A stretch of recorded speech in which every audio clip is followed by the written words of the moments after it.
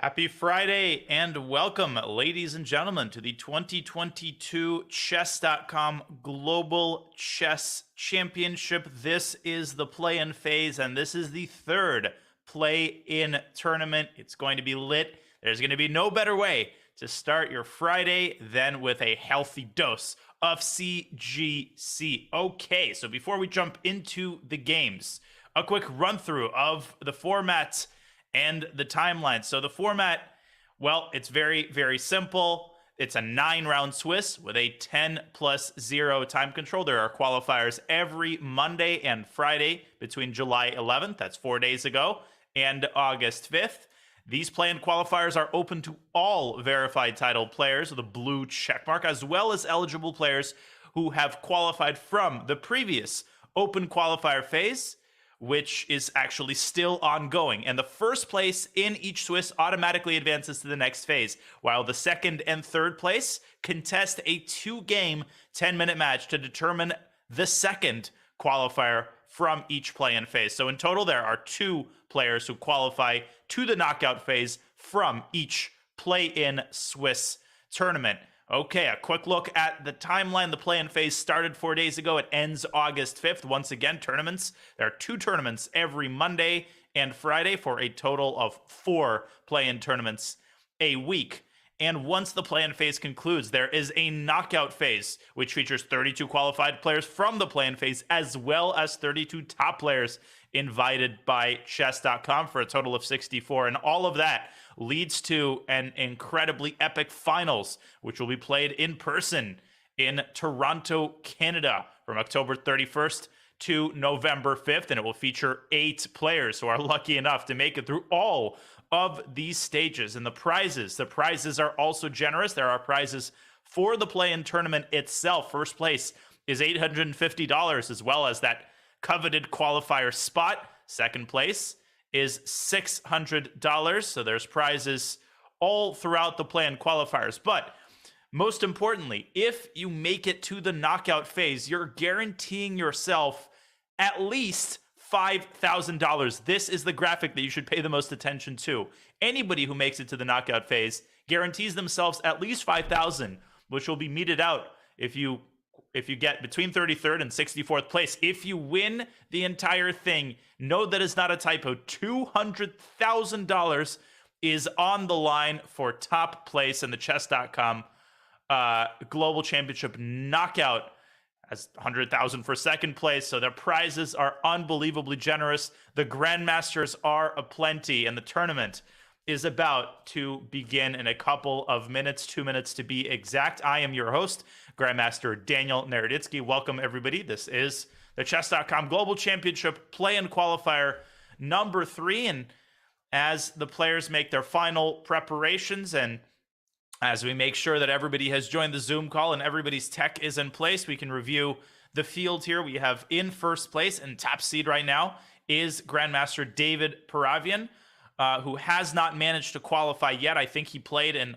all of the qualifiers thus far. Second seed by rating is, of course, Jospem, a name familiar to absolutely everybody. Peruvian Grandmaster Jose Martinez. And then we have Benjamin Bach, a crowd favorite, a commentator in his own right, followed by TPT Gain. And I think that is David Anton Guijarro, Spanish number 1. And do not sleep on the player in 5th place currently, 5th place by rating, and 5th place in name only. That is none other than Grandmaster Maxim Matlakov, who has won the Rapid Chess Championship. And the one parallel that I would draw is with the RCC, which features exactly the same time control. It's 10+0. There is no increment, and it's not the most standard time control, so experience is incredibly important. And Matlakov's experience playing in the RCC is sure to help him tonight, this morning, I suppose, although it is night for some players, and there are a ton of other grandmasters. I would estimate right about 25 GMs contesting these 2 qualifier spots in this Friday morning play-in qualifier. Hans Niemann is also playing, so we will watch his games. And as per usual, we will tour around the top games. I will try to catch as much of the action as possible. We'll catch all the time scrambles. And 5 seconds left until the gong sounds. And here we go with 2 seconds, 1 second, and the games have begun. This is round 1 of 9, and all of the GMs are going to face significantly weaker opponents, but that doesn't mean that they are immune to upsets. And in the last qualifier that I commentated, we did see a bunch of upsets in the early rounds. This is no time for the top GMs to relax, and we have here on the board the game of the top seed, GM David Parabian. He's got the black pieces, and he's facing a 2194 rated player from England. And these players, they can be really, really dangerous. They've got absolutely nothing to lose. And David Parabian essaying a Petrov here. An interesting choice in the first round. The Petrov, not necessarily the most combative opening, but it guarantees a game. There's no forced draw that white can make against the Petrov, and Parabian quickly blitzing out the theoretical moves as his light squared bishop comes out to g4. And typically in these positions, you do have opposite side castling, with white castling queenside and black having already castled kingside. And then both sides try to attack each other on their respective flanks. One idea for black is to push the pawn out to c6 and pave the way for the queen to drop into a5 and pay the pawn on a2 a visit. And there it is.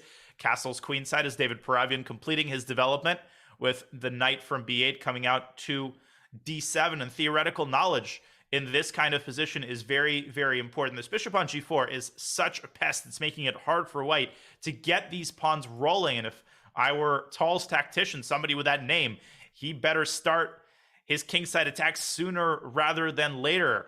And I would play a move like h3 and force this bishop on g4 to decide. And one instructive point to make in these kinds of positions, as bishop e2 is played, and that to me seems a little bit passive, although I understand why he wants to play it. One instructive point is that after h3, you're typically not afraid of bishop takes f3, because after g takes f3, yes, white's pawn structure is ruined, but there is a very, very big plus, which is that you get this g file, and that is a direct line of fire to black's king. So typically, black sometimes doesn't even take on f3, but in any case, Tall's tactician, he develops his bishop to e2, and there's that move I mentioned by David Parabian, c7, c6, opening up the pathway for the queen. The queen is going to move into a5, and the additional purpose of this move is to prepare some sort of a queenside pawn storm with b5 and a5, but Parabian is not in a hurry as he continues to make surface level improvements to his position, and he brings his rook to the open e file. Now, the one drawback of c6 is that it does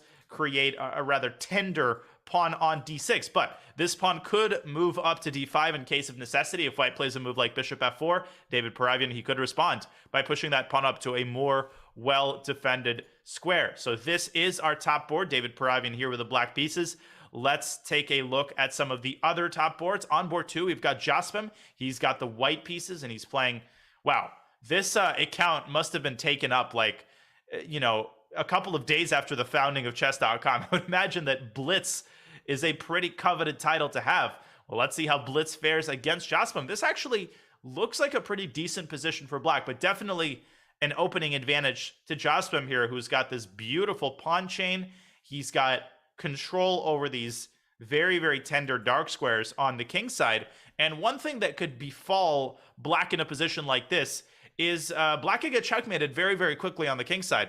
Queen c7 is a natural enough move. I mean, the queen is hanging. And by the way, look at the time situation. Chesscom, he's only spent 17 seconds to black's 3.5 minutes. But let's say queen c7 is played. Here's what could happen. Let's say white plays a move like queen d2, and black just dilly-dallies around. White could shove this bishop onto f6, and if you ever trade on f6, then the possibility of a lobster pincer mate is created. So that's a very, very scary prospect. And so for that reason, Mr. Blitz decides against moving the queen, and he plays the move f6. But there is a very clear drawback to that move as well. Look at how weak that e6 pawn and Chesscom brings his queen to f4. He is wasting absolutely no time. He's only spent 30 seconds of the 10 minutes that he is allotted, and this position looks terrible for black already. That pawn on e6, it's essentially indefensible. He's forcing black, or trying to force black, to take on g5, and that would mean the knight jumps into the game.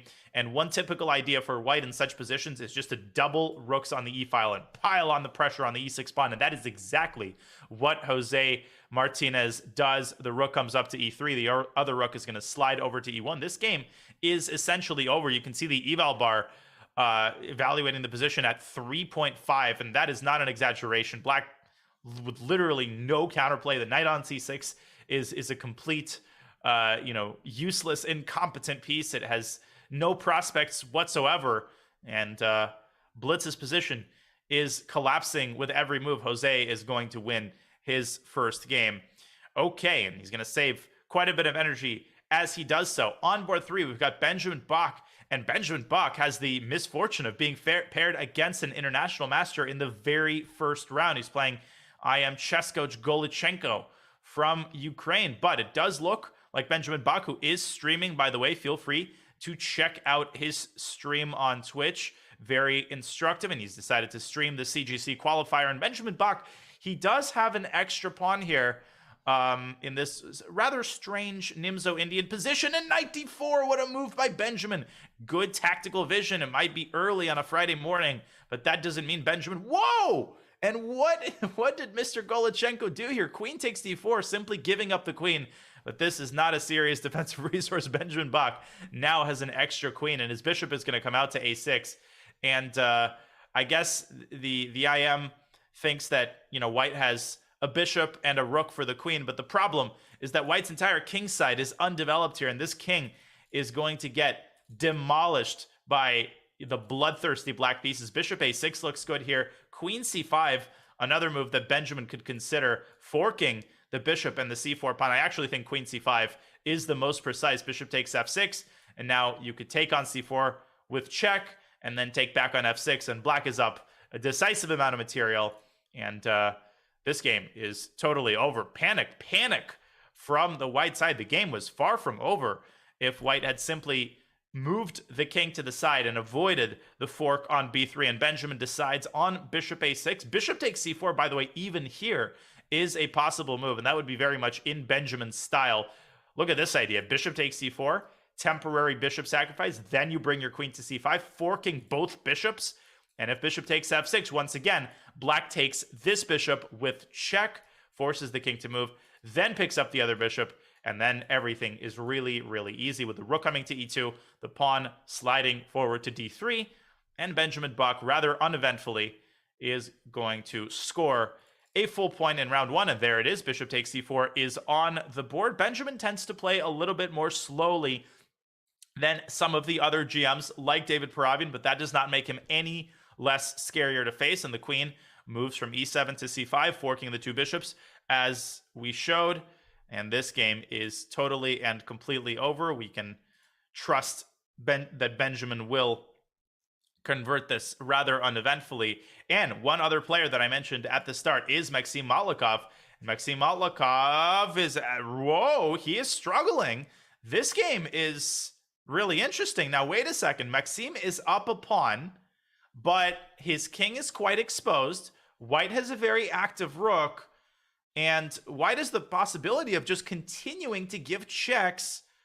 And that's exactly what White does. But the eval bar hated that move. And is it because Matlakov can zigzag his way to safety and worm his way into e4 with his king? I think that is the reason why the eval bar didn't like those moves. Very tempting play by White. Rook c6 check. The king's going to move to f5.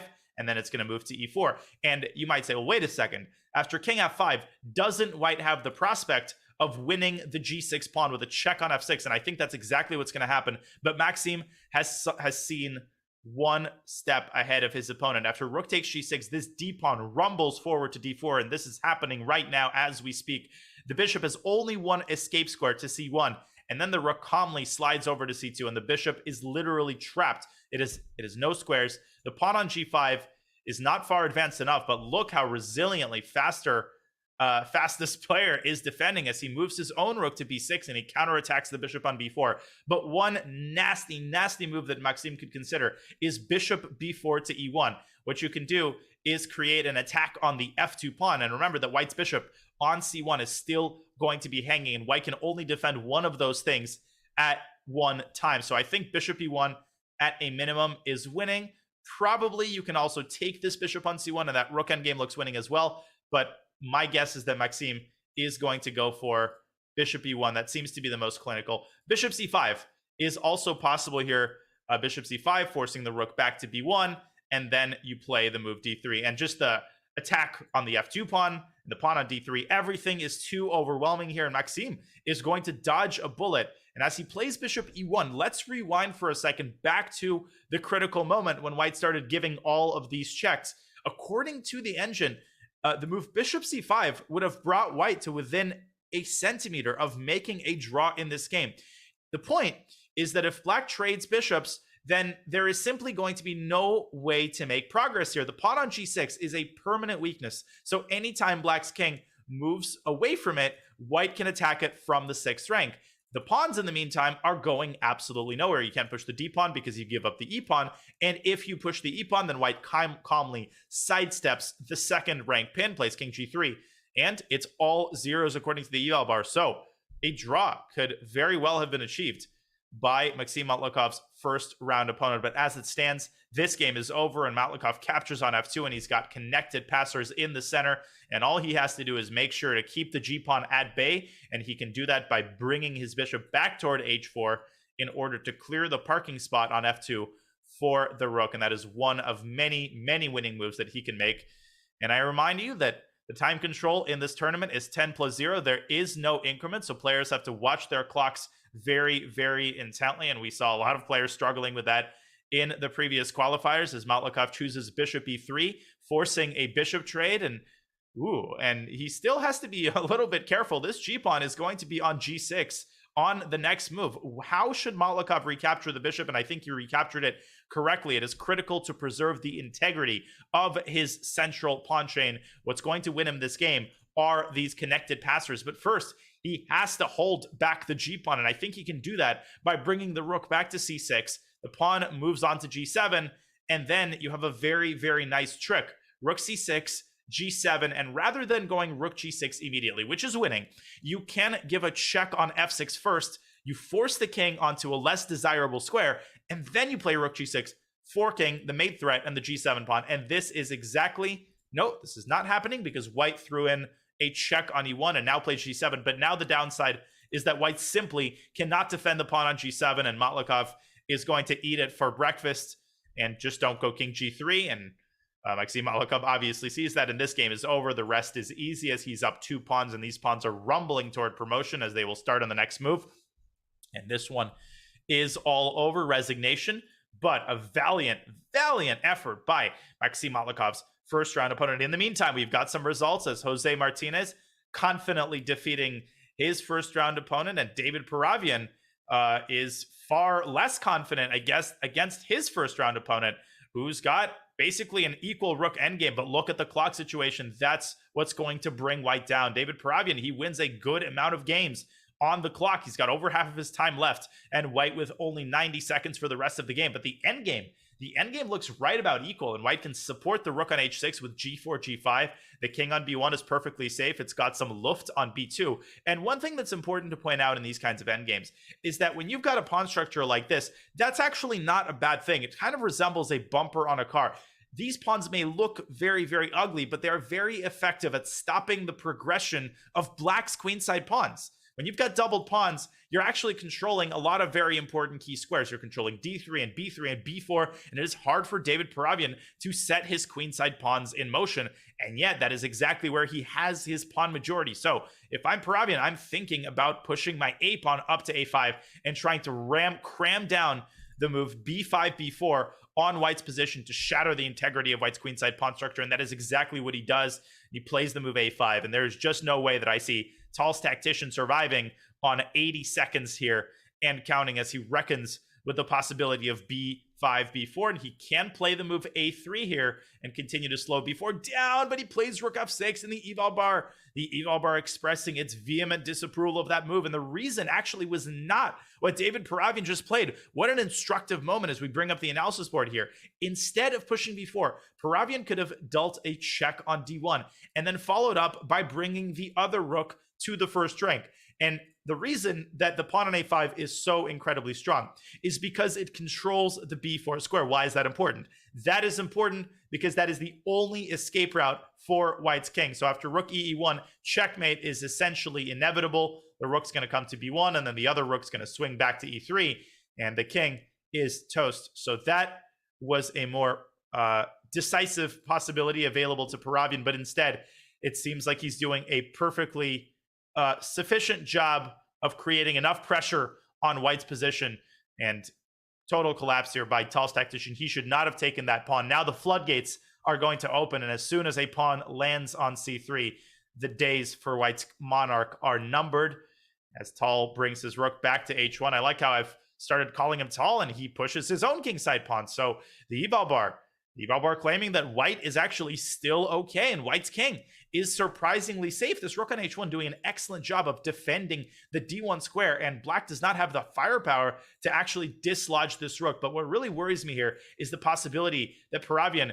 is going to ram through b4, b3, and here comes Tall's Tactician with a tactic of his own, g6, trying to pave the way for the h-pawn, which is going to be one square away from promotion, but one square too far, and the king is going to stop the pawn, and he forgot about king g7, and that is a decisive mistake for Tall's Tactician. He might have to play rook takes f7 check here, distract to the king, and then promote to a queen, but as a result of that entire brouhaha, Black is just going to be a full pawn up, and most importantly, only one pair of rooks remains on the board as Paravian hunts down the helpless f4 pawn, and he's going to win the game. Rook takes f, ooh, and c3, even more clinical, defending the b4 pawn with his rook. Look how nicely the rook is placed on the fourth rank. And finally, we have resignation by Tall's Tactician, but you can see already in round one how close some of these games are. These are not easy games for the grandmasters, but most of the grandmasters have won their game.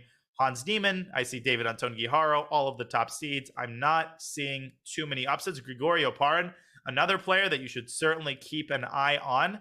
He is ridiculously strong.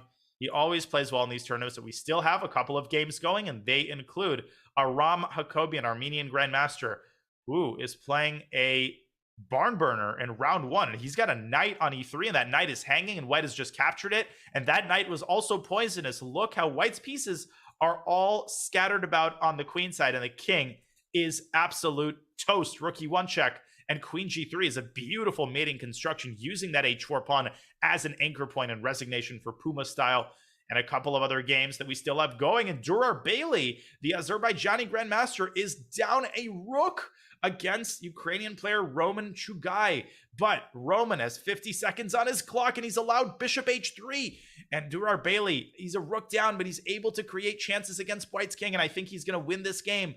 And White needs to find rook e4, and he does find rook e4, counterattacking Black's queen. And if Black takes the queen, then White takes the queen, and at the end of the day, White is going to be up a full knight. But yet again, I might be a broken record, but what worries me here is White's clock. Can Roman Chugai consolidate his extra rook in 41 seconds? This might be our first serious upset of the day, because Durar Bailey himself is down to 87 seconds, and he blunders queen g3, and there goes the second rook. And Roman Chugai has have two rooks on the Azerbaijani grandmaster, and now he's taken the bishop as well. And no, that's it. Queen f2. Queen f2 forces the queen trade. It forces the queen trade, and Roman Chugai is going to score a huge upset against Vasif Durar Bailey, the grandmaster from Azerbaijan, who is a ridiculously strong blitz player, and rook g4 was checkmate and won. All White has to do is avoid stalemate, and he manages to do it. He's got 28 seconds. That is plenty of time for the 2100 plus player, and he doesn't even need to pre-move. Rook c4 check, and I think he will have sufficient material to deliver checkmate here. b7, b8 queen, rook c2, and queen b2 on the next move is checkmate. Resignation from the grandmaster, and we could safely say that this is the first upset of the day, and quite possibly the only upset from round one. Don't quote me on that. I will make sure of that once we get all of the results, because there are still a couple of games remaining. Grandmaster from China, Actor Shu, he is about to win his game on time. Another game where clearly his opponent had some serious chances and up in exchange, but 1 second remaining on the clock. This one is all over. And let's see which other games are remaining. We've got Chess Brainiac, who is incredibly strong. Do not be fooled by his rating. He is over 2,600 blitz, and he seems to be well on his way to scoring a first round upset if he can keep pawns on the board. Black's only chance here is to capture both of White's pieces, and that's not going to happen. Knight takes d4, and it's over. As long as Chess Brainiac keeps both of his pieces on the board, he has what's called sufficient mating material. And the way that that works, if you're newer to chess, if you only had a knight or only had a bishop and black would have lost on time, the game would be counted as a draw because you literally do not have a sufficient amount of pieces remaining on the board to checkmate your opponent. But a knight and a bishop can deliver checkmate. And so even though this position is drawn from a theoretical standpoint, Chess Brainiac wins his first round against the National Master from Canada. What an impressive result. And that leaves us with only 2 more games. We've got Hannah Sace. And Hannah Sace, the streamer, very strong chess player from Australia, and she wins her first game against ATWQC, another upset. And Hannah with a very impressive first round result. And the last game remaining has just ended. The Latvian player defeating Mr. Nimbus 22. Not a good first round for Azerbaijani players. And round 2 has begun. There is no break between the rounds. The moment one round concludes, the next round begins. The only longer breaks are after round 4, and I believe after round 7. So without further ado, ladies and gentlemen, this is the Chess.com Global Championship Play-In Qualifier. I hope you're enjoying the tournament so far. We're only 1 round in, 8 rounds to go. And already you can notice that the titled players, the top seeds, are facing titled players in their own right. And Susal da Silva, he is a very, very dangerous, talented young player from Sri Lanka. He is quote-unquote only an FM, but he's underrated, and he's defeated a lot of strong grandmasters in Title Tuesdays and in other strong tournaments. So Jose has his work cut out for him, and I kind of like what the Sri Lankan master is doing to start the game. He played a bishop b5 check Sicilian, and now he plays the move c3.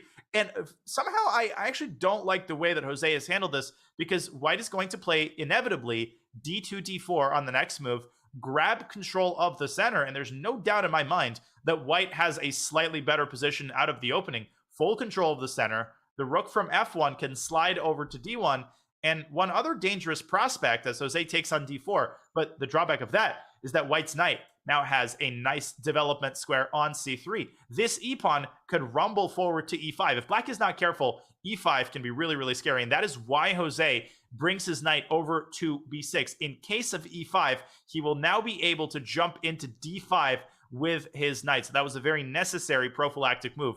Just by the pace of his play, Jose doesn't seem worried, but the eval bar making no bones about the fact that white is in charge here. 0.8. This is a pretty hefty advantage out of the opening after only 10 moves. And how should white improve his position? That is what a lot of players struggle with. They get a position like this, and then they don't know how to improve. And Susal da Silva, he does decide on e5, but I don't like that move at all. I don't like that move at all, because that gives up prime real estate in the center for black's knight. I think that was premature. He should have held off on that move. He should have played something more slow, like rook d1 or maybe bishop g5, simply improving his position and nursing his advantage. But instead, he shoves the pawn forward and now swings the knight from c3 to e4, but he's given Jose this monster square on d5, and he's destroyed the integrity of his own center. And to make matters even worse, the e5 pawn is now hanging. It's attacked from 3 different directions. And after e takes d6, e takes d6, if anybody is better, it is definitely black. Why is black better here? Because the rook is going to come from f8 to e8.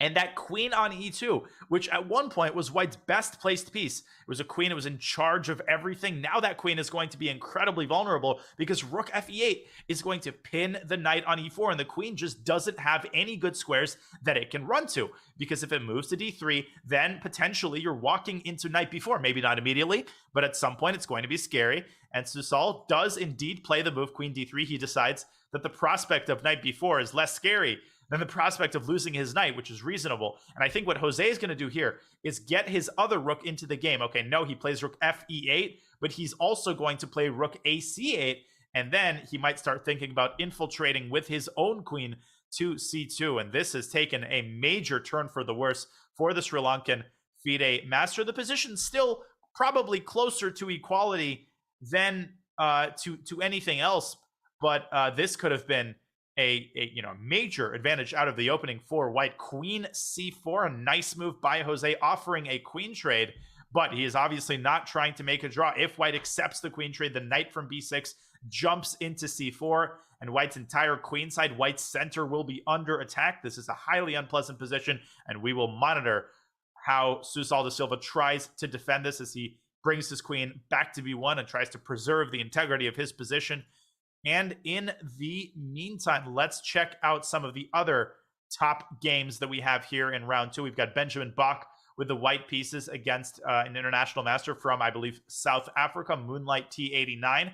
And Benjamin Bach with a very quiet opening here as he decides on an English opening, but it seems that he's secured for himself a small advantage, especially if he can continue improving his position by bringing the rook from f1 to d1, putting more pressure on black's queen. These types of positions are actually very, very unpleasant for black. So the big question for the South African IM is whether he should take on d4. And if we pull up the analysis board here, after c takes d4, the reason that white is often considered a little bit better in these types of positions, let's say that white plays knight takes d4, after bishop takes g2, after bishop takes g2, king takes g2, black experiences a lot of problems with this c6 square. The knight can jump into c6. If you play the Catalan, you will know that that is a typical idea. And the other problem that black experiences is with the queen. So after something like knight c5, white can position his queen on the very nice e3 square.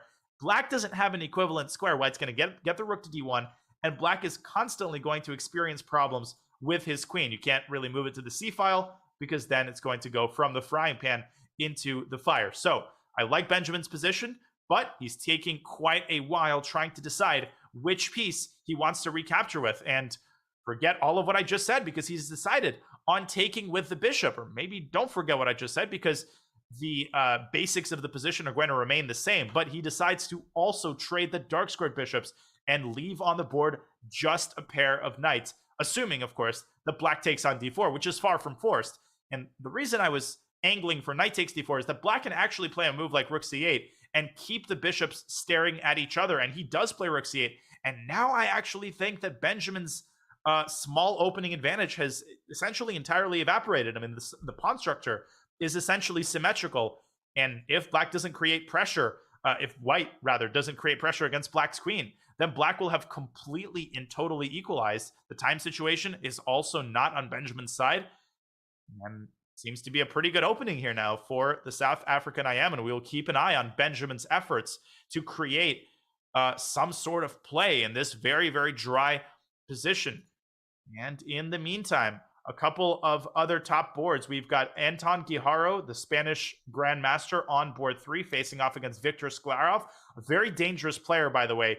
Another international master who scored a lot of upsets in Title Tuesday. I remember him, I think, even giving Hikaru trouble at one point.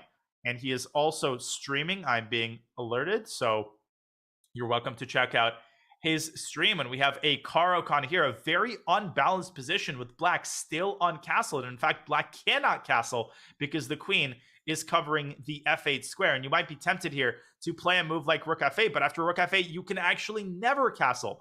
And the additional drawback of that move is that the queen can swing over to h5 and hit the h7 pawn. And you obviously cannot go h6 here because you drop the knight on g6. So a difficult position here for David Anton. Rook f8 is highly dubious. I think what he's likely to do here is move the knight out from d7. A queen trade would be squarely in black's favor here. And you might say, well, why is that? Well, the reason is because white has a lot of structural weaknesses in his position. There's the pawn on a4, which is aimed at by the knight. There's this b3 square onto which black's knight can jump as well. The pawn on e5, it might be a strength in the middle game, but in the end game, it's isolated and that pawn becomes a liability. And finally, in the event of a queen trade, black can now castle kingside and claim control of the semi-open f-file. So in the event of knight c5, I think Victor might do well to play a move like e6, creating a stronghold on f7. The position complicates, it sharpens up, but I like white's chances here. I mean, black's king is the only one that can get checkmated within the next 5 moves. So David Anton, he's gotten himself into a rather scary situation, and he's gotten himself into a scary situation on the clock as well, and he's down a full minute. Wow, what a good opening for the Ukrainian IM as he plays without any fear at all and puts black's king in a world of hurt. And David Anton, after a long thing, does decide on knight c5. And now a critical moment. I think white has to push that e-pawn up to e6 and keep the foot on the gas pedal. If white takes the queen away from f5, then black will be able to castle. And the moment black castles, everything is groovy and hunky-dory, and David Anton will reclaim the initiative and almost undoubtedly win the game. E6, will Victor Sclara find that move? Will he find a way to prevent black from castling in the near future? Let's see. And he's taking his time, which is actually quite an ominous sign because there is no other move. The queen is hanging, and if you move the queen away from the f-file, then black is immediately going to castle kingside. And once that happens, white's initiative evaporates immediately. And there it is. And he plays e6. Great stuff by Victor. Bishop f6, the immediate response by the Spanish Grandmaster.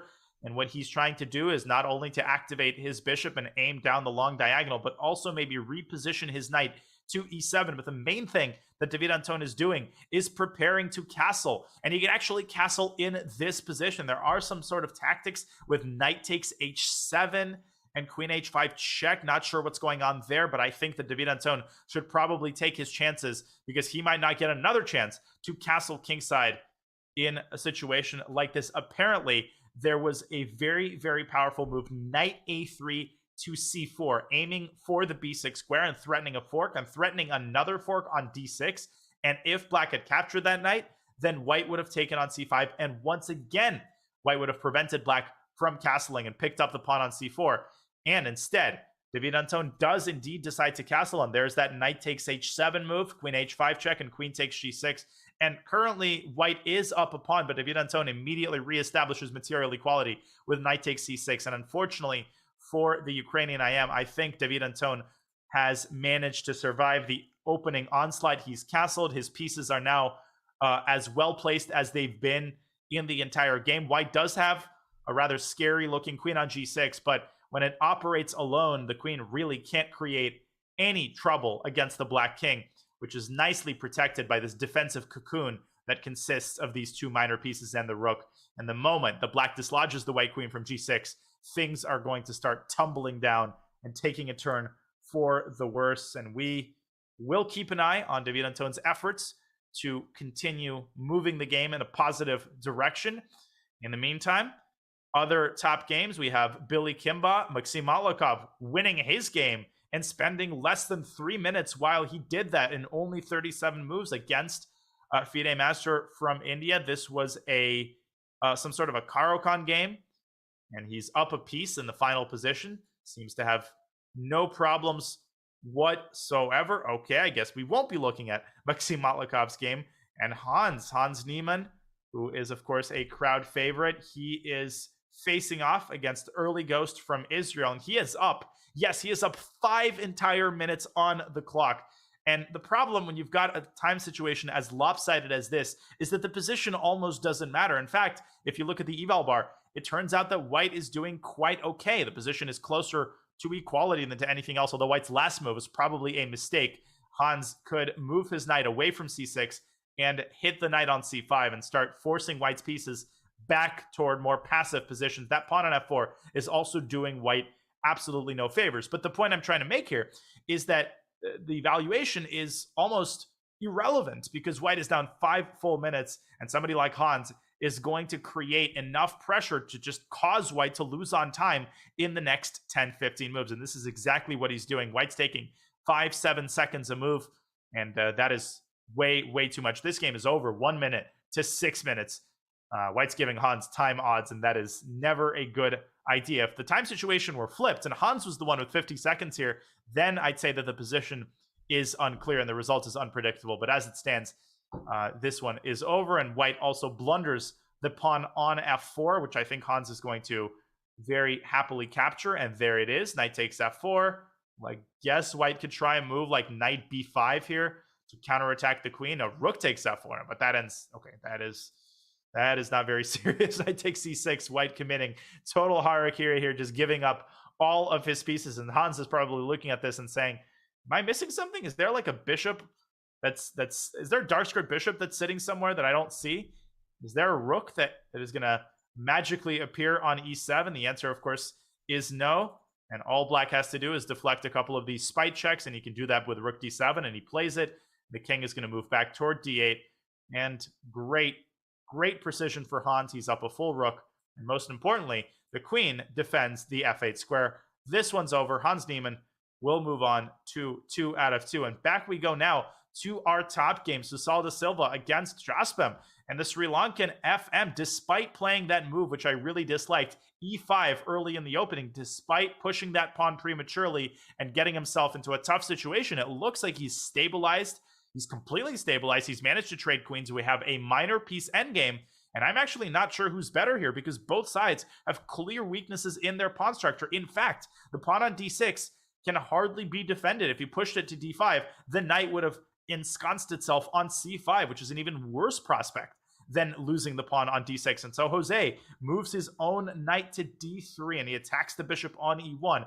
And what's very likely to happen is a mutual pawn capture. Black can take on d4, and white will respond by taking on d5. Now scratch that, as Chesscom now decides to go d5, and the reason he does it now is because the knight on d3 can now capture on c5, and it does, and we have now a minor a same colored bishop endgame, and the likeliest result is definitely a draw. You might look at this and say, well, isn't black better because black has the protected passer rather on d5, but that passer is going absolutely nowhere. Da Silva just has to park his king on d3, and if you look very carefully, you will notice that white has always the possibility of creating his own passer by playing b4, a4, and then breaking through with b5.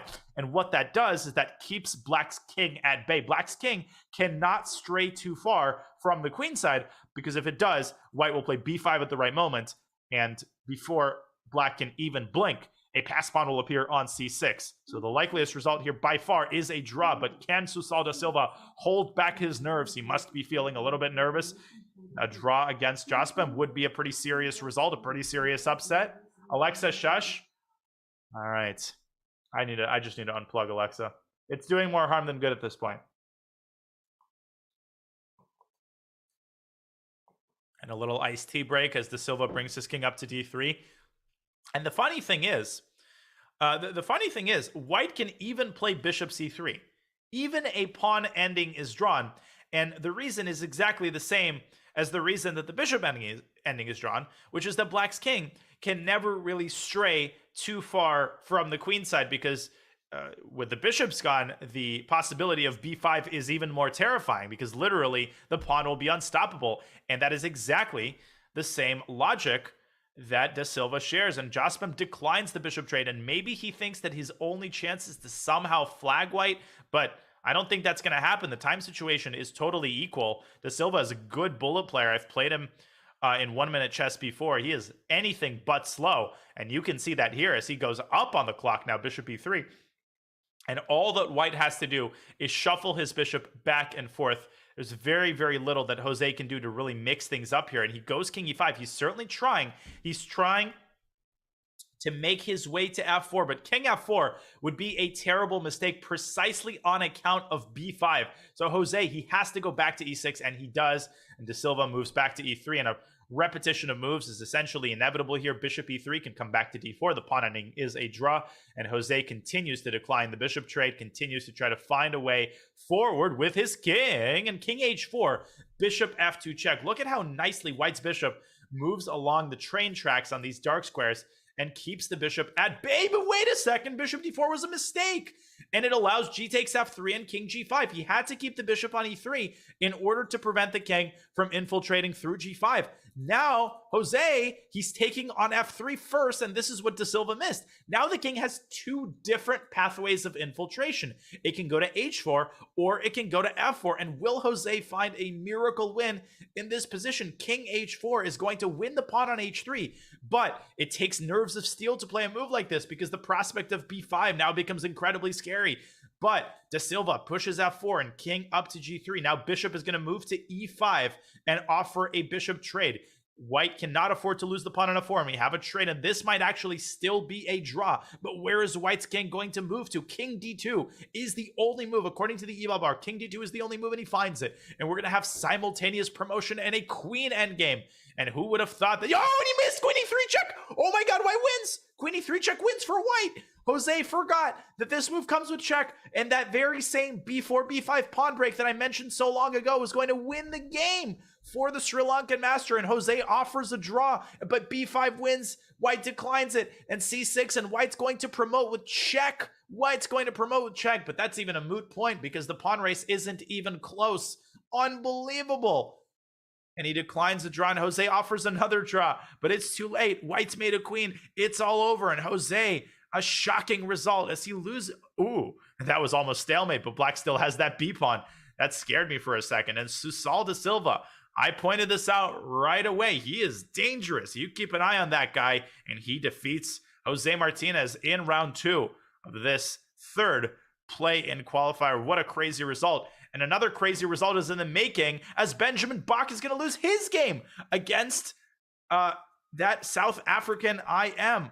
Unbelievable. He had mate in 1, by the way, with queen g2. But all black has to do is deliver a couple more checks to the white king. But he's getting nervous, and he's slowing down, and Benjamin Bach keeps chances alive. Can he keep his king alive? Queen g3 check, but Benjamin Bach has 4 seconds, and there's mate in 1 again. And he missed another mate in 1, and now he has another mate in 1 with knight c3. And this one he sees, and Benjamin Bach goes down as well. What a shocking turn of events in the second round already. All of the GMs are going down. This is crazy.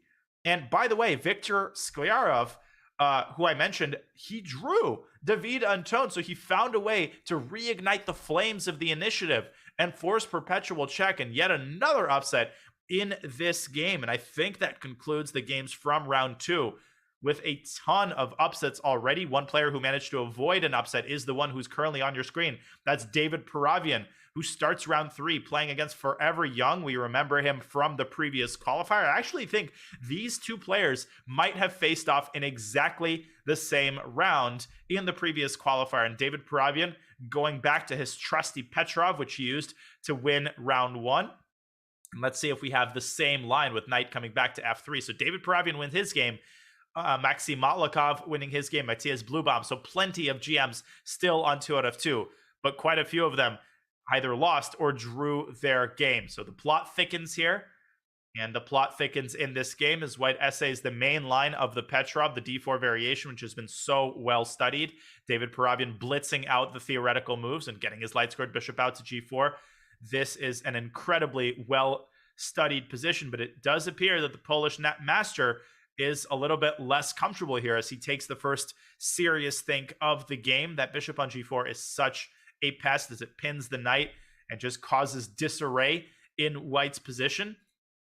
And if I remember correctly, the main line here is actually to go h3 and g4, and he does. And maybe he was just remembering. Maybe he was just remembering his analysis, because Forever Young has embarked on the correct path. This is the main line, and David strikes at the queen side with b7, b5, forcing the bishop back to b3. I'm not sure about b5. I would imagine that David is still in his preparation, and white decides actually to take on g6 first, and only then to drop the bishop back to b3. An interesting decision, and now white plays a very Ruy Lopez-like move, a2, a4, cutting into black's queenside majority and putting pressure on the b5 pawn.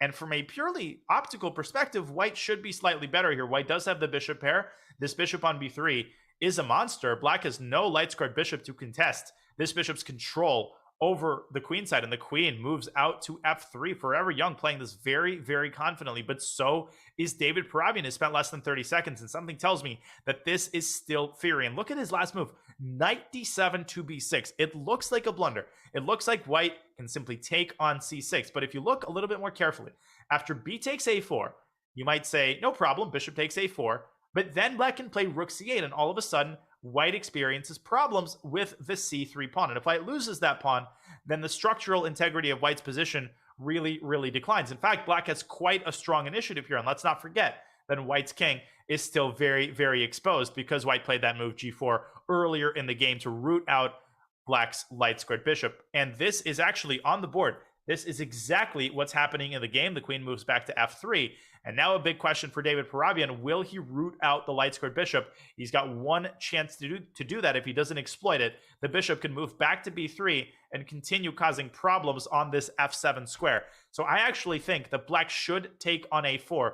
And one idea that I've seen in these types of positions, if we keep the analysis board on the screen here, after knight takes a4, rook takes a4, f7, f5 could be really, really scary for white, because if the f file opens and the rook joins in the attack, there will be hell to pay on the king side. And yes, white has these connected passers on the other side of the board, but they're not really going anywhere as long as the queens remain on the board. But David Parabian, after a relatively short think, refrains from taking on a4. Instead, he puts his queen on c7. So this doesn't actually mean that he's decided against the trade of knight for bishop, because in the meantime, he is attacking the c3 pawn, and he's now facing white with a dilemma. White could have actually moved the bishop to b5, and I thought that would have brought the game to within striking distance of a draw. Instead, bishop to d2, and the knight jumps into c4, and so I guess David Parabian does not want to get rid of that light squared bishop anytime soon, and the bishop moves on to g5.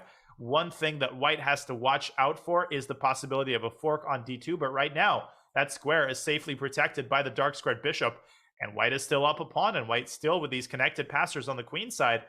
And I'm not sure I'm in love with David Parabian's queen placement on c7. If the bishop and queen were switched, then everything would be hunky-dory. If the queen was on d6 and the bishop was on c7, there would be a mate in one threat. But as it stands, this battery is relatively impotent. The king can slide over to h1 whenever it wants to do that. The king is pretty safe on that square. Maybe David Parabian can still consider playing f5, but that move comes with a hefty price tag because it weakens black's king as well. And as long as the bishop remains alive, the move f5 creates a gaping hole along this a2 g8 diagonal. But David Parabian hunting, pecking for gold with knight c4 to b2. And once again, it challenges the bishop and reignites the attack on the c3 pawn. And the big question is, how will white defend that pawn? Okay, big moment here for the national master from Poland. And my instinct in this position would be to actually preserve the bishop and play a move like bishop b5.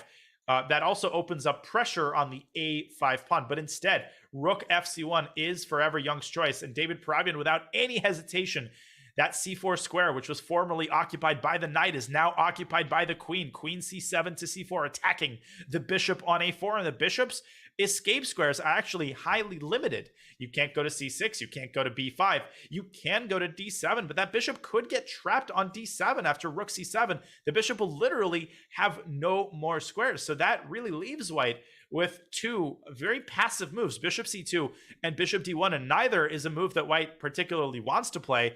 But he does play bishop d1. He kind of bites the bullet here. And I actually think that that is the lesser evil. That is the best that white can do, because given a chance, and David Parabian has given him a chance, the bishop can reroute to e2 and shove that queen away from c4. And he does just that with queen b3, David Parabian's choice. This position is incredibly sharp. White is still up a pawn, and David Parabian's pieces are marooned on the queen side. So one very interesting idea for white would be to bring this king up to g2 and then just start shoving that h-pawn right up the board. But instead, forever young, he pushes his pawn up to c4, an excellent move in its own right. And David Parabian, there's no doubt in my mind that he's messed this up. He's played this over ambitiously, and now he's much worse. And you might say, wait a second, after queen takes f3, bishop takes f3, can't black simply take on c4? But you can't stop calculating. And it turns out that the a4 pawn is simply hanging. And in this resulting endgame, not only does white still have the bishop pair, but white is a full pawn up. White has a passed pawn on d4.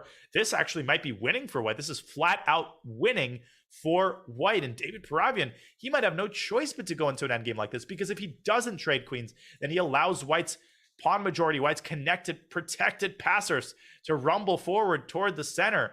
The knight on b2 is still stranded. This is a really terrifying position for Parabian. And now he is on the cusp of getting upset by this very, very dangerous Polish player who caused quite a few problems to grandmasters in the previous qualifier as well. And David Parabian has to bite the bullet, and he trades queens. And now his winning chances are essentially non-existent. He's going to have to fight tooth and nail to make a draw in this game, and we'll keep an eye as Forever Young tries to convert what has so far been an excellently played game.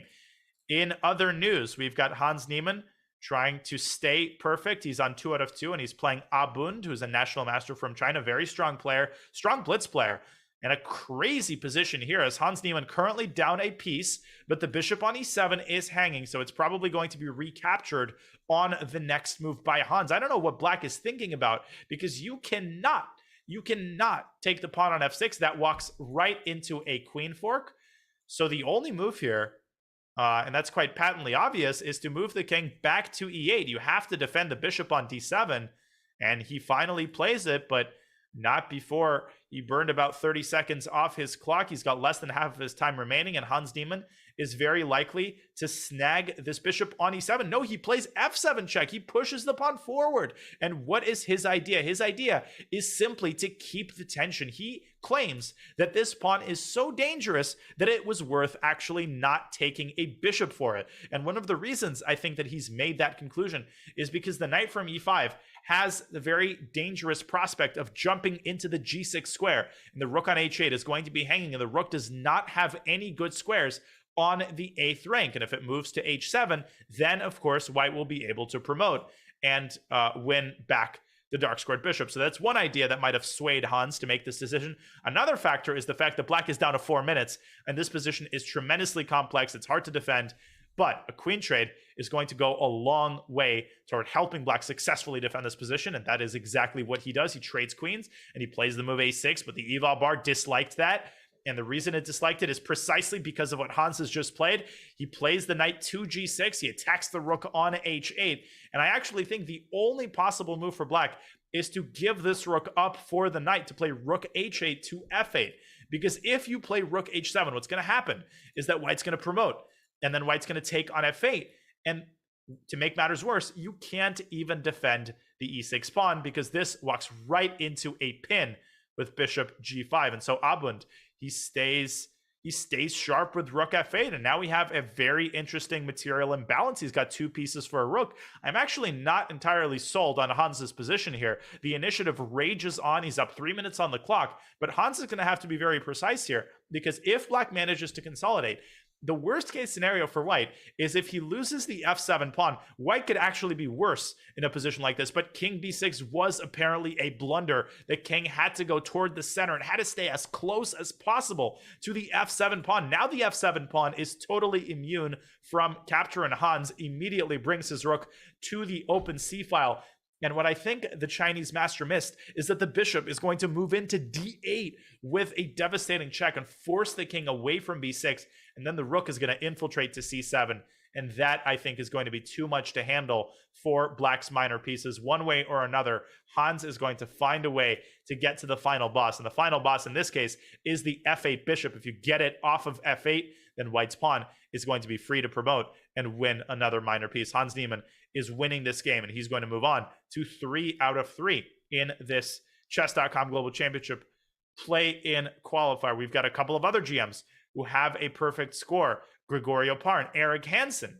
Eric Hansen, of course, a crowd favorite who really scuffled in the last qualifier. He started well, but then lost a couple of critical games. And right now, before we look at Eric's game, I've pulled up Matthias Bluebaum's game. And Bluebaum, a very strong German grandmaster, an opening specialist, and always a force to be reckoned with in these kinds of tournaments. And he seems to be doing really well against the FIDE master from Moldavia. Bishop d2 to b4. What a crazy position here, as the queen on d5 is sitting under the x-ray, under the terrifying x-ray of the d1 rook. And Bluebaum is inevitably going to take on h7 with check, discovering the attack on Black's queen. But the interesting thing is that if Black takes the rook on a1 right now, which I think is exactly what he should do. I think he should take on a1, and then we're going to get a fascinating material imbalance. White's going to take on h7, and it appears that the game is over. It appears that White's won the queen.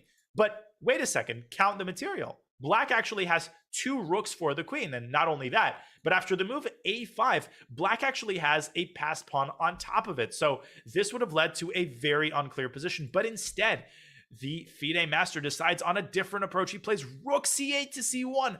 What excellent tactical vision. And that also seems to solve black's problems quite handsomely here, because that forces rook takes c1. The rook on d1 is literally pinned, so it will not be able to pick up the queen on d5.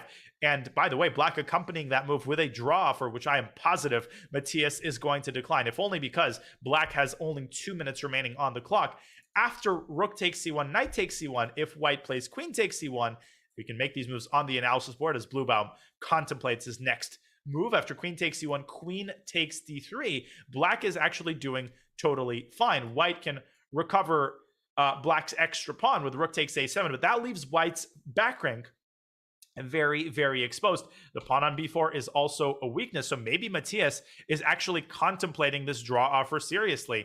If they go down that line, then white's position actually looks quite scary, because let's not forget, black is up a pawn. Clearly, Bluebaum sacrificed a pawn, hoping that the knight on b3 would get trapped or that the queen on d5 would be lost, but neither of those seem to be the reality on the ground, and Bluebaum continues to contemplate that draw offer. And as he does that, let's move on to Eric Hansen's game. Let's see how he's doing. And Bluebaum declines the draw, and he plays bishop takes h7 and follows it up with queen takes c1, forcing a trade of queens. Black's going to take the queen, and then white's going to take black's queen. And as a result, we're going to get an end game, which should be about equal. But I think Bluebaum is going to win the game on account of his massive time advantage and his incredible end game skill, which has brought him so many points in equal endgames. In the meantime, Eric Hansen is going to win his game and move on to 3 out of 3. This game is going to end any second. Once again, look at that time management. Eric, over 5 minutes on this clock, and he seems very, very confident to start this tournament. A good sign for the Canadian Grandmaster, and he's going to play rook c3, and black might as well resign. 25 seconds, and he's down in exchange, and there is not a single glimmer of hope, and there will soon not be any pawns left on the board either. And there will also soon be a queen on the board, which will appear as soon as Eric Hansen drives this pawn all the way up to a8 and rook back to h8. And this one is all over. We don't have to watch this game any longer. And I was actually very curious how the Grandmaster, or the International Master from South Africa, who did he upset? He upset Benjamin Bach, I think, how he was doing. But I think he's already finished. I'll update you on his result very shortly. In the meantime, we already have a battle between two Grandmasters, with Anton Smirnov, the Australian phenom, facing off against Armenian GM Hrant Melkumian. That is how strong these qualifiers are. It's only round 3 of 9, and yet we already have battles between two Grandmasters. And this battle, I think, is going to end peacefully. It's a 3-on-3 with a rook and a queen for both sides. This is not a very interesting position. Despite black's pawn structure being a little bit worse, it doesn't really matter, because all of the pawns are on the same side of the board, and white's king is way too weak to justify any shenanigans by the rook and the queen. White has to keep both of his heavy pieces in the vicinity of his king. Hrant is going back and forth between e6 and f6. Anton, he's trying to do what he can to mix things up, but this one is going to be a very uneventful draw. Okay, so let's check back into David Paravian's game. David, of course, trying to save a draw with absolutely no prospects at all of winning the game. And I think he's actually doing a very good job of it. He's down now 2 pawns. Technically, he's down 2 pawns, but one of those extra pawns is hamstrung. White has doubled f-pawns. They are going nowhere. They're blockaded by the knight, and the d-pawn is restrained, very successfully restrained by black's rook. I think this game is actually going to end in a draw. In fact, I would advise Forever Young to be very careful. He's got a minute on his clock, and with no increment in these tournaments, these top GMs, they do not hesitate to flag. So he's got to make a decision here. I would say that the most prudent thing that white can do is actually take this knight, but he doesn't. He keeps the knight on the board. And I'm starting to get really, really concerned here that white might get flagged. But king f4, he played it really, really quickly. So maybe he realizes the urgency with which he needs to play. He needs to keep time on the clock. And David Paravian, he has to keep the blockade of the d6 pawn. He cannot let that pawn move any further than it is. It's right now safely restrained by the knight and the rook. And David, I think, can probably just go back and forth. He can go rook d1 here, or he can go knight h5 check and then bring the knight back to f6. Really, anything here is good. I don't think that white can make any progress whatsoever here. David, though, he's taking his time, so maybe something is giving him pause. Maybe he's trying to find a way to play this for a win, to play this for a flag. But I don't think that that's a particularly realistic desire. White still has over a minute on the clock, and David continues to think, and that was what he was thinking about. He brings the knight back to e8, which at first sight may seem suicidal because you're allowing d7. But if you look a little further, you will see that the knight moves back to f6, and the pawn on d7 is defenseless. It's on a light square, and white is a dark squared bishop. And now 45 seconds for Forever Young. He's got to make a move here. Otherwise, he's going to flag. Now he's down to 40 seconds, and he's trying to find a way to preserve, to keep that pawn on d7 alive. But there is no way to keep that pawn alive. This game is going to end in a draw, but only if white actually puts a move on it. He's got to repeat moves. Rook back to d8. What is he doing? Oh, he's taking way too long. He's down to 28 seconds, and he's still trying to win this game. Very admirable ambition by the Polish master, who was so close to winning the game once they went into that endgame. But a great defensive effort by the grandmaster from Russia. And what will David Paravian do here? Is he entertaining prospects of winning this game? And if he wants to win this game, then he should keep the rooks on the board. And that is exactly what he does. He moves the knight back to f6. He could have made an instant draw by taking on d6 with his rook, but that would have allowed a rook trade. And if white can eliminate the rooks and eliminate the pawn on g7, then he's going to draw. And white's going to lose this game. White is going, I think, to lose this game, but bishop c5 by Forever Young. And wait a second, that king on f7 is kind of stuck in, is it stuck in a mating net? Rook c8. And he plays it. And somehow there's this prospect of white going d7 and checkmating black on f8. So somehow David Paravian has gotten himself into a lot of hot water here, but white is down to 14 seconds. This is going to be a fascinating time scramble. Can David Paravian keep his pieces alive? Can he milk white's clock down to 0? I think he should play knight d7. I think he should move his knight from f6, and he should move it to d7. He moves it back to e8, and he allows the move rook c6. Rook c6 is apparently winning, but what is he doing? He's so slow. Oh my God, white is so slow. He took 5 seconds on that move alone. David Paravian, he's struggling himself to find a possible move. He can play g6, though. Any move here should suffice because white is down to 9 seconds, but now David is down to 25 seconds, and he's got to move. And he plays rook d3 check, rook c7 check. White sacrifices the exchange to simplify the position, and bishop to d6 is pre-moved. Then finally, white's starting to pre-move, and he's got to continue pre-moving, and there he goes with f4. And David Paravian is down to 16 seconds. White can simply move his king back and forth, and that is exactly what he does. And David Paravian declined a draw, and white is pre-moving king h5, and David Paravian is taking his time, and a draw by repetition, and he does not manage to milk white's clock down. I think David Paravian could have probably taken that pawn on c7 because white was pre-moving, but he didn't want to risk it, and a great result for the national master from Poland. What a game we had here. And Maxim Matlikov, he draws his game against I Am Coach Poker from the US. So more upsets and semi-upsets, and round 3 has concluded. So don't breathe because round 4 is already underway, and we've got a bunch of GM on GM action here with Eric Hansen facing off against very strong Russian GM Mikhail Antipov, and we will start with this game. Okay, and there will be a break. I remind you, there will be a break after this round, a longer break for the players to catch their breaths. And Eric Hansen is catching his breath during his first move, but he is not moving.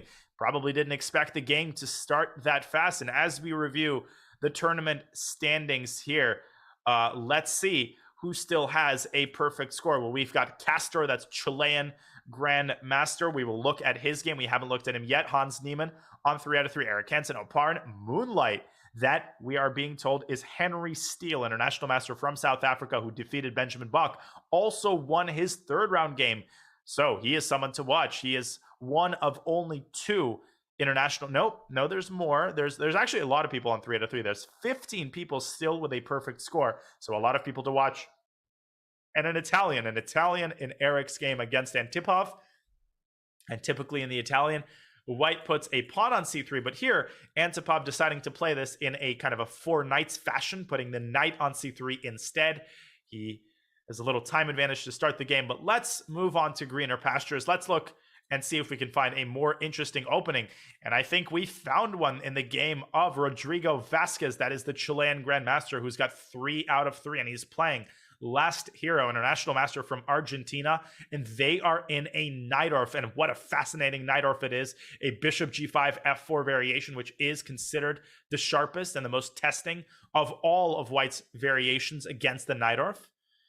And rook g8, Black's last move may seem very, very cryptic, but it has a very clear intention. Black is simply threatening to trap White's bishop with g7, g5, and that essentially forces White's hand. It either forces White to take on f6, which is undesirable because you don't want to give away your dark square bishop, or it forces a move like f5. And you might ask, how does f5 prevent g5? Well, the answer is, of course, that White has en passant. So f5 is a great move, and Rodrigo Vasquez pushing his pawn down to e5, and then expanding on the queen side with b5. And Vasquez is a noted Najdorf expert. He's one of the strongest Najdorf players in our present day. And that sounds like a weird statement, but I think he's in his 50s now, and he's been playing the Najdorf for many, many decades. You don't want to mess with him in this opening, and I think he's showing that right now. He's got over a minute up on the clock. He's got a great position. And one thing to notice in a position like this is the d5 square. It might seem like that square offers a great outpost for White's knight, but the problem is that Black's knights have something to say about that. The knight on f6 defends d5, and you've got an assembly line situation here where the knight on d7 supports its cousin. So White can essentially never get, well, White can get a knight to d5, and he just did, but that's actually a terrible move because he has to recapture with the pawn, and that totally ruins White's pawn structure, and now White will never get an outpost to d5, and Vasquez continues to play quickly. He gets his bishop out to b7. Black is much, much better in this position. White has absolutely no kingside attack, and in the meantime, it's only a matter of time before Black sets his own queenside pawns in motion.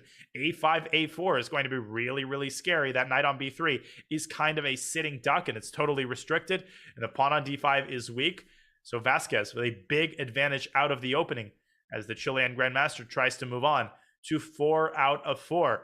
Okay, in the meantime, Hans Niemann, he's got a very interesting battle against Actor Shu, the Grandmaster from China, and a position which does appear to me to be a little bit better for White. This is another Italian. At first sight, it might seem like just any old Italian, but I actually think that Actor Shu has done a great job here of positioning his pieces. He's built up a battery here with the queen on d2 and the bishop on e3. And anytime you see a battery like this in the Italian, you should start thinking about a sacrifice on h6. If Black's pieces are stranded on the queen side, that sacrifice can be really, really scary. I've lost a lot of blitz games like that. So that's one idea that White has. But the big question right now is Hans pushing his pawn up to c5 and contesting the center with his pawns. The big question that White has to answer right now is whether he wants to lock up the center with d5. I would. I think d5 is very strong. And after d5, bishop d7, the engine actually is already suggesting a sacrifice on h6. So there it is. You might very well see that sacrifice. And after g takes h6, queen takes h6, you can see how scary this is because both knights actually have access to these incredibly powerful squares on the 5th rank. For example, let's make a random move. After knight f5, the game is already over because White threatens checkmate on g7. And if Black takes on f5, then both knights are sitting ducks. If one knight moves, White captures the other one, and this is on the board. White has played the move d4, d5, but to see bishop takes h6 here is actually really tricky. The temptation is to play a calm move like c4, or maybe a move that builds up the initiative like knight f5, and I don't think there's anything inherently wrong with either of those moves, but I just think that bishop takes h6 is devastating. I think that Black cannot recapture the bishop, and Hans will have to go down a pawn, and look at him go, and he takes on h6 with no hesitation. And Hans Niemann, with his back against the wall, he's going to be a full pawn down if he refrains from taking the bishop. And not only that, but he's going to experience continual problems with his king safety. But he does take on h6, and Hans deciding that he doesn't want to suffer, or if he is going to suffer, it's going to be for a piece, and he brings his queen back to d8, and I think that is the only serious defensive move. And he basically asks White, how are you going to continue your attack? And I think the answer to that question is going to be knight g3 to f5 anyway. And you might say, wait a second, after knight f5, if we keep the analysis board on here, after the trade, the reason that Hans brought his queen to d8 is that the f6 knight is now defended. That means that the other knight is free to roam about the cabin, because contents may have shifted. But the problem isn't that the knight on f6 is going to be lost. The problem is the prospect of a rook left from e3 to g3. If a rook appears on g3, the game is over. It is checkmate. The black king is kaput. So a move like knight d2, as slow as it may appear, is actually really, really hard for black to deal with. Look at black's minor pieces. The bishop on a7, out of commission. The queen on d8 is tied down to the knight on f6. And if the knight on f6 ever moves, then the knight from d2 can jump into e4 and set up the devastating prospect of f5, f6. So I think the key that Actor Shu has to understand here is that he doesn't actually have to play that quickly. He can make these slow moves to build up the attack because of how passive black's position is, but he's taking his time here. He senses the importance of the moment, and he does not have forever, because given two tempi, Hans is going to zigzag his queen from e7 to f8, and if a queen appears on the king side, then white's attack is going to fizzle out, and he doesn't play it. He plays knight g5. He plays knight g5, and I actually think that Hans could play queen e7 here. Knight g5 is a very serious mistake. He doesn't find knight f5, probably didn't fully appreciate the importance of that rook lift, and instead he plays the move knight g5. The problem with this move is that it doesn't create any immediate threats, and it gives black a full tempo. And apparently the strongest move in this position is rook e8 to e7 in order to pave the way for the queen to move to f8. And that is the problem with piece sacrifices. When you sack a piece and it doesn't work out, hey, you're down a piece. So that was one of the most intelligent statements of the decade. Instead, Hans goes with the original plan, and he goes queen e7. And I think that the game is very likely to end in a draw. And here's how that could happen. White can play the move knight h5, distracting black's knight from f6. The effect of that is that white now has a perpetual check, queen h7 and queen h6. But it's very hard to see what white does after knight g7. And the engine indicates that after rook e3, despite being two pieces down, white's attack is actually tremendously strong. But Actor Shu, he's going to have to notice that if he wants to save half a point out of this game. But knight g5, that was the mistake. He was so very close to checkmating Hans Niemann. Instead, he will have to settle for a draw, and he finds knight h5, but now he has to avoid taking on h5. If he takes on h5, that gives Hans Niemann the tempo he needs to bring his queen into the defense. Will he be able to give that check on h7 and then slide the queen back to h6? Will he realize that even though he will be two pieces down after knight g7, the attack is incredibly strong? Let's see. Big moment here. Queen h7 check is the only move. Queen takes h5, loses. What will he do? He gives the check on h7, but I'm afraid that he might take the knight here, and he does. And Hans has a winning move here. Hans can play king g7, and he plays it immediately. You didn't have to tell him twice. It's all over. White didn't spot the check on h6. And after queen h7 check, the king escapes to f6, where it's safer than it's been anywhere this entire game. And rook h8 is coming, and the queen is going to be trapped on h7. White just doesn't have enough time to generate any more threats against the king. After queen h6, rook h8, knight h7, that's not checkmate. In fact, after rook takes h7, the game is going to be over. Queen takes h7, rook h8, the other rook slides into h8, trapping the queen, and Hans Niemann is going to survive a fourth round scare against the Chinese GM, and he's going to win this game, not without a good dose of luck, but you know what they say, good players are lucky, and Hans Niemann, with very cold-blooded defense, is going to pull this game out. Samvel Tersagyan, Armenian GM, has won his fourth game.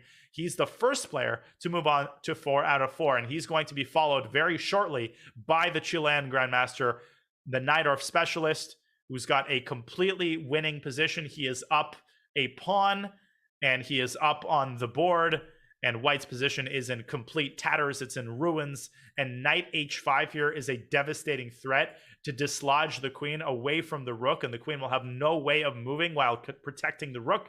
This is over. This is game over. h3 by white, trying to create some luft for the queen on h2. But it's a matter of relatively straightforward technique here.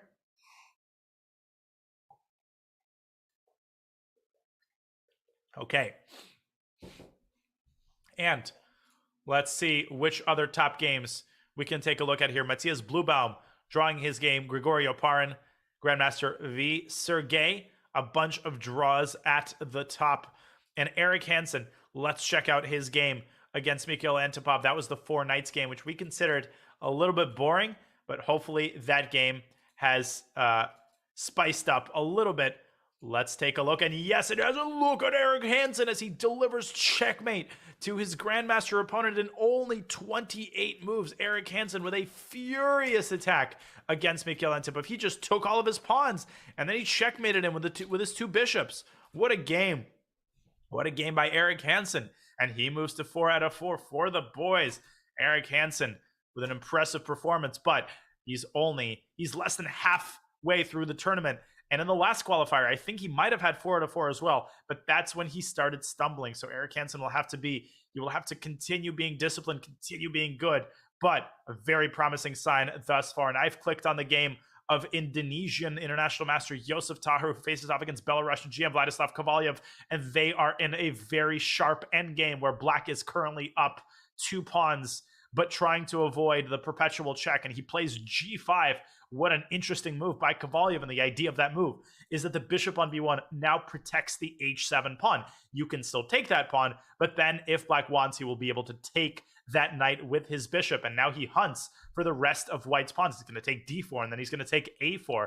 The question is whether White can use his minor pieces and his knight and his rook to create drawing counterplay against Black's king. I don't see anything straight away here, even though the eval bar seems to believe that the game should still end in a draw. And apparently the best method, the only drawing method, is for White to shove this king forward all the way to h6, and he doesn't see it. Instead, he plays knight takes h7 check, and there's a trade on h7, and now Kovalyev is going to just eat up all of White's queenside pawns. He's going to take on d4, and then he's going to take on a4, and he's going to take on a4 right now, and he's going to have 2 extra pawns, and all 4 of his pawns are passed. This should be a winning position for Black, but it's not over yet. It's not over yet. And that last move that Josef Taher made, g4, very strong move. The idea is to cut off the Black rook along the 4th rank. White's only hope here is to activate his king and use his king and his rook and his pawn to create counterplay against Black's king. Black's king is the weak leg of his position. It's stuck on the 8th rank, and it could get under a serious attack here. So Kovalyev, with a very important moment, he has to decide which pawn he's going to push. He can push the d pawn, but that pawn can be safely restrained by White's rook. The problem is that none of Black's pawns are particularly far advanced, while White's king is only 1, 2, 3 steps away from reaching f6 and creating massive counterplay against Black's king. And Kovalyev could even lose this game if he's not careful, and he decides on rook a1 and apparently king g3. Taher's last move was a mistake. It would have been far more efficient to give a check on f7 and then bring the king up to h4. He rushed it. He has plenty of time left on the clock, but instead he quickly plays king g3, and he's trying to get the king through f4 to e5, but Kovalyev cuts him off with rook f1, and I think Black should be able to pull this one out by the hair on his chinny chin chin, by the skin of his teeth. It looks like Kovalyev will be able to win this game, to win this endgame, and move on to a perfect score. The next round is going to be absolutely critical as the field at the top thins out, and we might only have 3 or 4 players who have a perfect score after 4 rounds. We'll see. Hans Niemann, he has officially won his game. He's pulled it out, as has Eric Hansen, as has Samuel Ter-Sahakyan, Armenian GM, whose games we have not looked at yet, but we will. And there's a FIDE master from Azerbaijan who is on 4 out of 4. That is someone we will look at next round for sure. He goes by the name Joker Grumble. And the Grandmasters will probably have to grumble about facing him in the next round, and we will take a look at his games. But in the meantime, we've got a couple of top games still remaining, with the Chilean Grandmaster continuing to nurse that decisive advantage against the international master from Argentina, and it is still a completely winning endgame.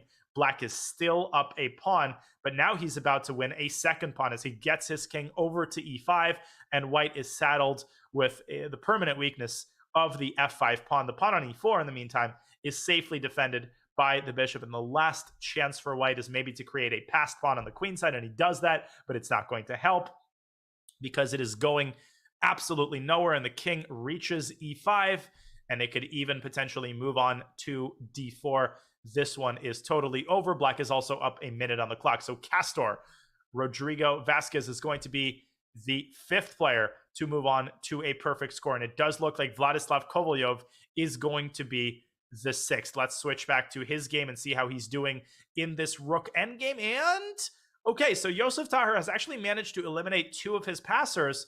The problem is that black has 2 more, and the rook should move now to e5. The rook should move to e5 and then cut the white king along the e file, and then the d pawn is eventually going to move forward. If this is winning, it's not the easiest win. White still has a pan.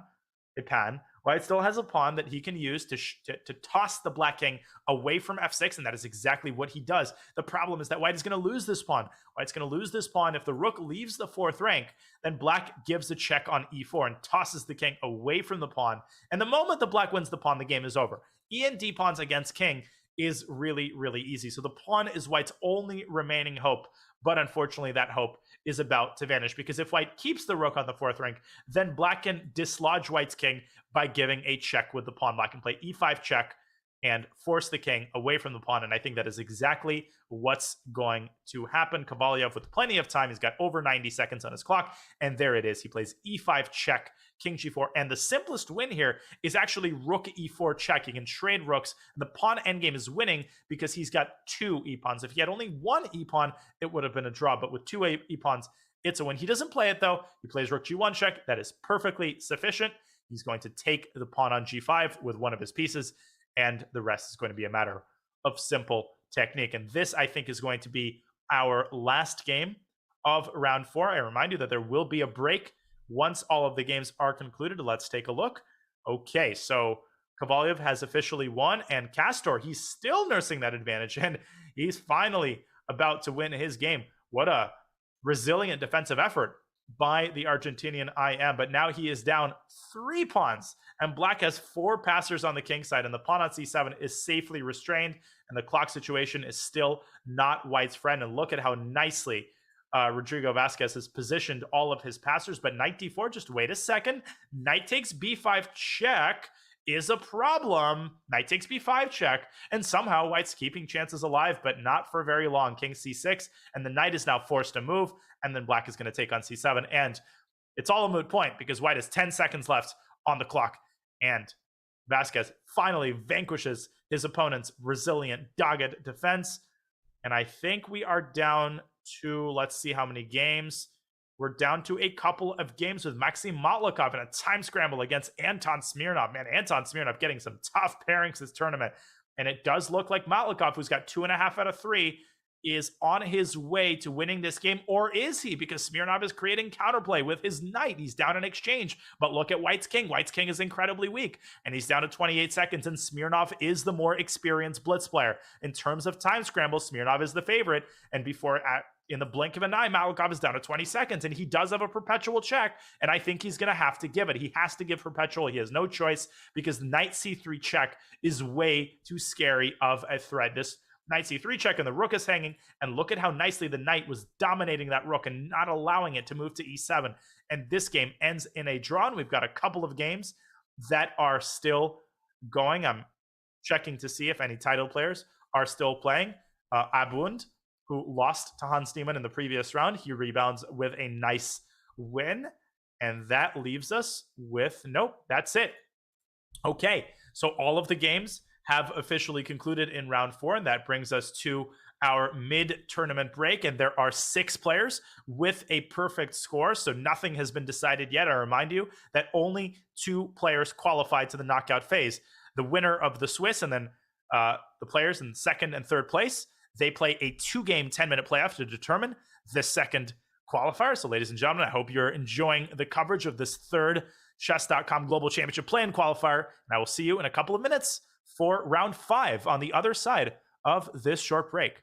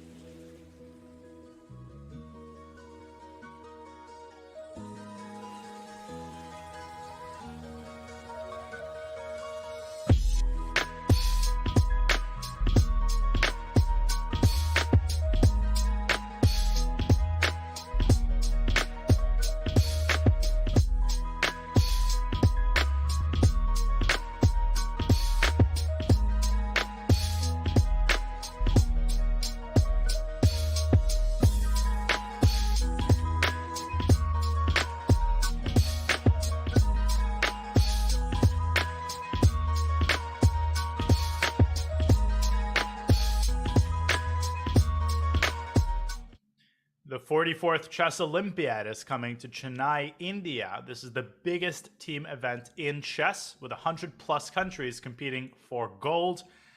Catch all the action on chess.com between July 28th and August 9th. Well, I hope you're catching the action right now.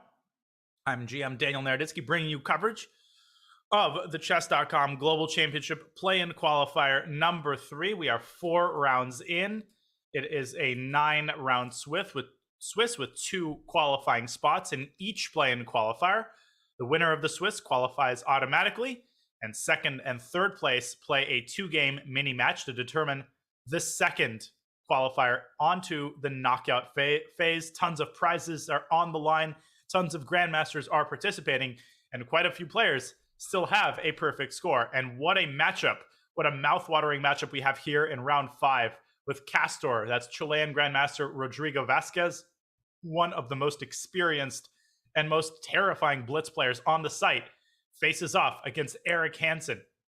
And Eric essaying his patented Con Sicilian. We have kind of a hedgehog Marozzi bind structure with Castor positioning his pawns on c4 and e4. The idea of that structure is to clamp down on the d5 square, make it difficult for black to break free with the d6, d5 pawn break.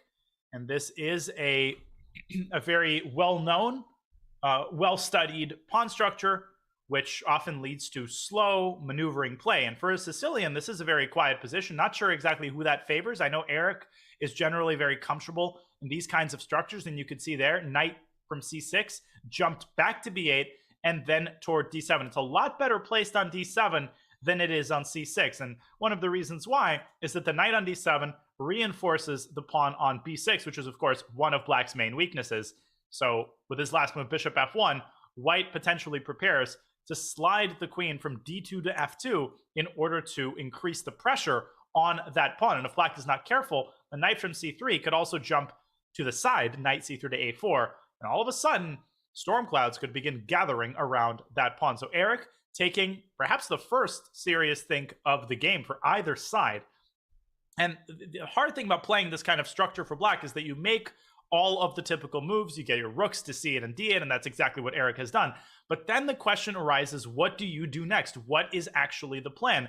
And that's a problem which plagues both sides in a position like this. Both sides are very, very solid. White has a lot more space, but there is no clear plan for either side in this kind of position, which makes it really, really hard to play in a rapid game. So what I'd be really interested to see here is which side is actually going to be the one to create fireworks on the board. And for now, they continue to poke and prod, and the bishop moved from e3 to f4, and there's that move, queen f2, which I mentioned.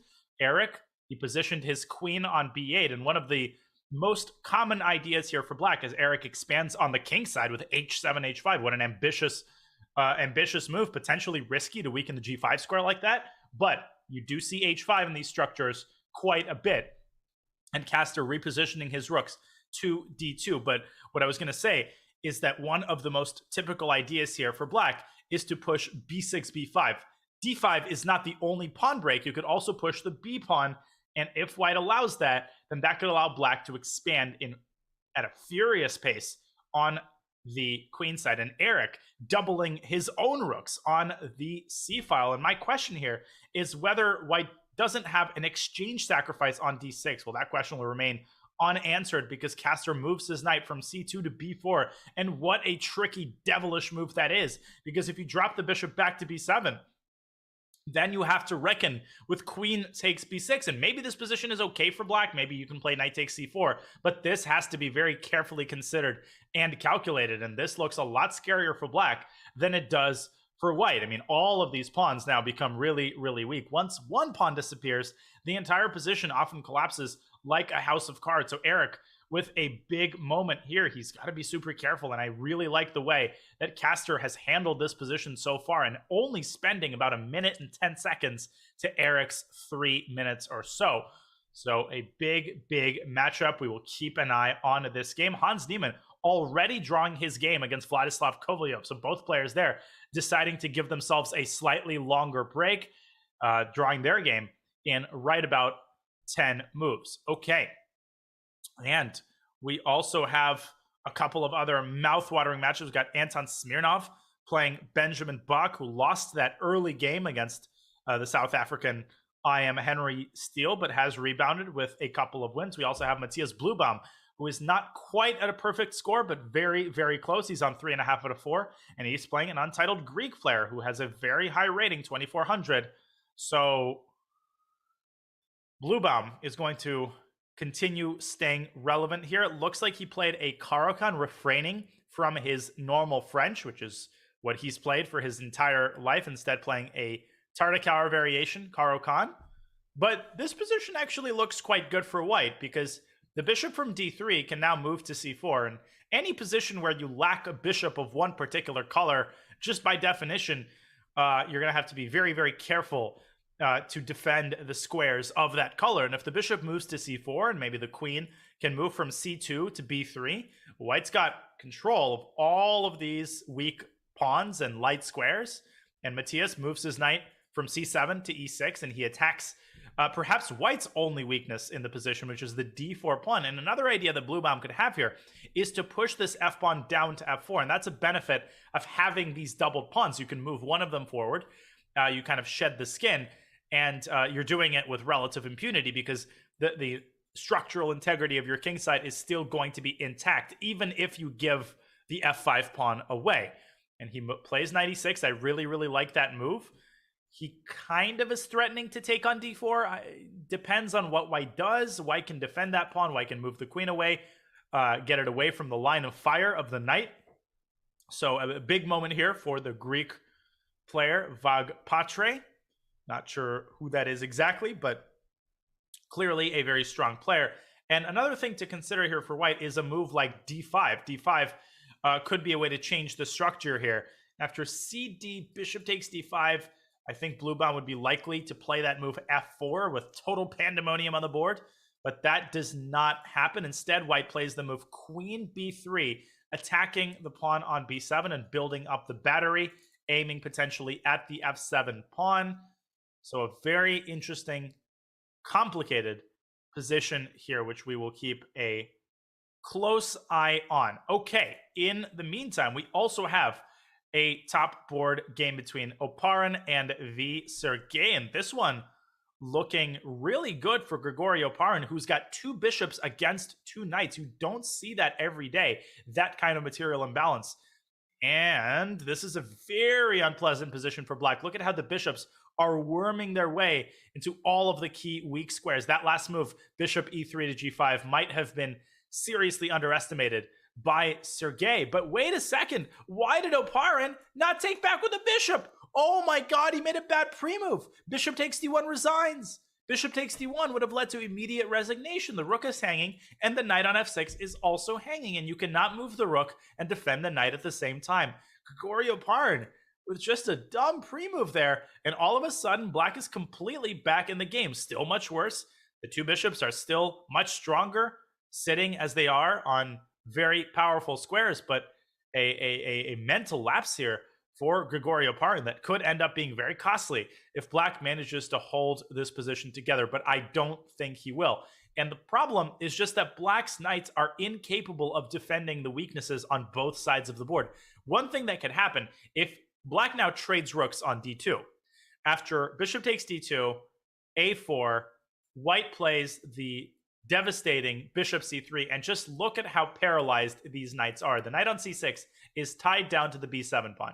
The other knight is literally tied down. It is just pinned, and white can try to win it by pushing a pawn eventually to g5. So this is out of the question, and so Sergey refrains from trading rooks and moves the rook back to c5, and that is certainly the most resilient defensive move. And now he plays rook c1 check, and doing a good job of navigating this position, squeezing the most amount of activity from his knights and jumping into g4. And that is why he pushed his pawn to h5 a couple of moves earlier. And Grigory Oparin, what is he doing? Bishop takes c6? What? Allowing knight takes c3 check. He allows black to take the other bishop and then take on c6. Grigory Oparin, something was just wrong with him in this stretch, and he forgot about knight takes c3 check. Just forgot about that move. And now he's got to take the knight, and this is a dead draw. And if Oparin had simply played bishop f4, he would have kept all of the advantages of his position, and with the time advantage, almost certainly would have won the game. And what a defense by Sergey. He's going to pull a rabbit out of the hat and make a draw, most likely. I mean, at this point, it's just an equal rook endgame with plenty of time. And opponent is going to shed another half point and move to 4 out of 5, assuming, of course, that this game ends in a draw. And a painful result and series of oversights by Grigory Oparin. Okay, so in the meantime, we've got that Eric Hansen game and a draw by agreement. In this game, we have that Eric Hansen game, which is going on. We also have David Paravian, who is really scuffling on 2.5 out of 4, losing a game, and he's about to lose another game to Simeon Hanyan, who's going to move to 4 out of 5. So the international master, who's been playing in the United States recently, playing the World Open and doing very well, I think scoring a Grandmaster norm. He's going to be a Grandmaster very shortly, and he's going to win this game very shortly as well. And the one thing that you probably want to avoid is the move. No, Rook D8 is still winning. Rook D8 would have been winning on the spot. Instead, Hanan taking on H6 and winning the game that way. The problem for Paravian is that you can never take the pawn on C7 because of the check on H7. And now I can give that check on H7 anyway and then move the king up to E4, which is exactly what he's going to do. And David Paravian, the top seed, the wheels have completely come off. And you could tell in that game of the Polish NM, he was struggling. He was struggling out of the opening, and he's going to lose another game. And basically, he's going to be completely out of contention. He's going to be on 50% after this game. That just tells you, once again, just like the RCC, how unbelievably strong these events tend to be when top players lose as many games as they do. And a great effort here by the Russian IM. In the meantime, we have a couple of other top games. We have Anton Smirnov facing off against Benjamin Bach, and Benjamin Bach playing a really nice game. He's got a winning position. He's up a pawn, and he's got massive pawns in the center. He can play the move D5 here to expand in the center. And once again, Benjamin Bach is streaming. You can check out his stream on Twitch, and there goes D5, and he's going to check out White's. Hi, everyone. I'm sorry, but we're experiencing some technical difficulties here in the studio. I hope you'll be patient with us as we get things in order before we return back to the broadcast. This video will now play on loop. Hi, everyone. We're experiencing some technical difficulties here in the studio. I hope you'll be patient with us as we get things in order for the broadcast to return. This video will now play on loop. Hi, everyone. We're experiencing some technical difficulties here in the broadcast. I hope you'll be patient with us as we work hard to get it back. This video will now play on loop. Hi, everyone. We're experiencing some technical difficulties here on the broadcast. I hope that we can get things in order soon. This video will now play on loop. Hi, everyone. I'm sorry, but we're experiencing some technical difficulties on the broadcast right now. I hope you'll be patient with us as we get things in order. This video will now play on loop. I think we're live. All right. All good. Okay. We are live once again. We're still watching the Benjamin Bach game against Anton Smirnov. And Benjamin, he's got some problems with that rook on e4. That rook is actually stranded on e4. Now, the thing is, it can't really be attacked that easily. But Benjamin has to navigate a minefield here, and he's got 2 minutes to do it. And if he does it, then he wins the game because he's got these connected passers on e5 and d4. But apparently his last move was a mistake. And the reason that it was a mistake is because of knight f3 to e1. That knight can move on to d3. And the rook, as long as that rook is arrested on e4, Benjamin is going to have a hard time winning this position. And he plays a5 as he continues to make improvements to his position. But this is going to be a very tough game to win. Let's get back to Eric Hansen's game because I know that's the game everybody wants to watch. Eric is much better. He's now up a pawn. No, actually, he's not up a pawn, but White's king is in a lot of trouble here. It's just really flimsy. The bishop on a5 is out of commission, but the big minus for Eric is that he's only got 90 seconds left on the clock, and it's still a middle game. Castor plays so fast. I mean, he's got almost half of his time remaining, but can Eric use the last seconds on his clock to keep the initiative going? And his last move, queen c6, apparently was a mistake, and it allows a4. He's allowed the move a4. And he's walked right into this. B takes a4, b5 wins the rook on c3. So Eric has to bring his rook back to c4 in order to keep the b5 pawn protected. But I am afraid that he's not going to make it. I mean, he's got a minute left for the rest of the game. They're still in a middle game. And Eric is going to have to turn the jets on here if he wants to pull out at least a draw out of this game. Okay. Rook c4. Rook c4, a takes b5. We have a trade and rook b2. And for Caster, the key is going to be to keep as many pieces on the board as possible. If Eric can get a queen trade, then at least he will be able to play fast. But I don't see a way for him to do that. He literally cannot move the rook from c4. It is pinned. It is pinned. And Eric plays g6 as he sort of treads water. And one very nasty idea that White has is to play the move queen d3, which he just did, and followed up with bishop e2. I think the Chilean Grandmaster is going to move on to 5 out of 5. What a tilting game for Eric, who was much better at some point, but there's no way he's going to pull it off with 38 seconds. And he plays the knight back to e8. He's trying to move it to d6 in order to protect the rook on c4. But the problem is that after queen d5, okay, also probably good. But here I would trade and go knight d6. I actually am not sure about that, because after the queen trade, Eric can start playing a lot faster. Okay, rook c5, attacking the b5 pawn, and he's going to win a pawn, because if the bishop drops back to e2, then he takes d5. Okay. Don't shovel dirt on him yet. Bishop d8, maybe? No, he goes king f8, and he allows the pawn to move forward to b6. Now we can shovel dirt on him, because he's down to 20 seconds, and the bishop is going to move to f3, and then to c6, and dislodge the rook from d7, and Eric is simply going to lose the knight on b7. And it is over, and Eric's going to resign here. And Rodrigo Vasquez, what a beast, ends the game with 4 minutes left on the clock. That's called good time management, and Eric Hansen loses a game. That doesn't mean the tournament is over for him. He can rebound with a couple of wins, but a painful, painful loss from a good position. And that means we need to check out some of the other games which are still going. Josef Taher against Mikhail Antipov, and Taher is going to lose another painful game in almost exactly the same fashion as his game against Kovalyev. The two passed pawns on the D and E files, literally Antipov with the same exact passed pawns, and he's going to win the game in much the same way. Okay, and he simply resigns, does the Indonesian International Master. In the meantime, Jose Martinez, who's got 3 points out of 4, trying to keep his chances alive with a win in this round. He's worse. He's down 2 pawns, but he's up a lot on the clock. And Jose is so incredibly good at creating chances when his opponents are in time pressure. I think Jose is going to pull this game out. He plays rook b6. The queen drops back to d8, but now he can take the pawn on e5. And he's got that check on e6 in the event of knight c4. Now he can bring his queen back to d4, and he can continue milking black's clock ad infinitum. Rook g6. Rook g6 is another very nasty idea here that would force black to take some time off of his clock. And we're just going to watch Jose continue to nurse this advantage on the board and on the clock.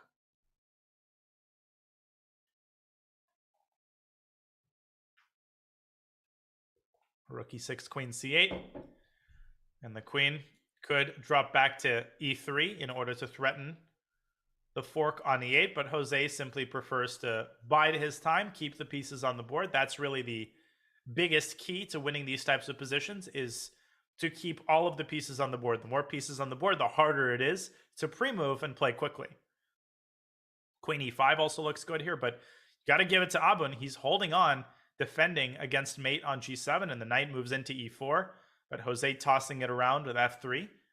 And if he wants, he could actually push his kingside pawns up. Queen f4, rook c6, and the bishop centralizing on d4. And watch how he keeps all of the pieces on the board, declining a rook trade once again. And my guess is that he's going to probably play g4 at some point when black is maybe down to 15 seconds.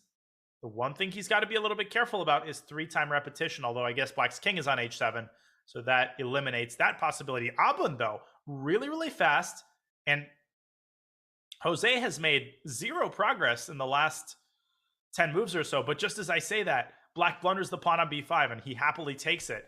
And Abun is just going back and forth with his king, but his time continuing to dwindle, and Jose continuing to massage this advantage. And he can even take the knight and take the pawn on d5 if he wanted to. I think that's probably the most prudent option. Bishop takes f6 and queen takes d5. And he plays bishop e5 instead.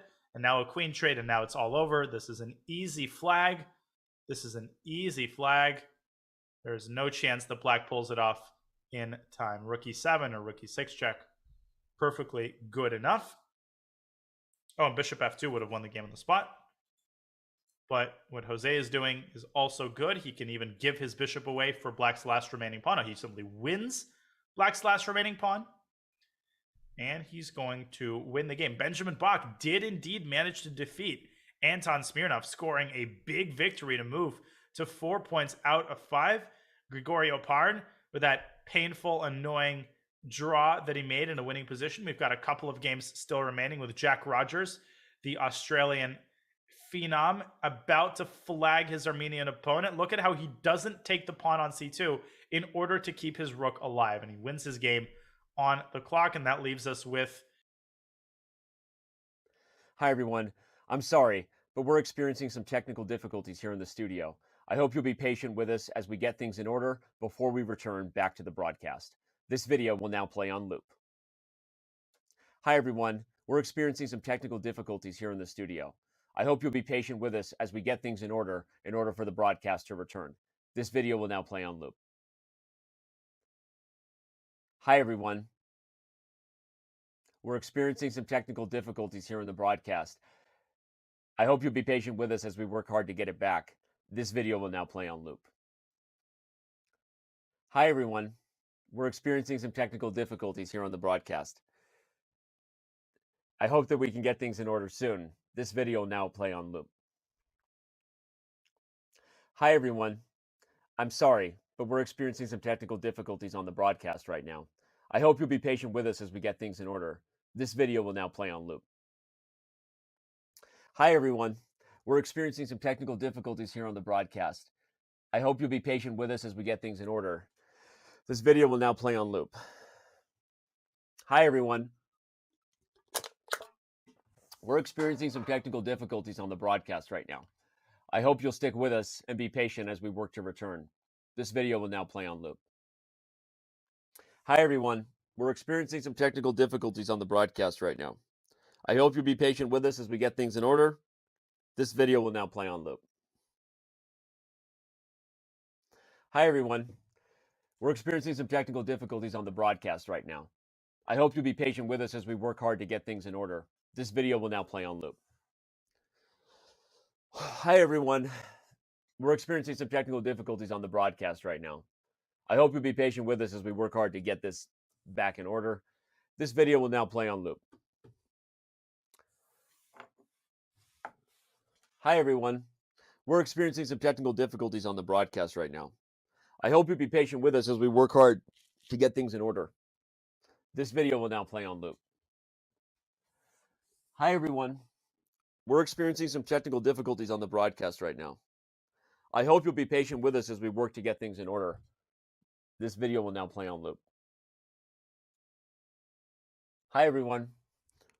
We're experiencing some technical difficulties on the broadcast right now. I hope you'll be patient with us as we work hard to get things in order. This video will now play on loop.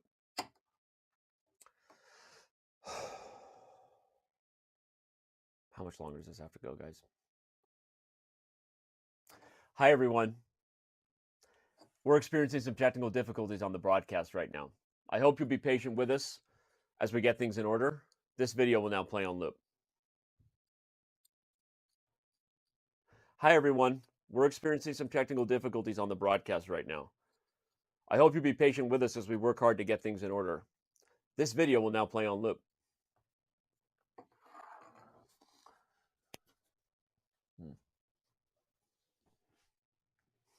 Hi, everyone.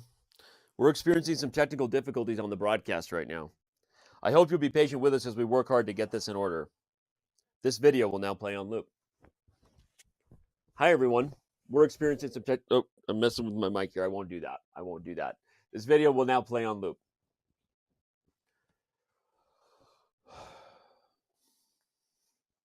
Hi, everyone. We're experiencing some technical difficulties on the broadcast right now. That's not how my wife would. hold on. Wait, this is how I would do it. I was taught to do this the right way. My mom said if I did it this way and you fold it this way, no wrinkles. There you go. Back in that order. We'll get that. Okay.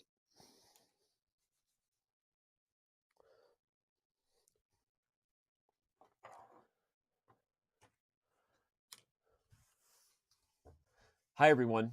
We're experiencing some technical difficulties on the broadcast right now. I hope you'll be patient with us as we work hard to get things in order. This video will now play on loop. Hi, everyone. We're experiencing some technical difficulties on the broadcast right now. I hope you'll be patient with us as we work hard to get things in order. This video will now play on loop.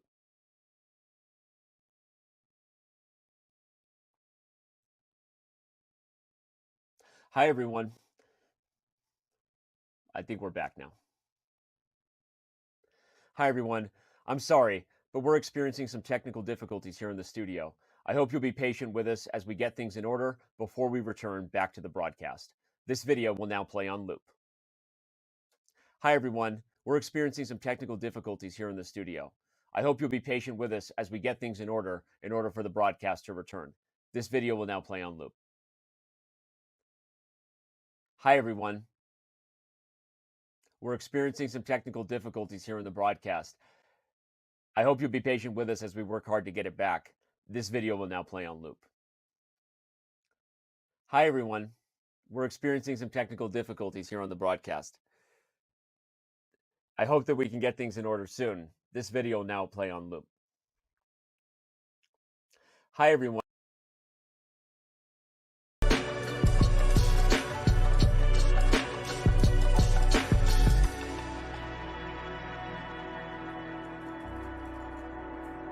Okay, let me do that again. Waiting to connect. Okay, there we go.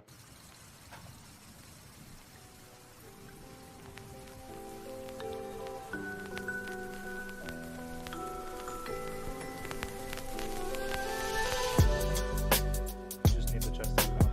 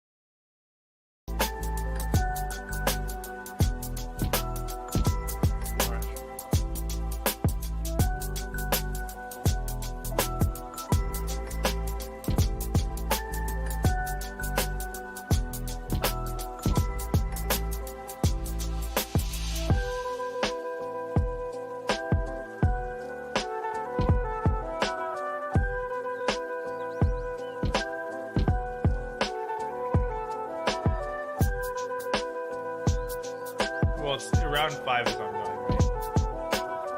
So there is a break after this round. Sorry, round 6 anyway. But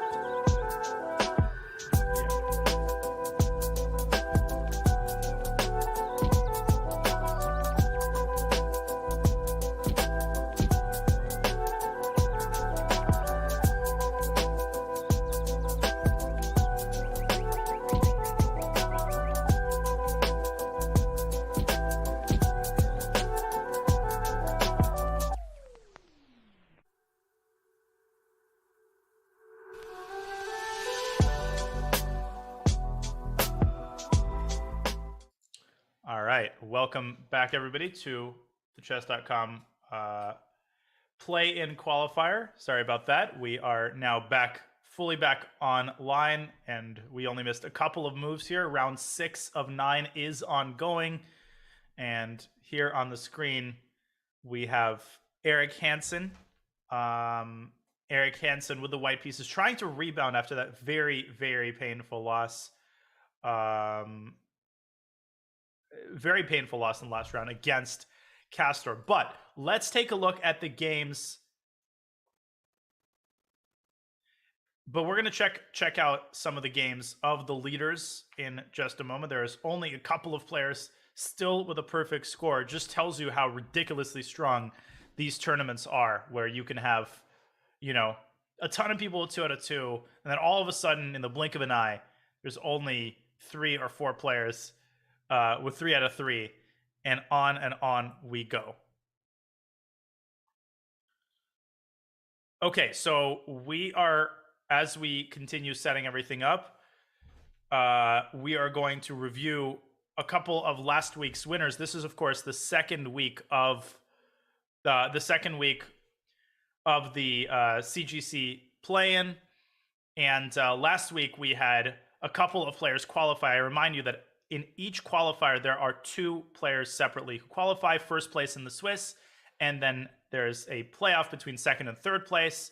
So in the first qualifier, it was Rasmus Svein, and in top place, I'll get that verified for you in a second. But Rasmus Svein qualified for sure, and I'll have to remember who the other ones were. But anyway, we'll get that information up. We'll get that information up for you. There it is. We had Vidit Gujarati was the second one. See, my memory is failing me in my old age. It was Vidit Gujarati in first place, and Rasmus Svein up in second. That was a really, really interesting one. I wasn't commentating that one, but the one that I was commentating, there was a ridiculous playoff between Alexander Bortnik and Denis Lazovic, and that one went all the way to the Armageddon. Denis Lazovic came incredibly close, but ultimately did not manage to qualify. So Alexander Bortnik took that other spot. So who else is going to qualify out of all of these play-in tournaments? Well, that remains to be seen, and that brings us back to this current morning qualifier. There will be one other qualifier after this one. And in the meantime, let's check out some of the games of the leaders. Let's see. We have Eric Hansen here, but we also have Hans Niemann. We have Kovalyev, but let's look at... and Castor lost. And he lost quickly, too.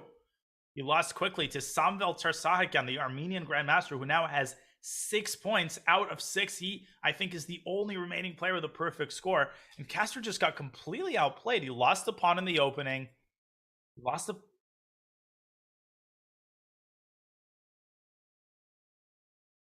Okay, so we're gonna go on a quick break just to finish working out the tech. So we will be back for you with round 7. 1 perfect score. You're watching the Chess.com Global Championship Play-in Qualifier. We'll square away the rest of the tech and be right back with more action.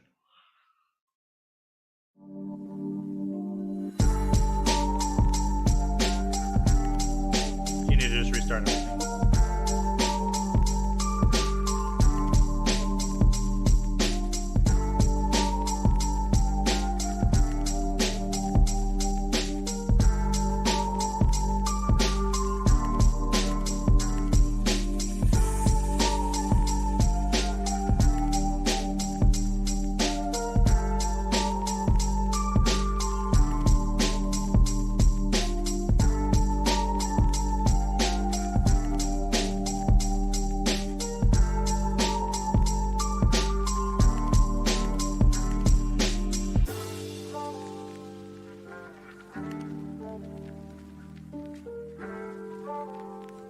No, you're good. It happens.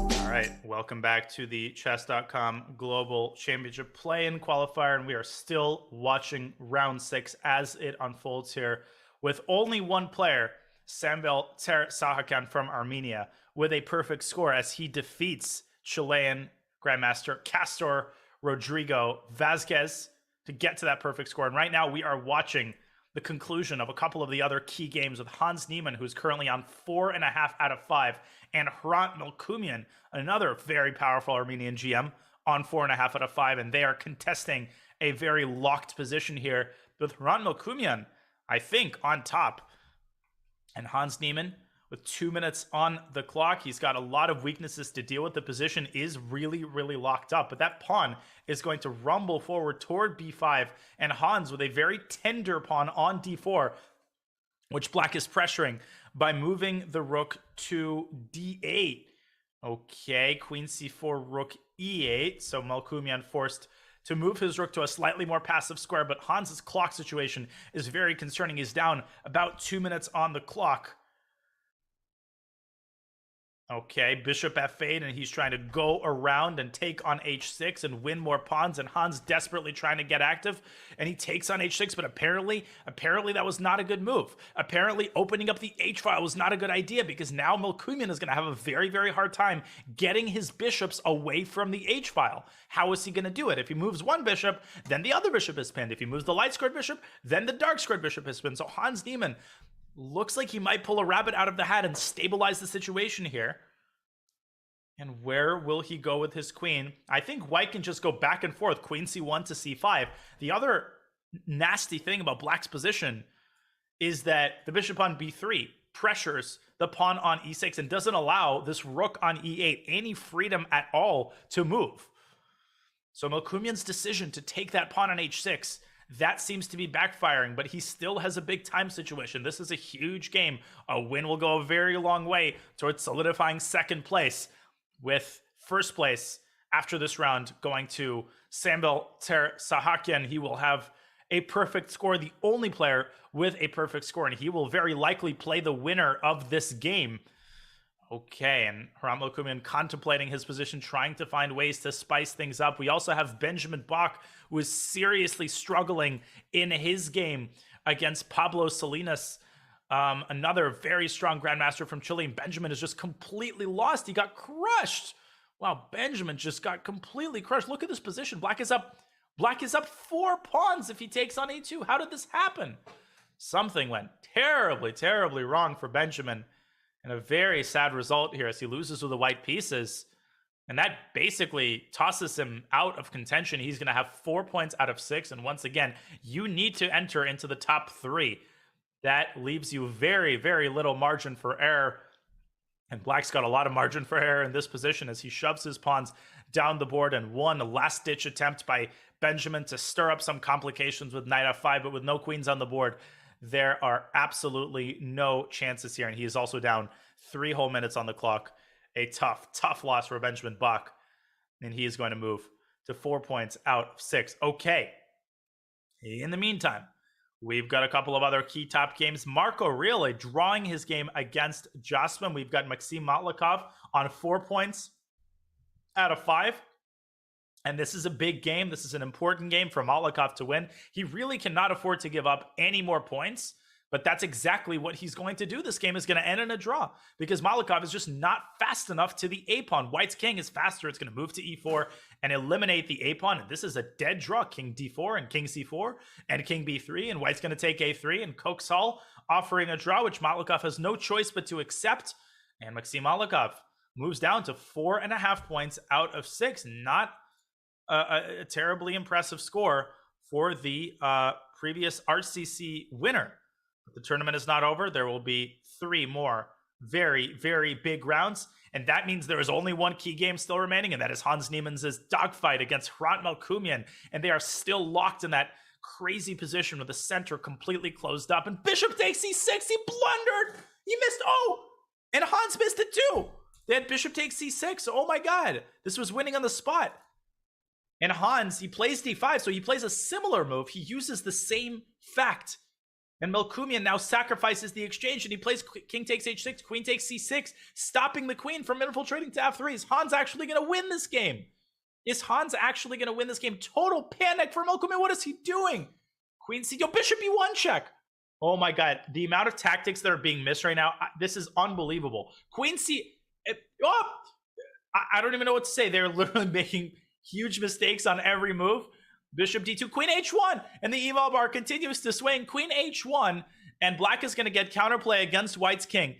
I could probably analyze this for hours, and apparently this was another mistake, but queen d1 is a lot more understandable, and Hans Niemann pushing his pawn to e6, and now I think the likeliest result is a draw. I think a perpetual check here is going to be very, very likely, as the queen is going to toggle between f3 and d1, but Melkumian is playing this for a win now, and he pushes the pawn up to b3, and I've actually forgotten that black is the one with the more far advanced passer, and white's got the pawn on e6 to counterbalance it, but has Melkumian played over ambitiously here, and Hans moving his rook to g2 and creating shelter for his king on h2, and the bishop is going to move to f3, and this is anybody's game in 26 seconds for Hans. What is he going to do with his rook? The queen and the bishop are such a powerful attacking duo here, and Hans has to be cold-blooded if he wants to save this game, and he plays rook b2, and cold-blooded is exactly what he is. He's going to eliminate the pawn on b3, and he's going to hope that black has no way to checkmate the white king in the corner. And I think that there will be no way to checkmate. I think the best that Hrant could do here is a perpetual check, but he continues trying to keep pieces on the board, and queen f1 by Hans. But Hrant is trying to lose this game. Bishop back to g4, queen f2. Queen a5 by Hans. And queen takes c6, and now it's an all-out time scramble, and Hans Niemann is actually winning now. He's up a full exchange. There is no more attack. Hans is going to win this game. This is unbelievable. Or is he? Queen h4 check and queen e7 check, and he can repeat moves, but he comes back to e3, and now he's only down 3 seconds on the clock, but queen takes f4, he blundered the pawn to check. Oh my God, this is not over yet. Queen back to a4, it's anybody's game. Queen e3 check, the pawn blocks it with attacking the queen. Queen c3, 7 seconds for Hans. Queen h8 check, and rook g2. Oh my God, he might mate him. Bishop g4. The king is in an all-out scramble for its life. King f3, he takes the bishop, but now he allows a check, and queen g2, and he mates him.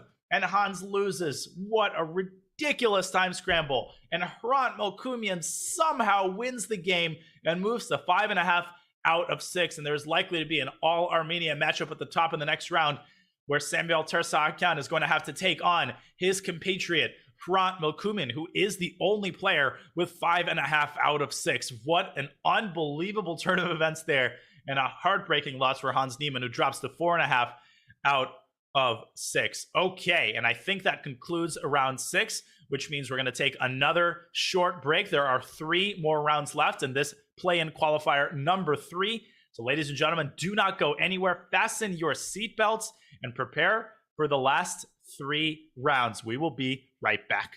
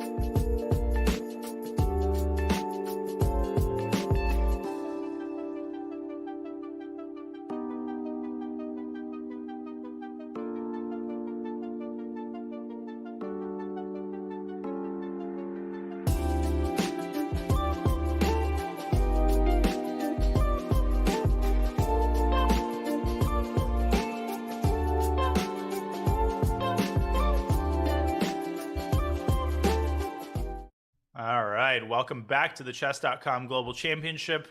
I'm your host, GM Daniel Naroditsky, covering the third of the play-in qualifiers. It's been epic tournament after epic tournament thus far. We are 6 rounds in. Round 7 has just begun. We remind you that each of these play-in qualifiers is a 9-round Swiss. The time control is 10 plus 0. There is no increment, just like in the Saturday Swiss of the RCC. The top finisher in each Swiss automatically moves on to the knockout stage.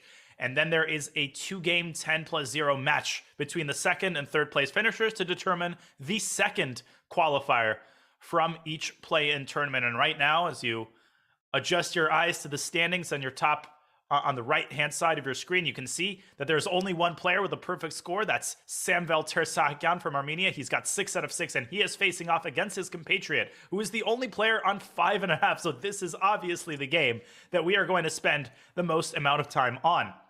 And they have a relatively peaceful opening on the board. We have sort of a I guess this is a Tarrasch defense, where black has an isolated queen pawn on d5, and now the pawn structure changes once again as Sam takes on c3, and he gives up the bishop pair, but he does ruin white's queenside pawn structure, and the bishop on c1 will need to find a home.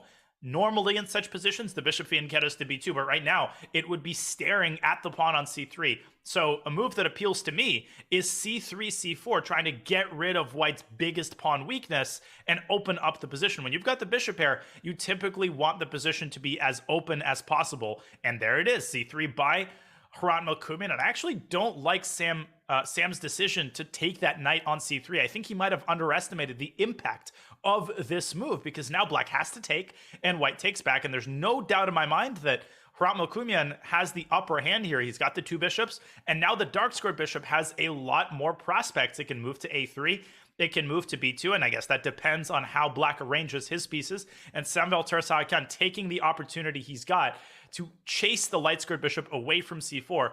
And one thing that black could consider here is the move bishop to b5. That would essentially force a queen trade, and it would also force the trade of light squared bishop. So it would leave white with only one bishop. It would eliminate the bishop pair, and it would also potentially open the a file. But Sam making a different bishop move. He plays bishop d7 to e6. Maybe he's trying to maneuver this bishop to c4 and trade bishops on slightly better terms. Maybe he didn't want to ruin his own pawn structure on the queen side, but whatever it is, he moves the bishop to e6. He offers a queen trade, and what's likely to happen is kind of a standoff between the queens, where neither side is necessarily willing to be the one to take their opposing side's queen, because that would help a rook move onto an open file. If white takes on d8, well, that wouldn't make much sense, because the rook from f8 would take back and move on to a very coveted square on the d file. And so Hrant actually refrains from the queen trade entirely. He moves the knight into the center. He positions it on d4. And once again, no doubt at all that white is better here. Samvel Tersahakyan has a tough defensive task ahead of him, and now Hrant Melkumian developing his bishop to b2. I wouldn't necessarily call this a must-win game for him, but it's pretty darn close, because his opponent has got a perfect score. You need to finish in the top 3 to make your way into at least the playoff for the second qualifier spot. And every half point is absolutely golden. And Tersahakyan involving his other rook and positioning it on c8 and probably preparing to take on e2 with his bishop, and then follow up with knight a5 to c4. Black's knights are not too shabby either. In fact, the knight from f6 could potentially jump into e4. White's knight is also really, really nicely placed on d4. So this is a tale of 3 knights, and it's also potentially a tale of the dark squared bishop, which is going to have to find a long-term home, especially if it starts getting harassed by the knight from c4. So one idea here that white can contemplate is the move rook to c1, in order so that after the trade, black simply does not have the move knight c4 available. And even if black plays knight c4 in a different version, white does have the retreating square a1 for the bishop. So knight c4 isn't quite as dangerous. So a big moment here for Hrant Melkumian. How is he going to negotiate the tension on the queen side? Will he take the bishop on c4? Well, probably not. That would simply help the knight get to c4, and there's his decision. He plays the pawn up to a4, grabbing more space on the queen side, and the drawback of that move is that it does create a bunch of weak squares on the queen side. This b3 square is something that Sam might be eyeing for his knight potentially. The move queen b6 here could be a little bit nasty as well. That would hit the bishop on b2 and maybe pave the way for the f8 rook to come into d8. So somehow it seems to me that even though white is probably better objectively, black just seems to be pretty comfortable with his position. He's making improving moves. And the situation is improving for black as he moves his queen up to d5, but that allows bishop e2 to f3. So now Hrant could actually worm his way out of a bishop trade if he so desired and keep his bishop pair. I don't like queen d5 at all, and neither does the eval bar. And the reason is because of this move, bishop e2 to f3. That forces the queen back, and I think Sam might just have missed that move. Now white moves the rook calmly from f1 to e1. White still has the bishop pair. And Hrant says, thank you very much. Bishop f3, queen g5, and rook e1. And now once again, he's got the bishop pair. And once again, the knight on a5 is incredibly awkward because now its intended parking spot is being occupied by the black bishop, which he meant to trade, but now he can't trade it because white's bishop is no longer on e2. So a big advantage here once again for Hrant Melkumian, just when it seemed like Sam had fully recovered. Once again, the position looks pretty unpleasant.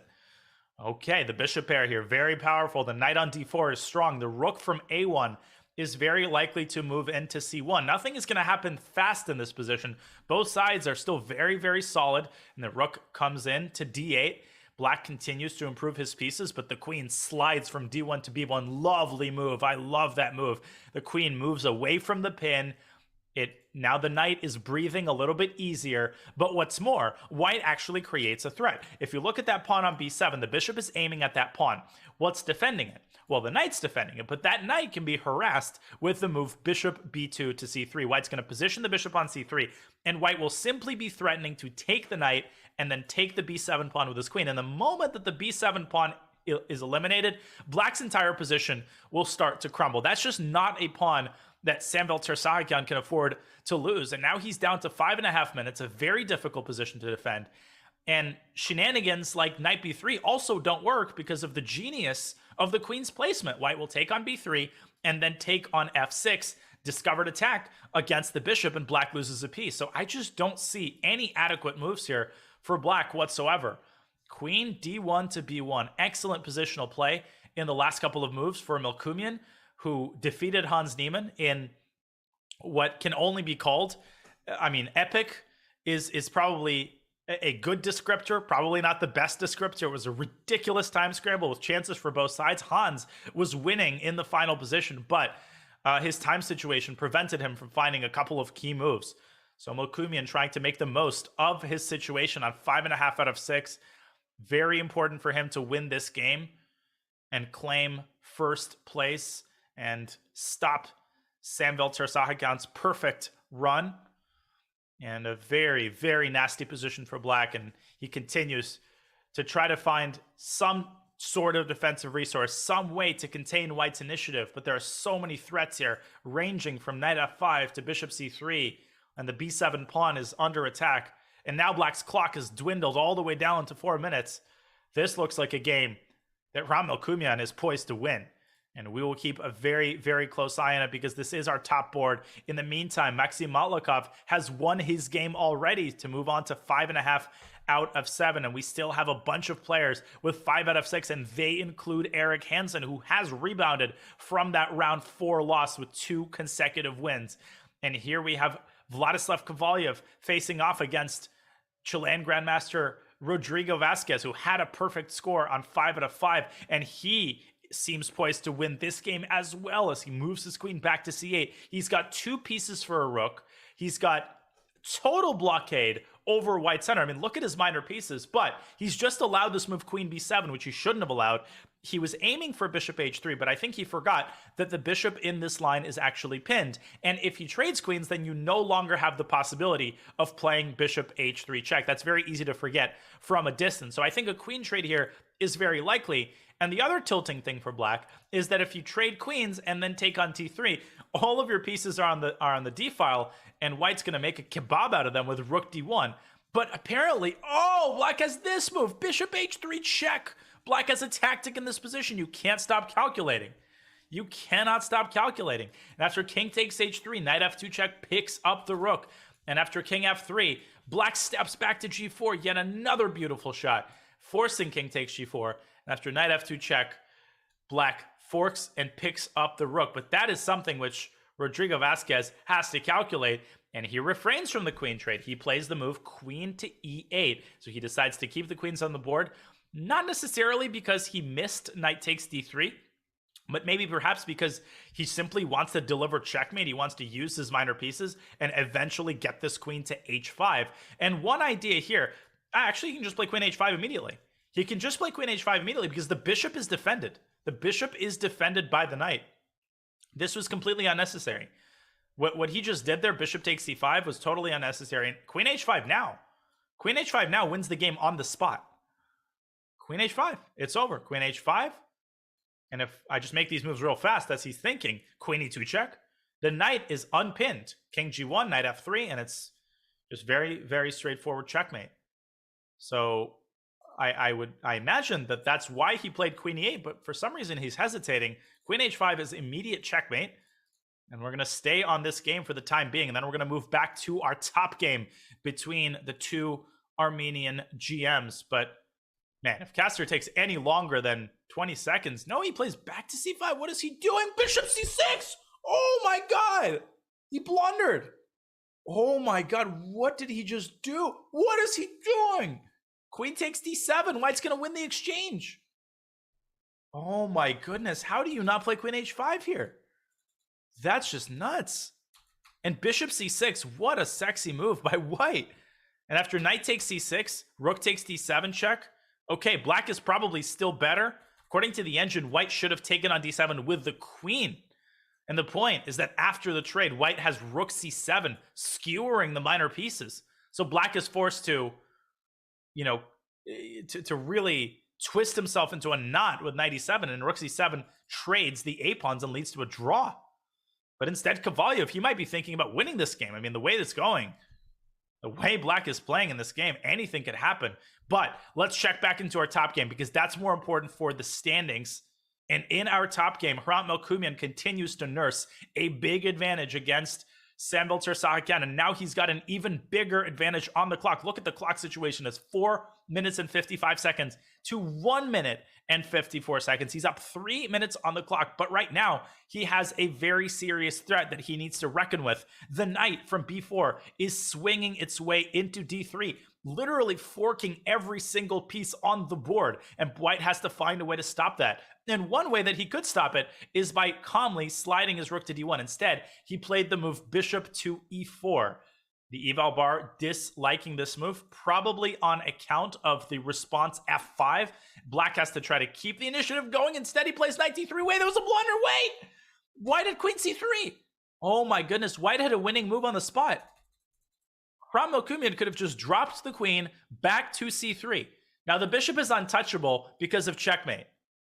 And if black plays f5, then you can simply pick up the knight. If black plays bishop f5, you take the bishop because the queen is once again pegged to the g7 square. So Hrant Melkumian rushing it and instead transitioning the game into an endgame where it is true he's a pawn up, but black has very, very active pieces and still 90 seconds on the clock. And Samvel Tersahakyan has realistic drawing chances for the first time in about 15 moves. Let's see if he can pull out a miracle.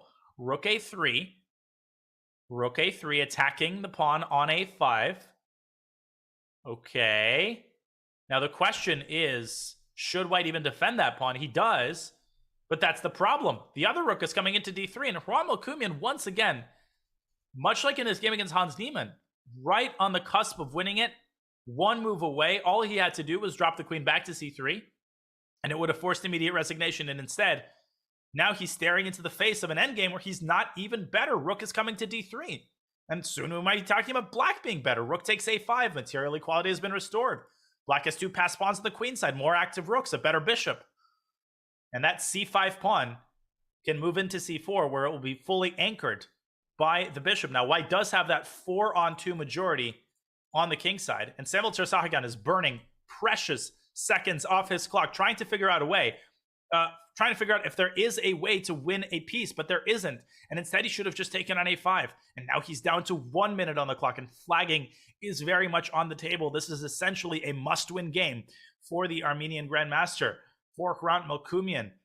And he's taking his time. And by the way, let's swing back to the Kovalyev game. This is crazy. Vladislav Kovalyev might swindle the most lost position of all time against the Castor, but he's down to 38 seconds.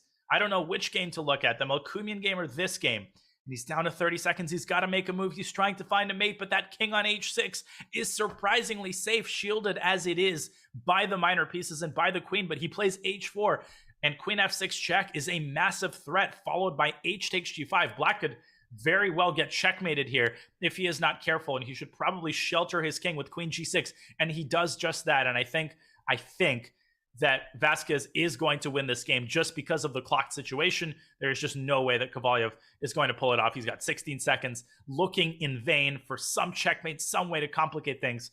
But Castor is going to pull it out after all. What a ridiculous game. But back we go to the Melkumian game, where Black has 46 seconds and the position is now probably about equal. If anything, I would... maybe White is actually better, because the problem is that once White starts pushing his kingside pawns, there's going to be a problem. And Black's pawns are completely immobilized. Just don't go king e3. Just don't go king e3. That blunders the bishop to rook d3. And Samvel Tersagyan continuing to try to find inroads with his rooks, trying to keep White's pawns at bay. But in the long run, White's strategy is to start shoving these kingside pawns up the board, g4, f4, f5. And eventually that's going to cause a lot of strain on Black's position. And the time situation is still very, very concerning.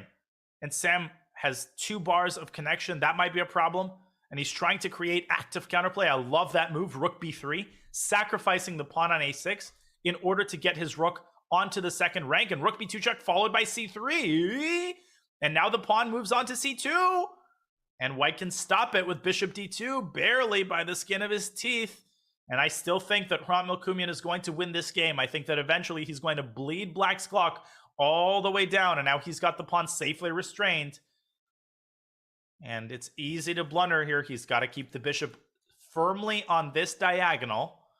And Black quickly playing rook b1, and White ties him down even further with rook c3, and now bringing the king up to e3. And all White really has to do is just go back and forth without repeating the position. 25 seconds is just way, way too little here. And he's going to push g4, and now he's going to push h4, and all of his kingside pawns are defending each other.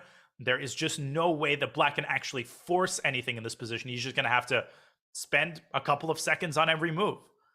And this is going to create even more intrigue in the tournament situation. If Hrant Melkumian finishes this effort off, which he is very likely to do, as Samuel Tersagyan seems to be struggling with bad internet on top of everything else. He just took 5 seconds on that move.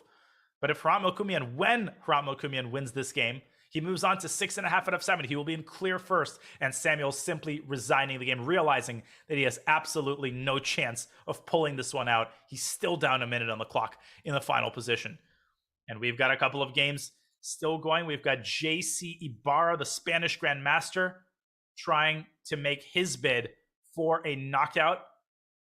Whoa, what is happening in this position? Knight g6. What a ridiculous move by White. He couldn't take the queen because of checkmate on e7. But I think Ibarra is going to win this again because of the clock. The clock has been a constant in this tournament with no increment. No matter how complicated the position is, if one side has 6 seconds, you're just not pulling it off. And the king's going to walk back to g8. And there's an amazing perpetual there. Let's see if Black finds. But Ibarra's thinking, does he realize that he has 16 seconds? He's got to move. He's got to move. King back to h8. And knight e7, check, king f7, and the king sidestepping. The king sidestepping the checks, and Black is going to win the game and promote yet another queen. Despite the 3 minor pieces, it doesn't matter. Jose Ibarra wins his game and moves to 5.5 out of 7. A solid score, but not solid enough of a score to get into the top 5. And I think that essentially concludes... that does conclude round 7. That leaves us with 2 more rounds. And the prizes that are being contested, They aren't just peanuts. They're serious. Now, first of all, there are prizes for the actual play-in qualifiers. $850 for first place, $600 for second. Highest non-title player gets a generous prize as well. But the main thing to remember is that if you make it into the knockout, you are guaranteed at least a $5,000 purse. And that is unbelievably generous. First place is $200K.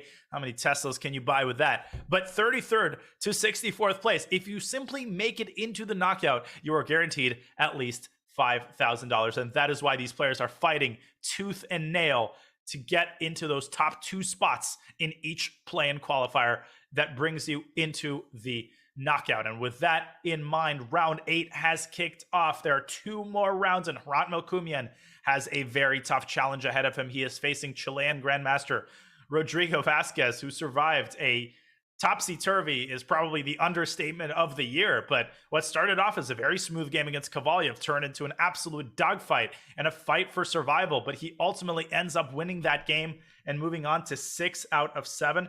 And Hrant Melkumian is probably happy with a draw here. I mean, his tie breaks are incredibly good. And I remind you that if there is a big tie for first place, if 4 or 5 players have the same score at the end of the tournament, then the top 3 are determined using tie breaks. And generally, if you lead the tournament for a long time, your tie breaks are going to be typically pretty good. Not always, but typically they're going to be pretty good. And so it's not a surprise that Hrant Melkumian is playing solid chess here. A Queen's Gambit declined, as the sides have already traded 2 minor pieces. I think a draw is not an unlikely result here. But knowing Melkumian as I do for many years, he actually likes to play positions like this for a win. He will get a very calm position. He'll lull his opponent into a false sense of security, and then he'll start chiseling away at him and outplaying him positionally. Okay. And over in the standings column, you can see that the number to the right of the score, so for instance, in Hrant's case, the number to the right of the 6.5 is actually the tiebreaker. And it's very simple. The higher your tiebreak number, the better your tiebreaks are. You can see Hrant Melkumian's tiebreaks are the best in the entire field. He's got over 27 tiebreak points. Okay. And he's got a nice position here with the knight centralized on e4. And the bishop supporting it from f5 as he continues trying to expand his control over the position. Rook f to e8. And Vasquez trying to trade more pieces. I mean, white would love to trade both pairs of minor pieces. And there's one. The bishop's traded. And I think a draw is becoming increasingly likely here, especially if white jumps into c5 with his knight. And that doesn't really force a trade of knights. In fact, maybe black can remaneuver the knight from d6 to c4. So I think Hrant is actually the one still playing for an edge here as he goes king g7 and he improves his kingside king placement. And he's going to play h5 at some point. White plays f3. That's really the first committal move of the game, chasing the knight away from e4. Chasing the knight away from e4. But the drawback of that move is that the e3 pawn becomes a serious weakness. And it becomes a permanent weakness. Of course, you can go e4, but that's not an easy move to make, given how many eyes black has on the e4 square. So Vasquez treading water here with queen f4. He's very likely to double rooks on the e-file, and the battle is going to revolve around whether or not white's going to be able to push e4 under a favorable set of circumstances. And the knight jumping into c5, exploiting the fact that black's rook has left a8. Now the a4 pawn is actually hanging, and white will not hesitate to capture it if given the opportunity. And Melkumian says, no, no, no. b7, b5, defending the pawn and linking up his pawn chain and creating a stronghold for his own knight on c4. And what a tense middle game position we have here, as both knights seeking the best possible placement and white doubling on the e-file and preparing the move e4. And it's getting really, really complicated here as Hrant Melkumian taking a little bit of time to contemplate his options. And queen f6 offering a trade of queens. Interesting. I still think a draw is not out of the question here. The position is very closed up. And white might not be willing to make a move as committal as e4, especially not now, because the d4 pawn is going to become a serious liability. In fact, with the rook sitting on d8 and eyeing that pawn, e4 is essentially out of the question for the time being.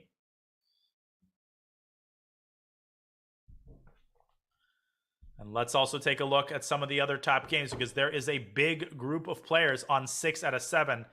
To be exact, there are 5 players on 6 out of 7. And Castor is only one of them, and Eric Hansen is another one of them. He has continued his very impressive rebound after that round 5 loss against the very same Castor. And he has the black pieces here against Matthias Bluebaum, a very nasty pairing. You don't want to be black against Bluebaum in any tournament, in any time control, whether it's bullet or blitz or rapid. But here, Eric seems to be doing very, very well. He's up a pawn, and he's just slammed his rook onto d3, attacking the bishop, attacking the pawn on a3. And Eric has continued his very impressive play in this tournament. He's better against Bluebaum in right about 20 moves with the black pieces in a Nimzo Indian defense. What an impressive game so far. But can Eric convert this? What? Isn't that bishop hanging? What did we just see? Was that a mouse slip? Or is that just tilt? What was knight c3? I mean, after rook c3, which is the only move, probably that was a mouse slip. Probably he clicked on the square and then accidentally clicked on the knight. I've done that before. After rook c3, the game continues. I mean, Eric is much, much better. He probably would win this over 50% of the time, but it's not a given. What a crazy blunder. And Eric Hansen in only 24 moves, defeating Matthias Bluebaum. And he is hot on Hrant Melkumian's tail at 7 out of 8. And back we go to Melkumian's endgame. And the position's still very gummied up here, with neither side willing to do anything drastic, not willing to take that level of risk, which is totally understandable. And I think Hrant Melkumian is probably still entertaining prospects of playing for a win here. But can he find a relatively risk-free way to do that? That knight on d3 is so well placed. It's controlling c5, controlling b4. So black does not have a single pawn break. And there it is. A draw by agreement with neither side able to make progress. And now we have a logjam of players. A logjam is probably a pretty strong word, but at least 2 players on 7 out of 8. And we might have a third if Grigorio Parin manages to convert this incredibly furious attack that he has against Samvel Tersahakyan, who just lost a painful game to Hrant Melkumian. And let's see what Oparin could come up with in this position. He's got that queen on h3. White's king is in trouble with the king pawn structure ruined. But does black have anything specific here? Let's see what Oparin comes up with here. Let's see what Oparin comes up with here.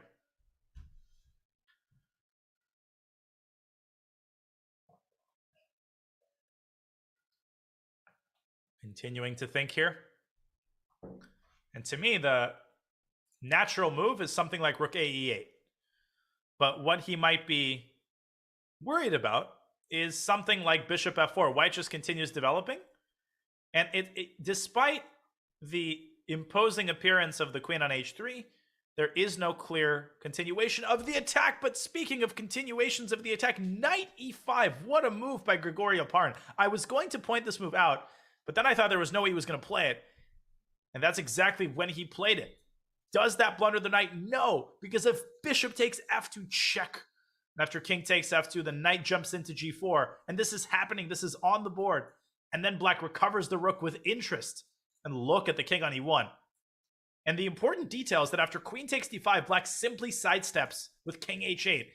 And you cannot take the knight because you get pinned with rook ae8. All of that had to be calculated by Oparin. And this is literally on the board. All of this is happening. And I think Grigorio Parin is going to win this game. White does have 2 pieces for a rook. So from a material perspective, White's got 2 pieces for a rook. Black doesn't even have a single pawn.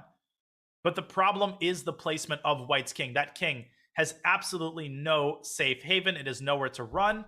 All of the files next to it are open.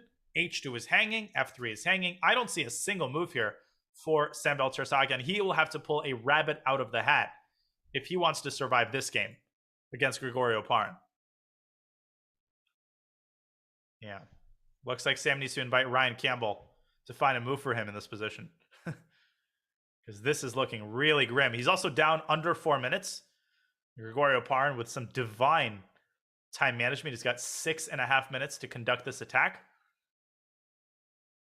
And I don't see a single move for him. Maybe he has to take on e5 and give up his queen and try to claim that he's got 3 pieces for the queen. But the problem is that that doesn't eliminate the underlying weakness of the king, and that weakness is going to be decisive. 3 minor pieces will not be enough to shelter the king against the wrath of black's remaining heavy pieces, the queen and the rook. This one is all but over, and with every ticking second, the chances of a successful defense grow more and more unlikely. White's king might be not long for this board. And this is a big game. If Gregorio Parn can win it, he moves on to 7 out of 8. And he will be the 3rd player with that incredibly impressive score going into the last round. Tie breaks are going to be in play here. Bishop e4 instantly met with rook e8, and that was not the move. And this one's over. Queen takes h2 is coming next. Knight takes f3 is another devastating threat. And what makes matters even worse is that white can't even escape to the d file because the rook calmly shifts to the d file and pins the queen and wins the queen and wins the game. So with 3 players on 7 out of 8, tie breaks will come into play.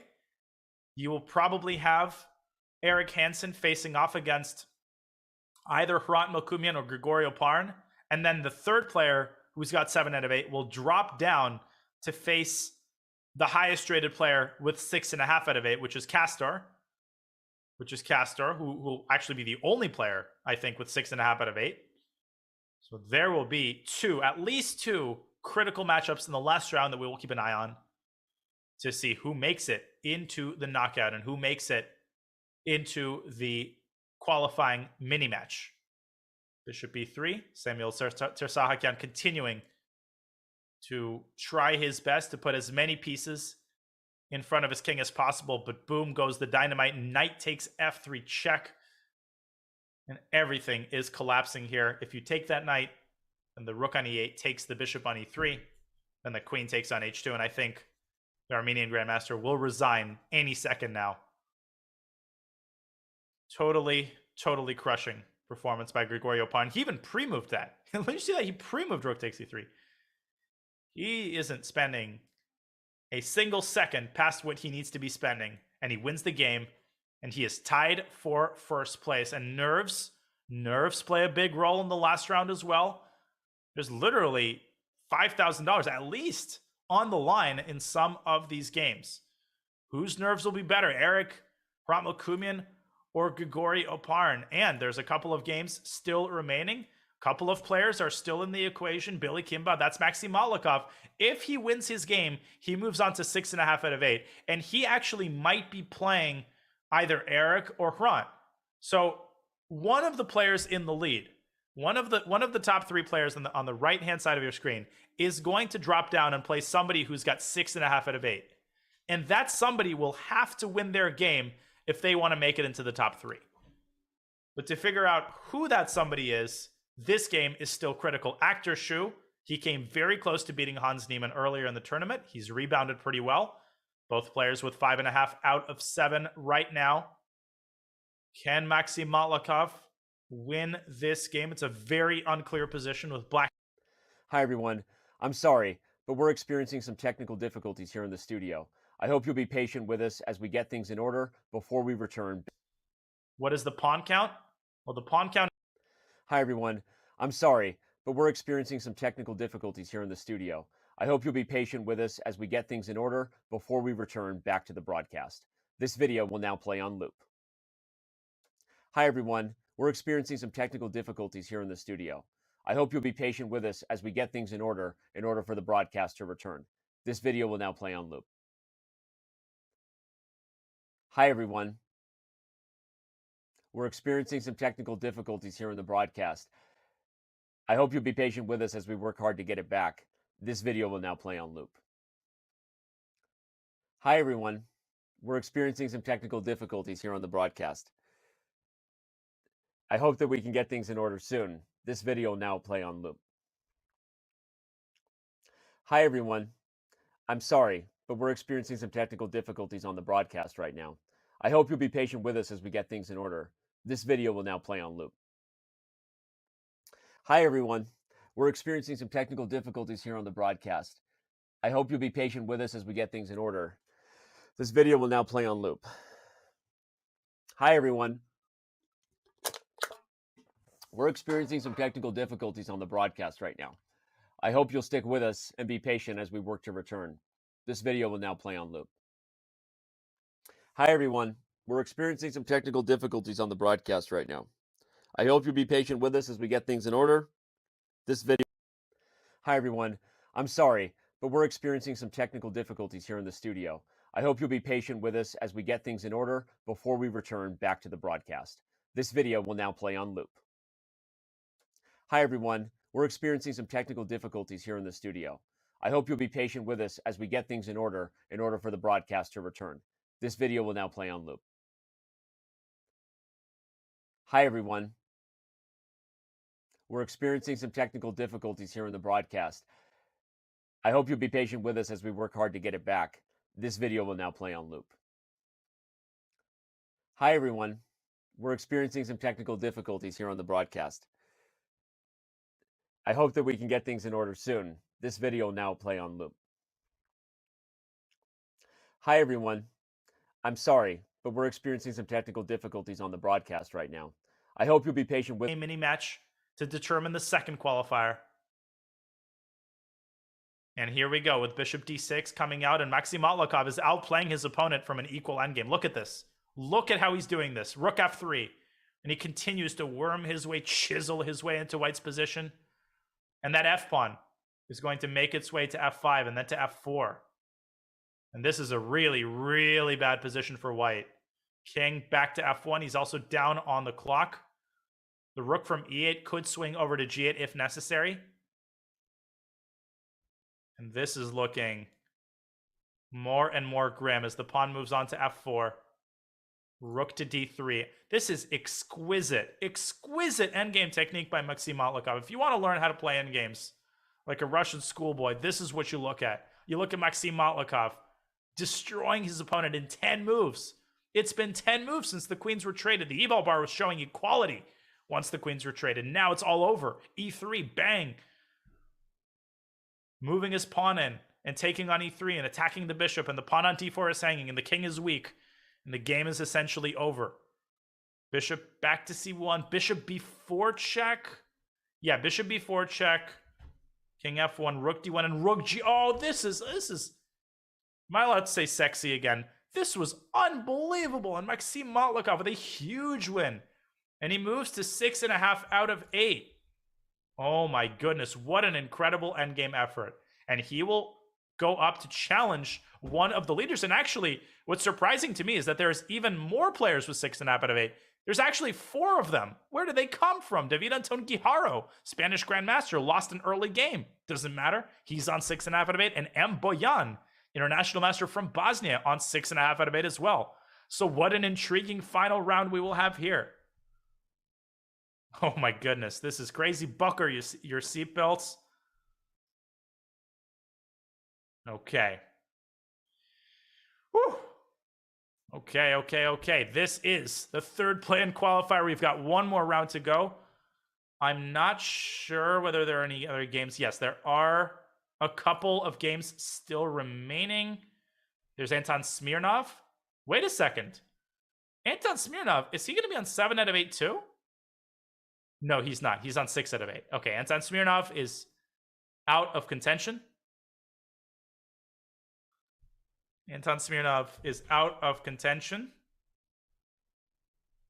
And I think we don't have any other important games still going. There's a couple of time scrambles with Bean Screen, very strong national master, trying to make his way to 6 out of 8. Once again, there is a top prize for the top untitled player, although I guess Bean Screen is titled. NM does count. And he's going to win this game. Rook takes g7 check. And it's all over. It is checkmate on the board. And let's see what else is going on. Okay, this game is almost over. You got a time scramble here. Let's see if the player from Romania can squeeze a win out of honest games. Very strong FIDE master. So generally the key here is not to miss a fork. So don't go king f5. Anything but king f5. Okay. Black is unbelievably slow so far. You just got to start moving the rook anywhere. So one approach toward trying to win this is to like worm your way to e6 and then actually try to win the knight, king e5. But great pre-moving by white. Fantastic pre-moving by white. He's actually going to win this game if Black's not careful. You better win the pawn. There we go. You better take that pawn. He's not taking it. Okay, now he does. No, but White's going to draw this. Beautiful pre-move technique. And finally, Black starts pre-moving himself. Or is he going to draw this? Okay. What's happening here? They're making a million moves. Black is lowing on time. Lowing, that's not a word. Rook d1, king b1. Check, takes, and take the rook. He did it. He made a draw. Take the rook. He made a draw. Good stuff for honest games. That was definitely the last game. That was definitely the last game of the round, and the final round is upon us. The final round is upon us, and here we go. Here we go. Just a moment here. All right.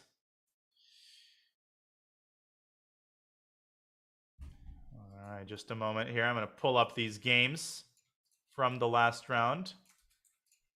And this is a critical, an absolutely critical last round. All right, just a moment here. Okay, here we go. And we have Eric Hansen facing off against Grigory Oparin. Eric Hansen. Hi, everyone.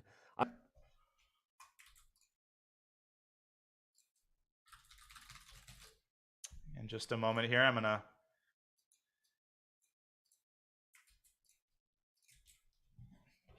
connect to that game. All right. All right, so we have a Berlin here, and I don't think a draw will actually help either player here. I mean, their tiebreaks are not good enough to warrant that. Their tiebreaks are definitely not good enough to warrant that.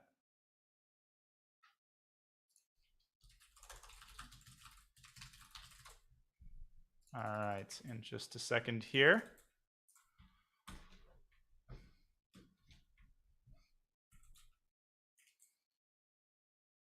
All right.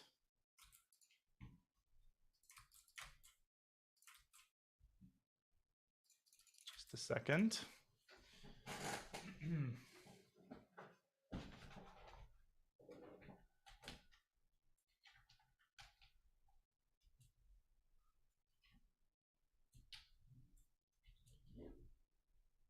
All right, so I'm just gonna take care of one thing here as we look at that game.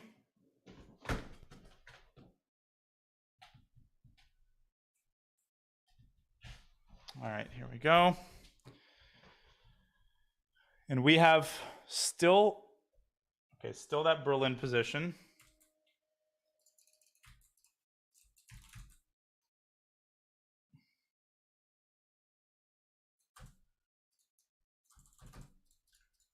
All right, trying to get this going.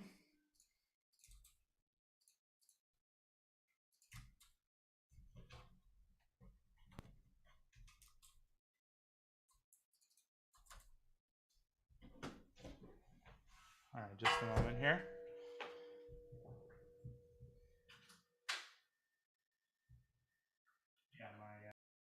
Hi, everyone. I'm sorry, but we're experiencing some technical difficulties here in the studio. I hope you'll be patient with us as we get things in order before we return back to the broadcast. This video will now play on loop. Hi, everyone. We're experiencing some technical difficulties here in the studio. I hope you'll be patient with us as we get things in order for the broadcast to return. This video will now play on loop. Hi, everyone.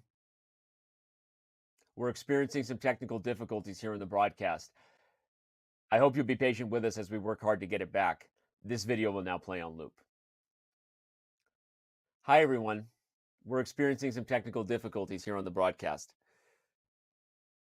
I hope that we can get things in order soon. This video will now play on loop. Hi, everyone. I'm sorry, but we're experiencing some technical difficulties on the broadcast right now. I hope you'll be patient with us as we get things in order. This video will now play on loop. Hi, everyone.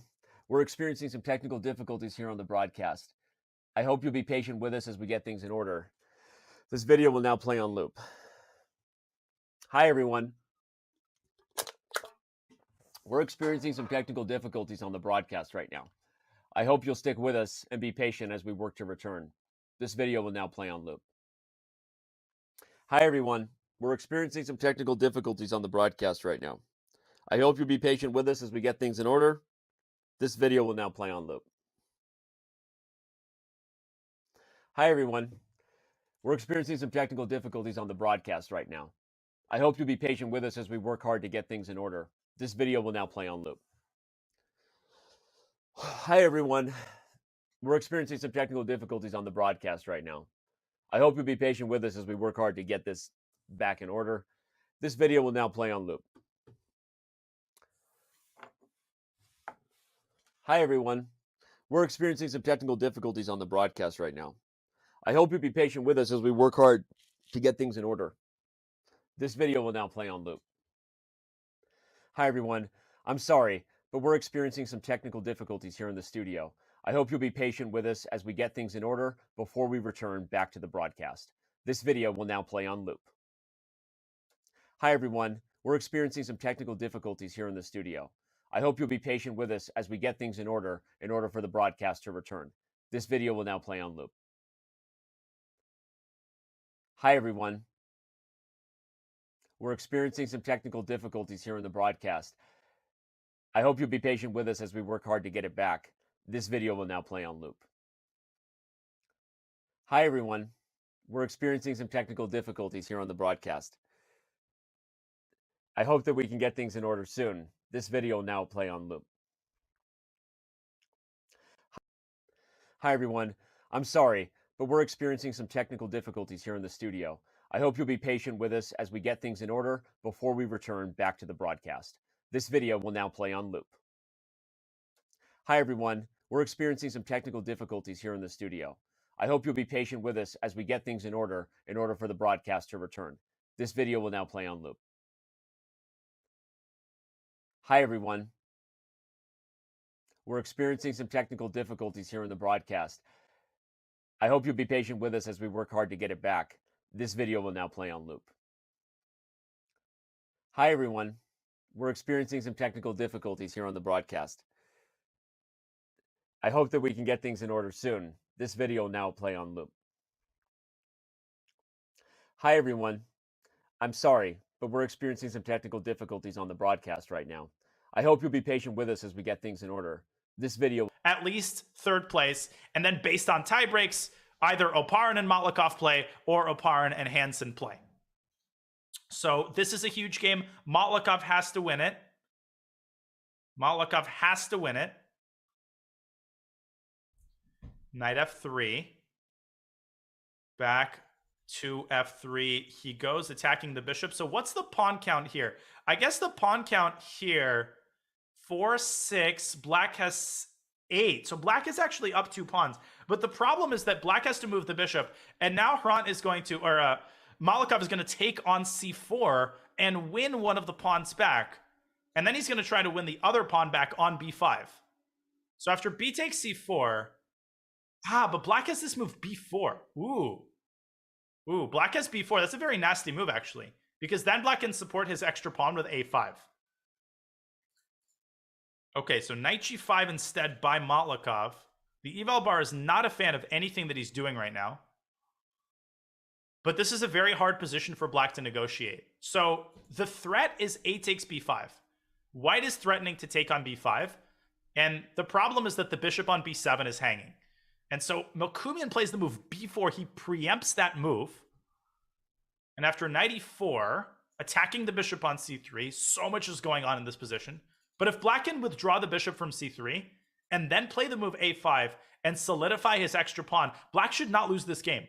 I think Maxim Matlikov, despite all of the shenanigans and the initiative, I don't think he's managed to squeeze anything out of this position. He's going to end up a pawn down for very little compensation. Black is going to play a5 and defend b4. And then black is going to develop the knight on b8 and be a full pawn up. I don't see the compensation.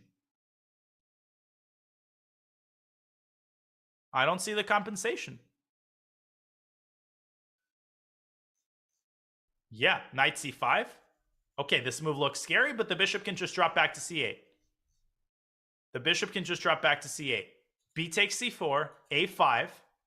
And the last remaining roadblock for black is to get rid of this c5 knight. This is the only remaining problem that Melkumian has to solve. If he can get rid of that knight and then he can develop his queen side, he's literally just going to be a full pawn up. He's going to have this passer on b4 that's protected. So he's got almost everything in place for that. And one idea that he can play is play bishop e5 back to c7 and then swing that bishop over to b6 in order to get rid of the knight on c5. So that is one idea.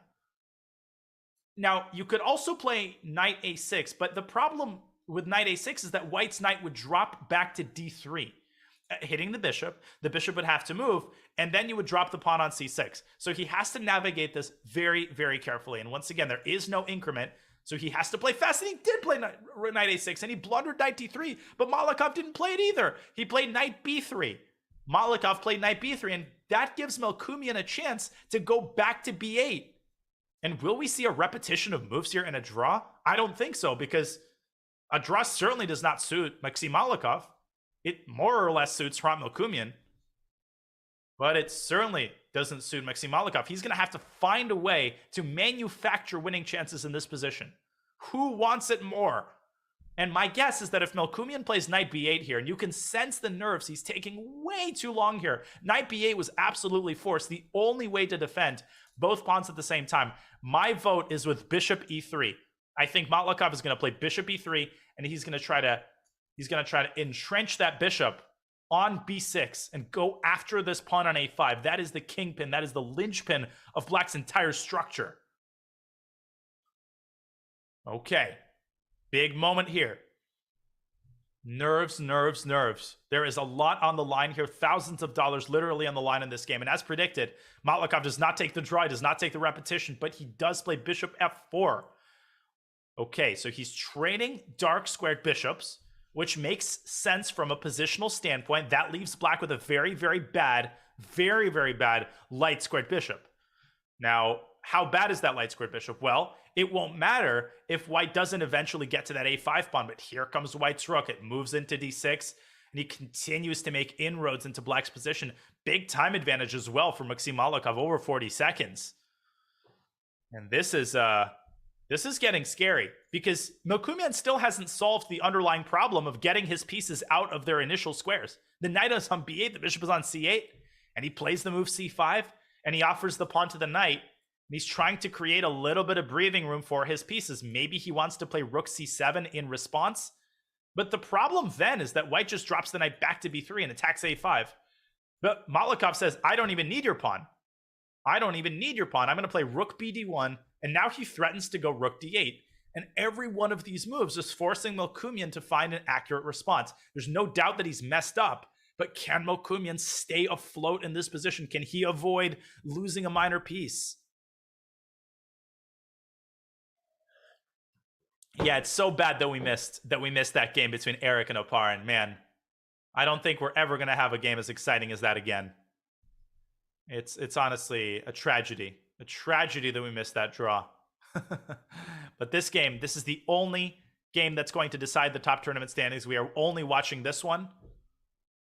There, I suppose, is a reality in which somebody else gets to 7.5 out of... Actually, there is. So Castor, that's Chilean Grandmaster Rodrigo Vasquez. If he wins his game, then he also moves to 7.5 out of 9. I kind of assume that his tiebreaks are not as good, but that's not necessarily the case.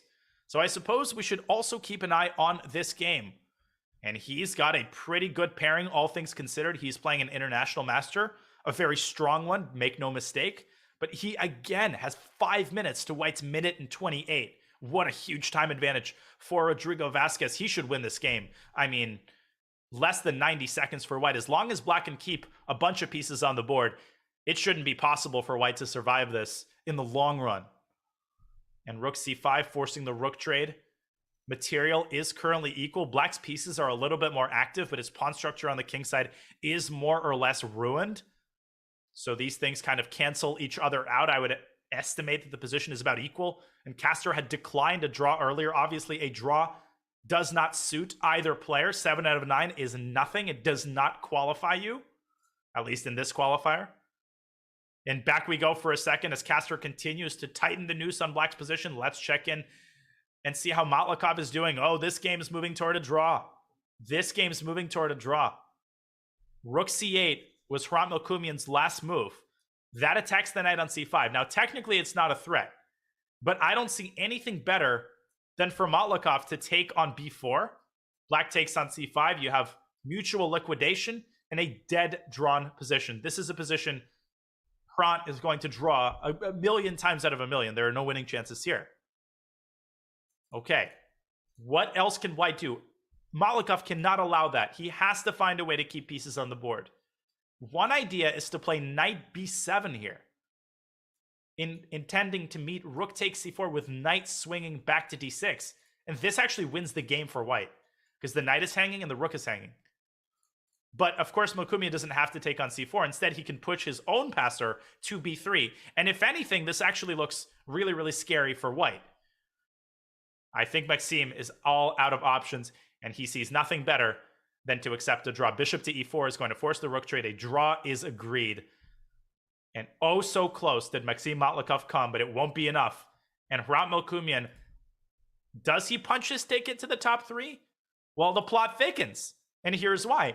If Castor wins his game, if Rodrigo Vasquez wins his game, then there will be 4 players on 7.5 out of 9. You know what that means? That means one of them is not going to make it. But wait a second. Castor has messed this up. White's better all of a sudden. Oh my goodness, he might not win this. White's got a passed pawn and Black doesn't. Black cannot move to e5 with his king because of b5, and there goes a rook trade. And I think that M. Bojan might save this game. And Opar and Eric Hansen and Hrant Melkumian are all praying that White does not lose this game, and Castor is trying to do what he can to create more winning chances. And there's b5. Bishop takes b5. You could take that pawn, though. You could take that pawn and block with the rook, and this is undoubtedly a draw. But, oh no, but rook d4 is not the way that keeps the rooks on the board. Now Castor should be able to flag his opponent in the long run. King g5, and all the Black has to do is just milk all of White's clock down. But how do you do it without allowing repetition? Back to f5 goes the bishop, and Bojan's just way too slow. He tries to trade rooks. That might be White's only chance, is to find a way to get the rooks off the board. Otherwise, he just won't be able to play fast enough. And the rook moves into e3, and he's threatening bishop takes h3. And now the rook has to move back to e5, and he's got to be very careful not to repeat moves. If I were Castor, I would consider even pushing the pawn to f5 just to make sure that there's no repetition. Whoa! It's really close to a 3-time repetition. Really, really close. I would push the f pawn. I would totally push the f pawn. And he goes rook a5. That's a good move. That definitely hasn't happened before. And the big question, if Castor manages to flag his opponent here, is who will have the better tie breaks? Who will be the odd man out? Who will be the nose goes? Will it be Hansen? Will it be Oparin? Will it be Rodrigo Vasquez? Or will it be Hrant Melkumian? And who will be in first place by tiebreaks? Who will avoid the necessity to play a tiebreaker? Bishop d3. Oh, it's mate. He got himself mated. Oh my God, rook f1 is mate. Unbelievable. King h7. The rook is hanging. It's mate on f1. It's all over. And here we go. We have to wait for all of the games to end. Now, the tiebreaks depend directly on how other players do. So, what you're about to see on the right-hand side of your screen is not the final standings. Do not make any conclusions on the basis of it. You have to wait until all of the games are over, the standings then update, and then we will know the final tiebreaks. As of right now, Castor actually has the best tiebreaks. But the games of this round are not over yet. In fact, they're far from over. There's still a couple of very high-rated games still going on. Bean Screen, Zachary Tannenbaum, National Master, I think from the state of Colorado. Incredibly strong blitz play. He's about to defeat none other than Vladislav Kovalyev, who was very much in the conversation for qualifying earlier in the tournament. And once again, do not go anywhere, because after this round is concluded, there will be a playoff between the second and third place spots to determine the second qualifier out of this play-in tournament. Okay, and Kovalyev, don't shovel dirt on him yet. He's pre-moving. He's got a fortress going. And Zachary trying his best to massage this position as much as he can, and he gets his king to b3, and Kovalyev continues to move back and forth. Queen h1, queen e1. Oh, and he mates him. What a beautiful mate. Wow, how many endgame mates have we seen just in the last, 10 seconds? Crazy. And we've got a couple of games still going. And we've got Moonlight T89, the same guy who defeated Benjamin Bach so early in the tournament. But he's kind of struggled ever since. He only has 5.5 out of 8. And it appears that he might lose the last round. And that is the nature of these tournaments. You can beat somebody incredibly strong in the second round. And then in the fourth, you could lose to somebody rated 500 points below that. That's just how rapid chess works. That's why we watch. And can he hold the draw out of this position? We're going to have a time scramble. This is one of the last remaining games. After all of the games finish, the tie breaks are going to update, and then we will be able to tell who qualifies directly, who has to play a match, and who is the odd man out. And all four of the players who've got 7.5 out of 9 are holding their breaths right now, praying to the tiebreak gods.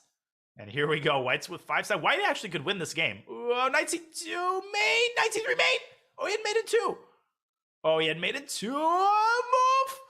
Oh, I have no idea what's going on. Oh, White wins. Wow. And there it is. The tie breaks have updated. Oh, and Melkumian's the odd man out. Oh my God, Melkumian was in clear first at some point. He's the odd man out. Rodrigo Vasquez qualifies. He's in first, even though he was the one who had to win the last round game. And Gregorio Pard and Eric Hansen, they might have made that quick draw in the Berlin, but they're going to have something a little bit more interesting to show us coming right up, because they will be playing a 2-game 10+0 mini match to determine the second qualifier. We heartily congratulate Chilean Grandmaster Rodrigo Vasquez. An excellent performance. He only had one loss the entire tournament.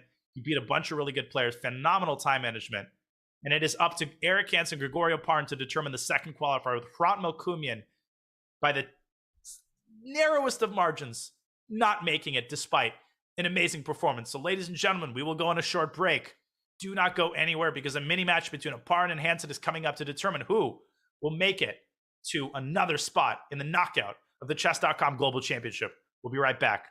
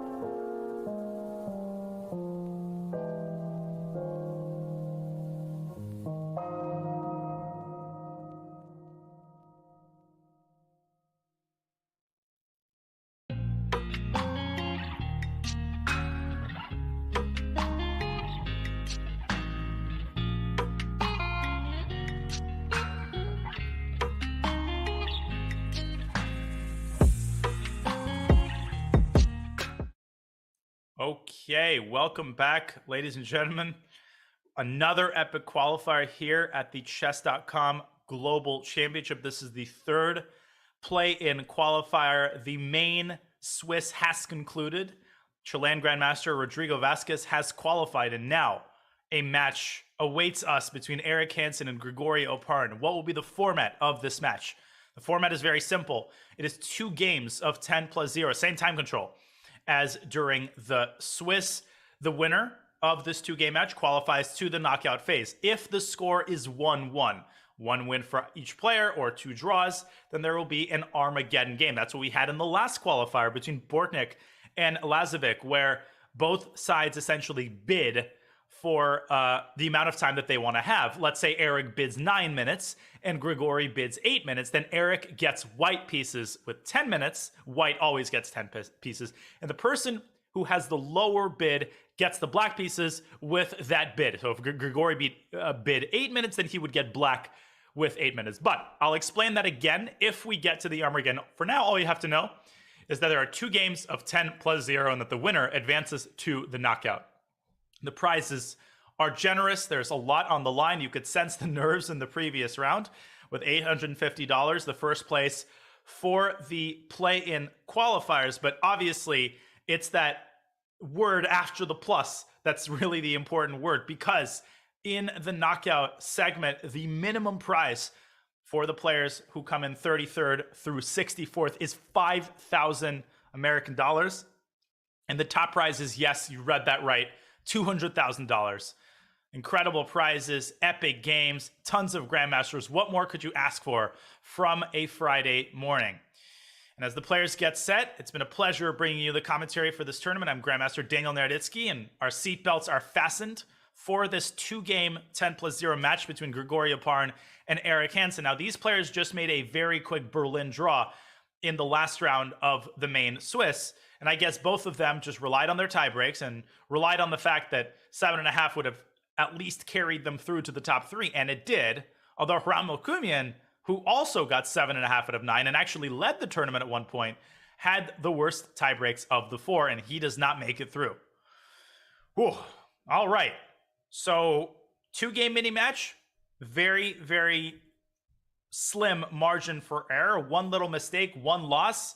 And it's going to be incredibly hard to recover with an on-demand win, especially if you lose with the white pieces. So generally what I found in these mini matches is that the players tend to adopt more solid openings, and they tend to take less risks, at least at the start. So let's keep a careful eye and see what opening they choose. And they are off. The gong sounds, and we have a Queen's Indian defense, which Eric has played for many, many years. And Grigori can play both e4 and d4. So the fact that he played d4 is not necessarily a surprise. And c7, c6 by Eric. This line of the Queen's Indian does kind of resemble the Slav, where Black's pawn eventually makes its way to d5. So you get that Slav setup. You could also compare this to the Catalan. I mean, white fianchettos the light squared bishop. And this move, bishop c3, has been very popular in recent years. The point is to clear away the parking spot for the knight. The knight from b1 comes out to d2. And then if given the opportunity, white continues to expand on the queen in the center with e2, e4. But a pawn sacrifice by Gregorio Parn as he drops his knight from e5 back to d3 unexpectedly. And Eric, if he wanted to, could snag that pawn on c4. But this is also not an unprecedented kind of sacrifice, because if you give away your pawn on d5, then you're also giving away your claim over the entire center. But Eric can't resist it. He takes on c4. And Grigori immediately responding with knight d3 to b4. What a move by Gregorio Parn. And all of a sudden, Eric Hansen's entire queenside is aflame. The c6 pawn is hanging. The bishop is under pressure. If you move the bishop back to b7, then white is able to recapture the pawn on c4. And then white's central control will be massive. And if black does something like bishop takes b4, then you're giving up the bishop pair, and you're giving away your best piece. And white has a huge initiative in return for the pawn. White's got the 2 bishops and total control over the center. And I don't like the way the things are going here for Eric Hansen. This is clearly some very impressive high-level prep by Gregorio Parn. Knight d3 to b4, such a cold-blooded move, and it puts so much pressure on black's exposed queenside. And it really highlights the drawback of the bishop placement on a6, that sort of hyper fianchetto. that bishop on a6 does not defend the c6 pawn, and now Eric is paying a serious price for it. Bishop b5, by the way, also does not solve black's problems because white could play a4, and that bishop is literally going to be trapped. So I really don't see an adequate move here for Eric Hansen. The eval bar reflects that and claims that white is better, and he's going to have to make a decision pretty quickly here as he drops now down to 8 minutes. There is no increment in this mini match, and Eric Hansen intent. You can see the concentration, the focus on his face, and Grigori seems very, very comfortable and pleased with himself. He's still in his preparation. He still has over 9.5 minutes, and Eric finally decides to drop the bishop back to b7 and give away the pawn on c4. So material is now equal. And I think the key for black to recover in this position is to try to get the move c6, c5 in. If Eric can advance that pawn, especially if you can trade light squared bishops, I mean, white's light squared bishop is the pride of his position, then black will start to slowly but surely kind of uncramp himself. Now, you can't play c5 immediately because the bishop on b7 is going to hang. So one idea that comes to mind is to move this queen into position, and that is exactly what Eric does. He plays queen c7, but Grigori is not just going to let him play c5. I think he's going to move the knight back to d3, and as I say that, he does just that. And if Eric plays c5, Grigori will meet that with the move d5, and this is not a transformation that I would find particularly pleasing if I were black. I mean, this pawn is simply a beast. So Eric is taking his time after knight d3. He's down now below 7 minutes, and if he doesn't play c5, then Grigori will continue developing his pieces and improving his position with knight d2 and potentially e4.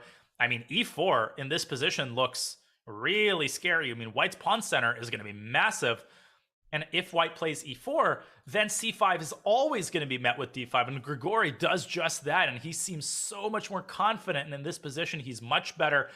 Eric needs something to happen here. He needs to turn this game around, and he needs to do it pretty quickly because his clock is dwindling and his position is deteriorating.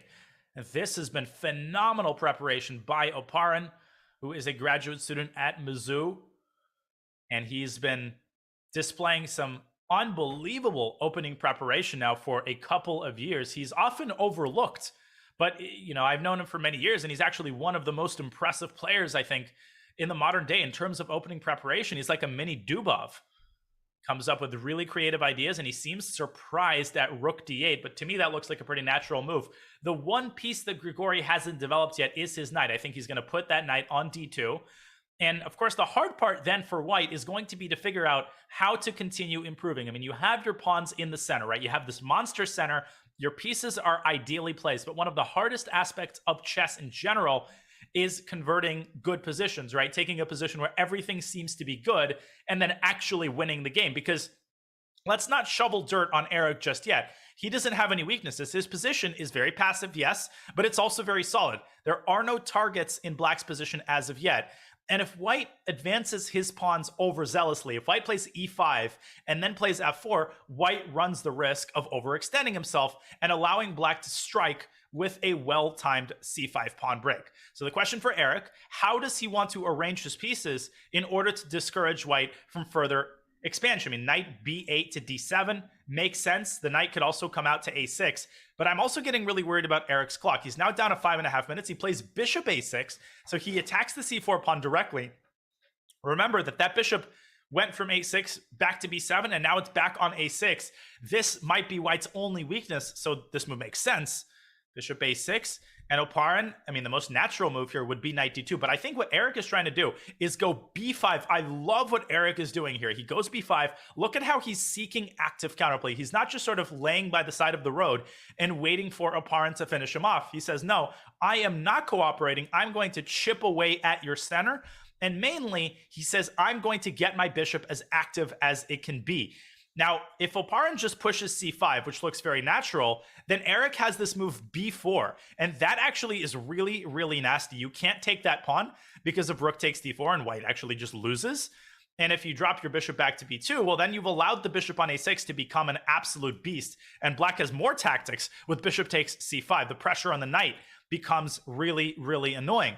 So I think Grigori might have underestimated the move b5. Maybe he had a better move than knight d2, but now he is the one who's taking a long time trying to figure out the best way to resolve this tension. My guess is that he should take on b5. My guess is that he shouldn't play c5. He shouldn't allow b4. That's for sure. Taking on b5 gives him one more tempo to decide how to contain the activity of Black's light squared bishop. But there's no doubt that the last two moves have gone very well for Eric. He's gotten himself back into the game. He's got a lot more activity than he did just 4 moves ago. And he just seems to be a little bit more confident. You can sense the determination on both of their faces. And Grigori is deep in thought, taking the first long think of the game. And in the blink of an eye, he is now down below 7 minutes. The time situation beginning to slowly equalize. He still has a big time advantage, but we all know how fast Eric can play. Okay, here we go. Grigori with the big decision on his hands. Does he take the pawn on b5? Does he play c5? Well, the answer to that is no. Or does he ignore? I mean, maybe he's just thinking about ignoring and allowing Eric to take on c4, because the plus side of that for white would be that if black takes on c4 with a pawn, then the bishop on a6 is just going to be sort of lamely staring at the pawn. And Oparin finally makes his decision, and it's the move knight d3 to c5. So he does a fourth thing, and he encourages Eric to take that knight with his bishop.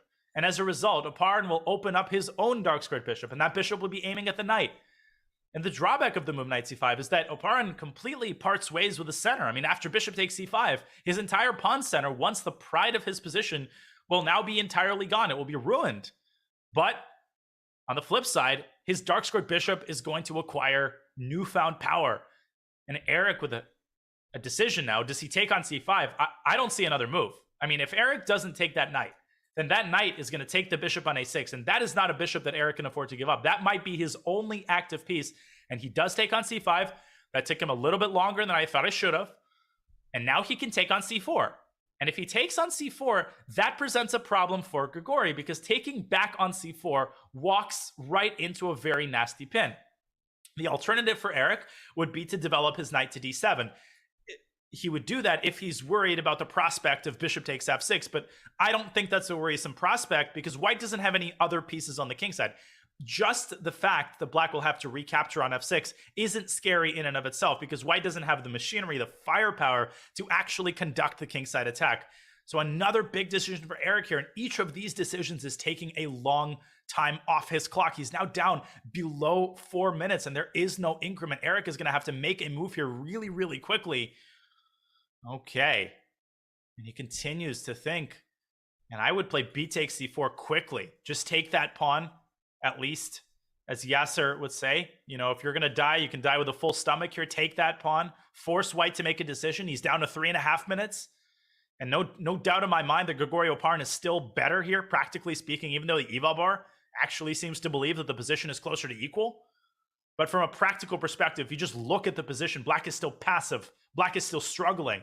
Black is now down 3 minutes on the clock. Eric's got to move. He's frozen. And he finally makes a decision. And he plays knight bd7. And now Grigori could push his e-pawn down to e5 and open up his light squared bishop.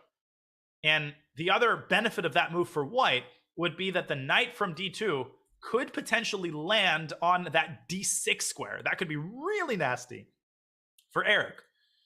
Or Grigori could bring his queen up to e3 and defend the pawn on c5. In either case, the pawn on c5 is a very important pawn for white to keep. And this was Eric's idea, as he counterstrikes with b4, hitting the bishop. But what if Grigori just calmly plays bishop d4? What if he just sidesteps that pawn?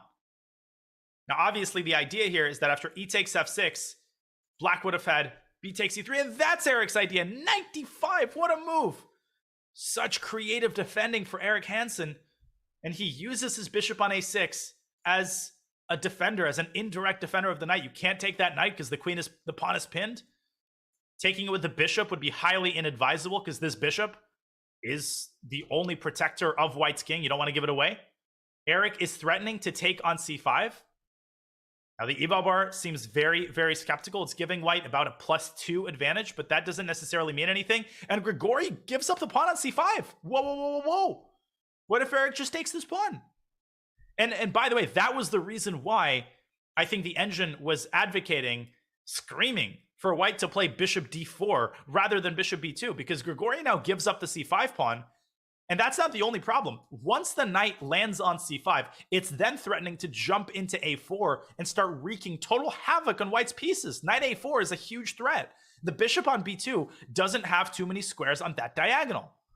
And all of a sudden, the position it's anybody's game. I actually think Eric might even be better here. This has been fantastic defending, and I think Grigoriy Oparin, judging by his facial reaction, might have just forgotten that the pawn on c5 was hanging. Because if he'd realized the importance of defending that pawn, he would have played bishop d4. He could have even played bishop d4 in this position. There would have been nothing wrong with that. Giving up this pawn is such a puzzling decision. And there's no doubt in my mind that the momentum is now on Eric's side. Look at his horses. And one knight could jump to c3. The other knight could jump to d3. And the rook on d8 is also perfectly positioned to exploit the fact that the position has opened up. And where is Grigoriy's center? Once the pride of his position, the Roman Empire, has collapsed here, and black's pieces have acquired, perfect coordination for the first time in the game. Grigoriy's bishops are impotent. The bishop on b2 is staring at e5. I can't even believe that this position is equal. And apparently the only move to preserve equality is knight d2 to b3, opening up contact between the queen and the bishop, and forcing the knight off of c5. But that encourages black to play knight a4. And I don't know if Grigoriy is going to play that move. He has to avoid panicking. And his time advantage continues to dwindle. He's now up only 50 seconds. There's no doubt that Eric is the better blitz player. In an all-out time scramble, I would choose Eric. Grigoriy has gotten faster over the years, but still. And I don't know if he'll be able to deal with the threat of knight c3 and knight a4. Eric Hansen is closer to winning this game, is very close to winning this game. One more mistake, and the knights are going to tear white apart, and he's down to 3 minutes and 15 seconds, and his time advantage has dwindled to 30 seconds. And he finally plays a move, and it is knight b3. And what cold-blooded decision-making for Grigoriy Oparin. He finds the best move, and it's knight b3 followed by bishop c1. And the point of this entire operation is that after knight dc3, white will have the capacity to put the queen on g4 and create chances against black's king. Now, you might ask, why was knight b3 necessary? Well, if we rewind for a second, look at the contact between the black rook and the knight on d2. The knight on d2 was a huge liability. The queen would have been tied down to the knight in the event that the knight on d5 would have moved away. So by moving it away preemptively, he's liberating himself. He's freeing himself up to activate his queen and reignite the initiative against black's king. And this is on the board. Eric has played knight ac3, and he's allowed the queen to jump into g4. And all of a sudden, things are looking a little bit scary again for Eric, and he moves his knight back to e7. And perhaps he's going to use this knight and recruit it for defensive purposes, maybe put it on g6. He is still up a pawn. That's the material count. Black is up a pawn currently. The bishop on a6 is aiming at that c4 pawn, but the c4 pawn is defended by the queen. And here goes Grigoriy's dark squared bishop as he activates it and puts it on g5. And he's now again a minute up on the clock.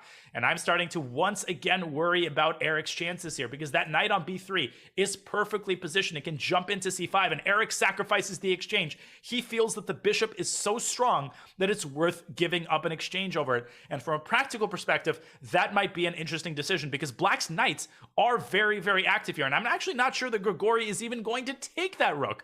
At least he's not going to take it without putting in a lot of thought. But if he doesn't take it, what is he going to do? And he finally does take it, and he plays a3. And I love that move, because when you have an extra exchange, the more open files, the better, right? White's rooks are totally lame if it isn't for open files. And Grigoriy has one thing in mind, and it is to open up the a file. And Eric counterstrikes with h5, trying to distract the queen from g4. Now he's going to take the pawn on c4.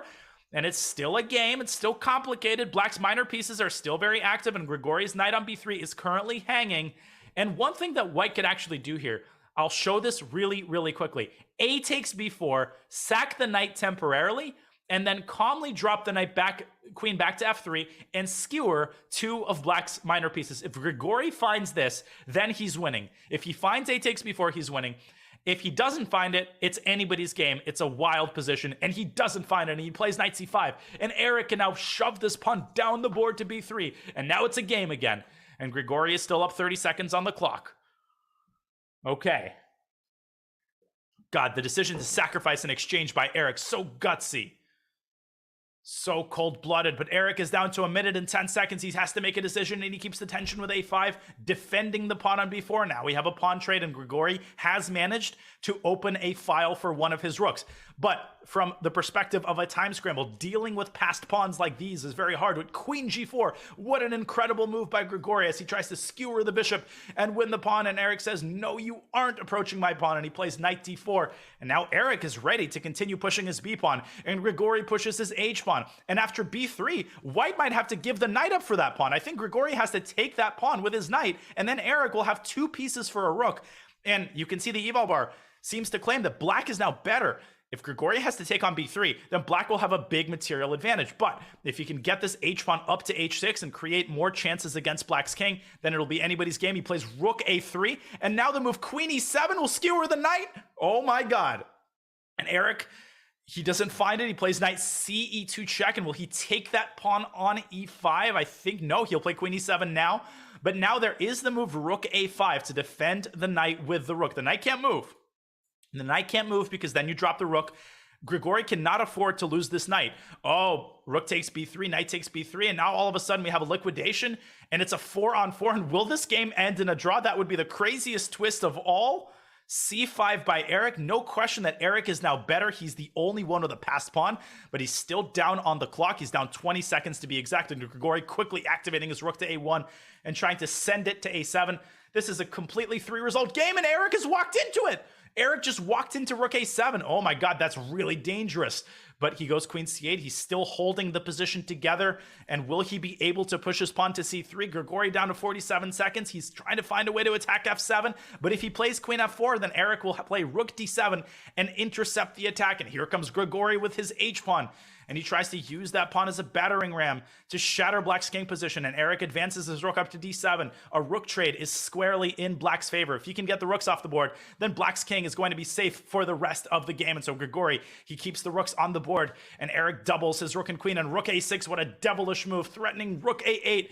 And I'm really starting to worry about Eric's clock. Queen b6 here looks really scary. But then the rook can drop back to c8. And instead Oparin occupies the d file. And Eric moves his queen to e7. And the time advantage has shrunk to 4 seconds, but Grigori accelerates his pace of play. Rook c5 by Eric, attacking the e5 pawn. This is exquisite time scramble play, and we're gonna have an all-out time scramble, ladies and gentlemen, in this time scramble. And Eric is down to 13 seconds, and he started to pre-move. Bishop b7 by Grigori. Eric is up a pawn. Rook to c2 defending. c3 and bishop d5 is gonna be pre-moved. And rook c1. Rook c1 is coming. Oh, f4, it's mate. Or is it mate? And Grigori is trying to avoid getting checkmated. King h3, bishop f3. I think Eric's gonna mate him. Oh my god, Eric's gonna win. It's mate on h1. It's inevitable. Eric with plenty of time. King d7 takes it. Oh, yeah, wait, Grigori got out of it. Oh my god. Oh my god. Oh my god. Oh my god. Oh my god. This is ridiculous. Oh my god. Oh my god. And Eric's gonna win. Eric's gonna win. This is one of the craziest time scrambles I've seen in a very long time. Eric is a magician, beast, demon, fill in the blank. Eric Hansen wins the first game with the black pieces. That was unbelievable. And all he needs in game 2 is a draw. But the way that the first game has gone, I think we're in for a doozy in the second game. Oh my god. I can't believe I still have my voice. What an unbelievable time scramble that was. Eric Hansen is a legend. And, you know, the fact that he actually slowed down at the very end of that game is maybe the most impressive thing about the way that he played that, because he sensed that there was a potential mate, right? Rather than just all out making random moves, because he was down on the clock. He wouldn't have been able to do that. He understood that his only chance there was actually to set up mate threats, to actually play well. And that's what makes him such a dangerous time scramble. He actually plays objective moves with no time left on the clock. But hats off, of course, to Grigori Oparin. He played an excellent opening. Went a little bit wrong there, reclaimed the initiative, but Eric just the sharper man in time pressure. And now Eric has managed to trade queens. It's an endgame, but it's a combative endgame. It's not a draw. The one worrisome thing for white here is that Eric is saddled with a weakness on d3, but he's not just, you know, playing for a draw in cowardly fashion. He's expanding on the queen side. He's actually playing this for a win. b4 by Eric, expanding on the queen side. And of course, the point there was that if you had taken on b4, white would have taken back, and the open a file would have been very, very unfavorable for black. Once again, Eric only needs a draw. A draw wins the match for him, qualifies him into the knockout. And he's very close. And I would play b5 here. I would play b5 here and close down the queen side. b5, knight c3, rook b1. And I just feel like Grigoriy Oparn's winning chances here are very, very slim. This is a critical moment. Eric has to decide what to do with the b-pawn. He decides on taking. So he takes on c5, which is also understandable from the point of view of needing to draw.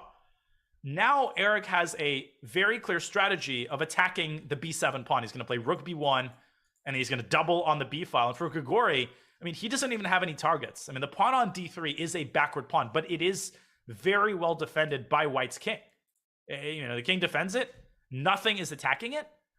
The d4 square is another hypothetical outpost, but as long as the bishop sits on e3, you're never going to be able to put anything on d4 that's going to last. And if you take on e3, then white is, of course, going to take with a pawn and defend the d4 square. And Grigoriy, I just feel like he hasn't recovered from that game, and you can't blame him. The next game started immediately. Eric is certainly for choice in this endgame. I think he's just a couple of moves away from essentially bagging the draw and punching his ticket through to the knockout. Rook h to b1 by Eric, intensifying the pressure on the b6 pawn and potentially threatening to take on c5 in some positions, because black will have to recapture with a pawn in order to avoid losing that pawn. And then white's rook could potentially infiltrate to b7. But Eric doesn't have to rush with that move. I don't see Grigoriy winning this game. And the way this is going right now, the position is looking less and less winnable for black. But Grigoriy gets his knight to c6. I like that move. He's at least potentially eyeing the d4 square. And I feel like one of the ways that black can mix things up here is to use, you know, the only area of the board where black is actually in charge of things, which is in the center. And the knight from e7 jumps into c6. And another important moment for Eric, he has to decide whether to take the bishop on c5. And if he decides against it, I like the move knight b3, because that essentially compels black to take on e3, which solves one of white's biggest problems, the d4 square. If white can reposition the f2 pawn to e3, then white can more narrowly focus his attention on attacking black's weak queenside pawns and doesn't have to constantly worry about a knight landing on d4. And Eric taking his time here. He's down about 30 seconds, but time is totally not a factor yet. We're not even going to talk about the clock until both sides or one side reaches 5 minutes. If you just joined us, this is the play-in qualifier number 3 play-off with Chilean Grandmaster Vasquez qualifying. He got first on tiebreaks, and Eric Hansen, Grigoriy Oparn playing out a 2-game mini-match to determine who is the second qualifier into the knockout. Eric Hansen winning game 1 in an all-out, ridiculous, epic time scramble. Grigoriy in a must-win situation in game 2. And Eric continuing to think here.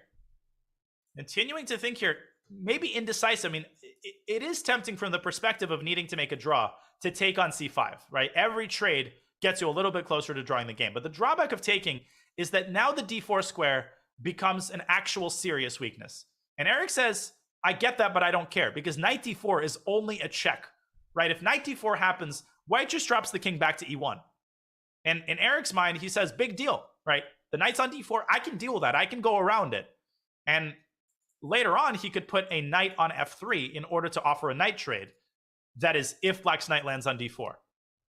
So I really like this decision from a practical standpoint. And I always like to point out situations where there is only one open file. The side that controls the only open file on the board generally has an advantage, period. And there's no doubt that that side right now is white. Eric has both of his rooks on the only open file.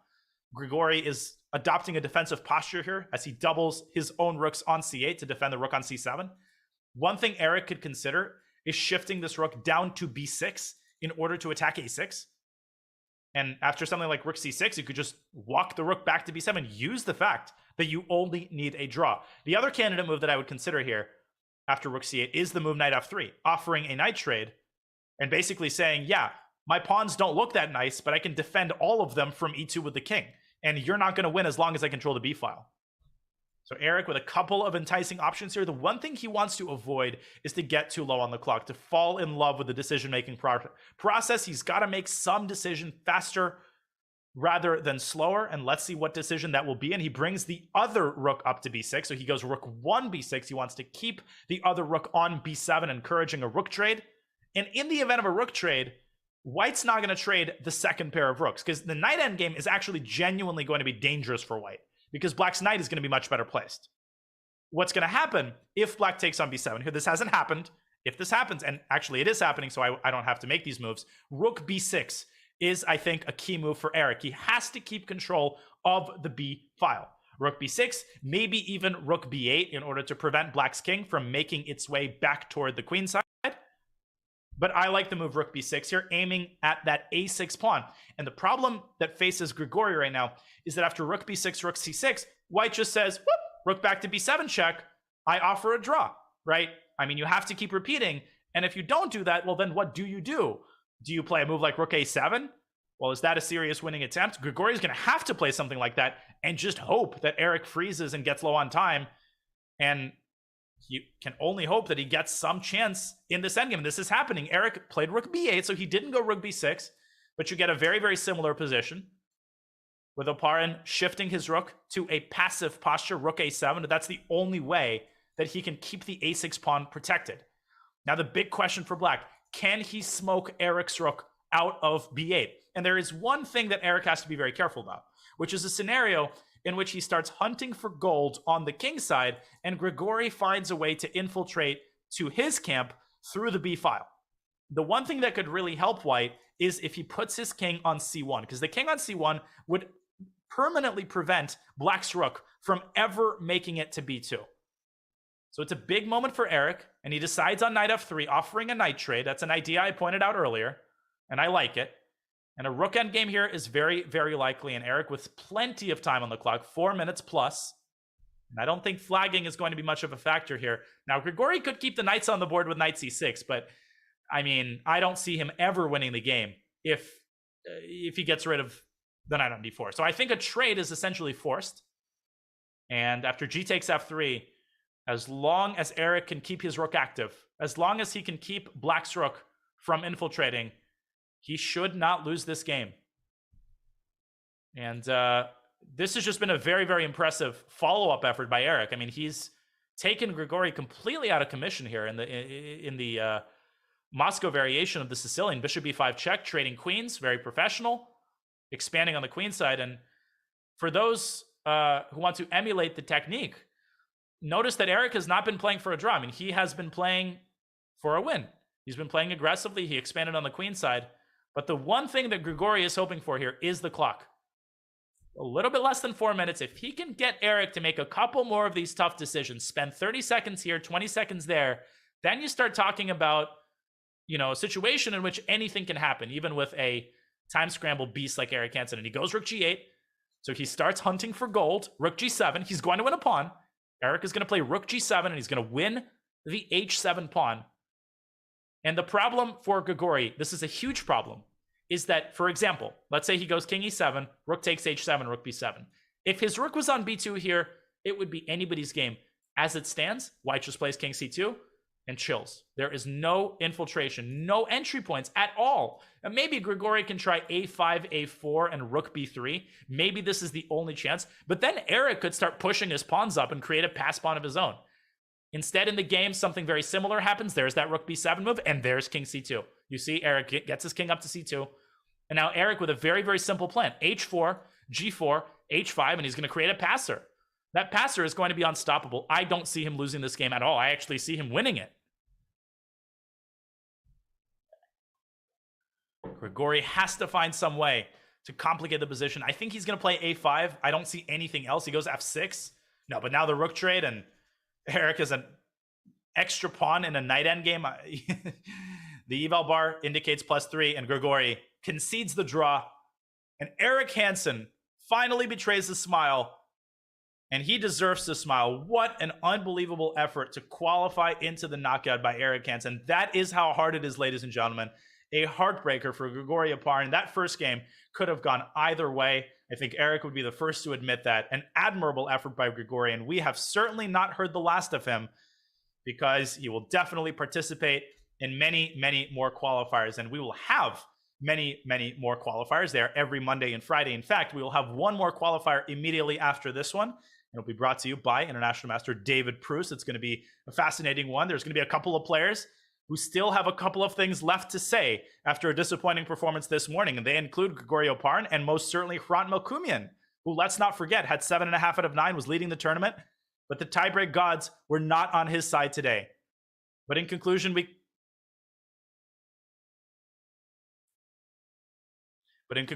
we would like to congratulate Eric Hansen and, of course, Rodrigo Vasquez with an unbelievable performance in the main field to qualify by tiebreaks with 7.5 out of 9. And once again, a reminder of the prizes that are at stake. Eric Hansen just secured for himself at least $5,000 with that win alone. And, of course, the first place of $850 will go to Rodrigo Vasquez. This is for the play-in. Second place will go to Eric Hansen, $600. But once again, he has secured for himself a minimum prize of $5,000, which will be afforded to players who come in 33rd through 64th. Top prize in the overall bracket is $200,000. Incredible money is at stake. And don't go anywhere, because we will have an interview with Eric Hansen, who has just survived the unsurvivable. We will bring him on for a short interview. So, ladies and gentlemen, you're watching the Chess.com Global Championship. Go absolutely nowhere, because we'll have an interview followed by some concluding thoughts on the other side of this very short break.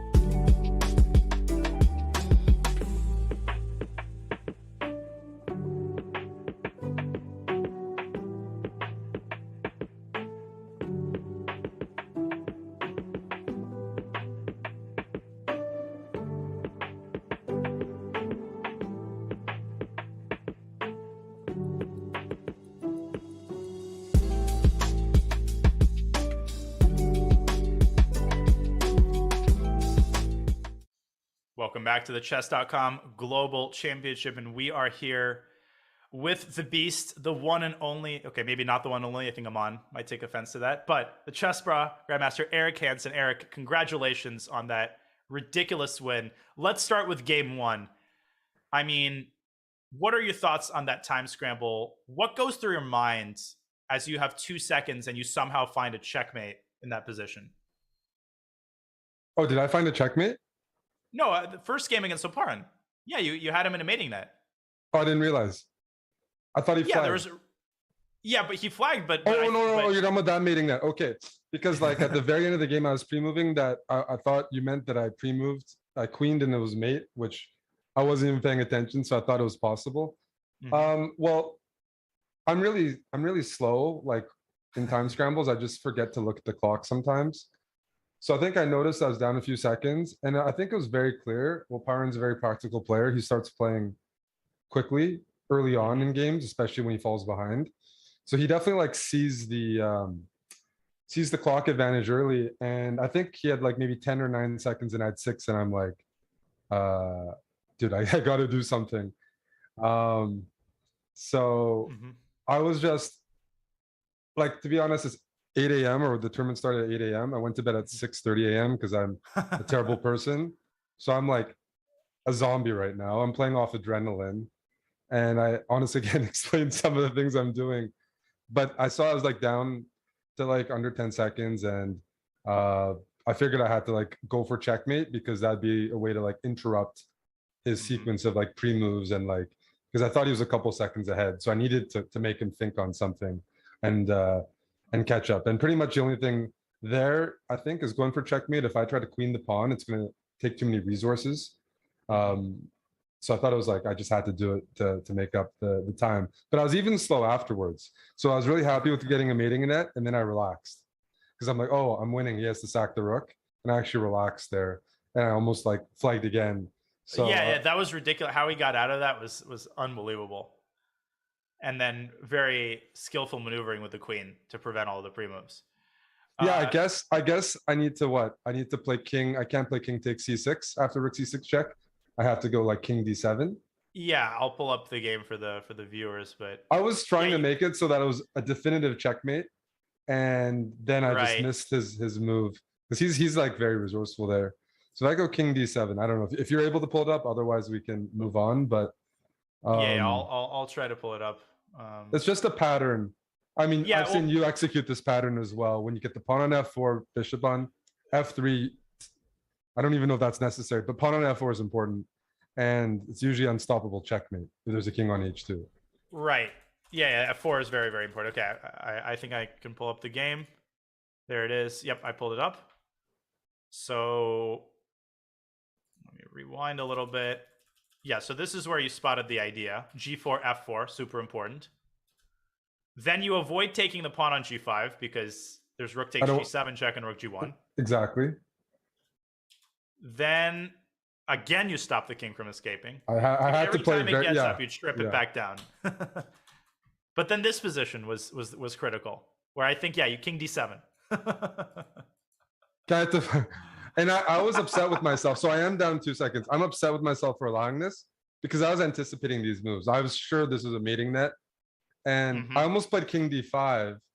But king d5, I didn't like. What didn't I like after king d5? I guess here there's still some sort of bishop e4. Yeah, I'm hallucinating there, but everything but what I did. But yeah, you made the one move that quote unquote allows white to save himself with bishop e4 and rook c6. And then I was a little slow here, but I was very happy to find the mating net. And then you made 15 moves from here. Okay, that's good. I'm down 2.5 seconds, but he's like, I should be pre-moving every move. I have this issue still where I'm not pre-moving everything. And after I win h5, I definitely should because white doesn't have any ways to like do dirty moves. So I should have been pre-moving from here on out.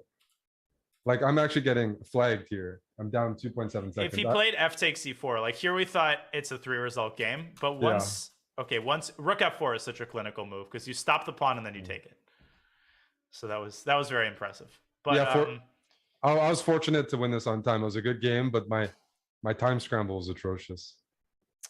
Well, I'm sure a lot of people wouldn't mind, time scrambling like Yeah. Eric Hansen. But in the second game, you played very, very smooth. Was your approach to like put the fact that you needed to draw out of your mind? Like my coach would always say that you never want to play, if you need to draw, the best way is to play for a win. Is that the approach that you kind of adopted? No, I went opposite. That's why I drew him in the ninth round. I've been like, my average score has been like 8 out of 10 in Title Tuesday for like the last 2 months, and I keep losing round 11, and I keep like going for wins and over pressing against the Berlin.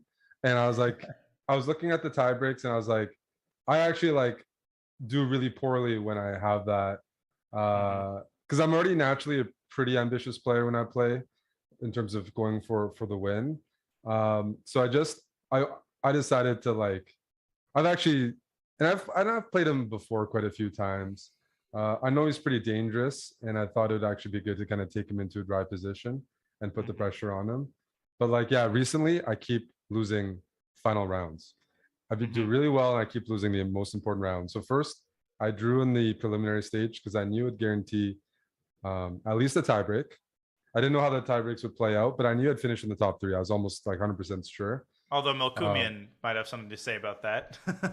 Well, he was close, but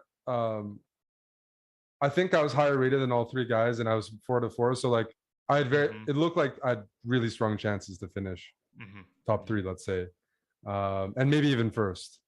And that's already like a better result than like losing the final round and getting knocked out, which has honestly happened like probably like 2 months in a row in Title Tuesday, like out of the prizes. So I was like, okay, I'm gonna play solid, and I was happy to like secure a tiebreak.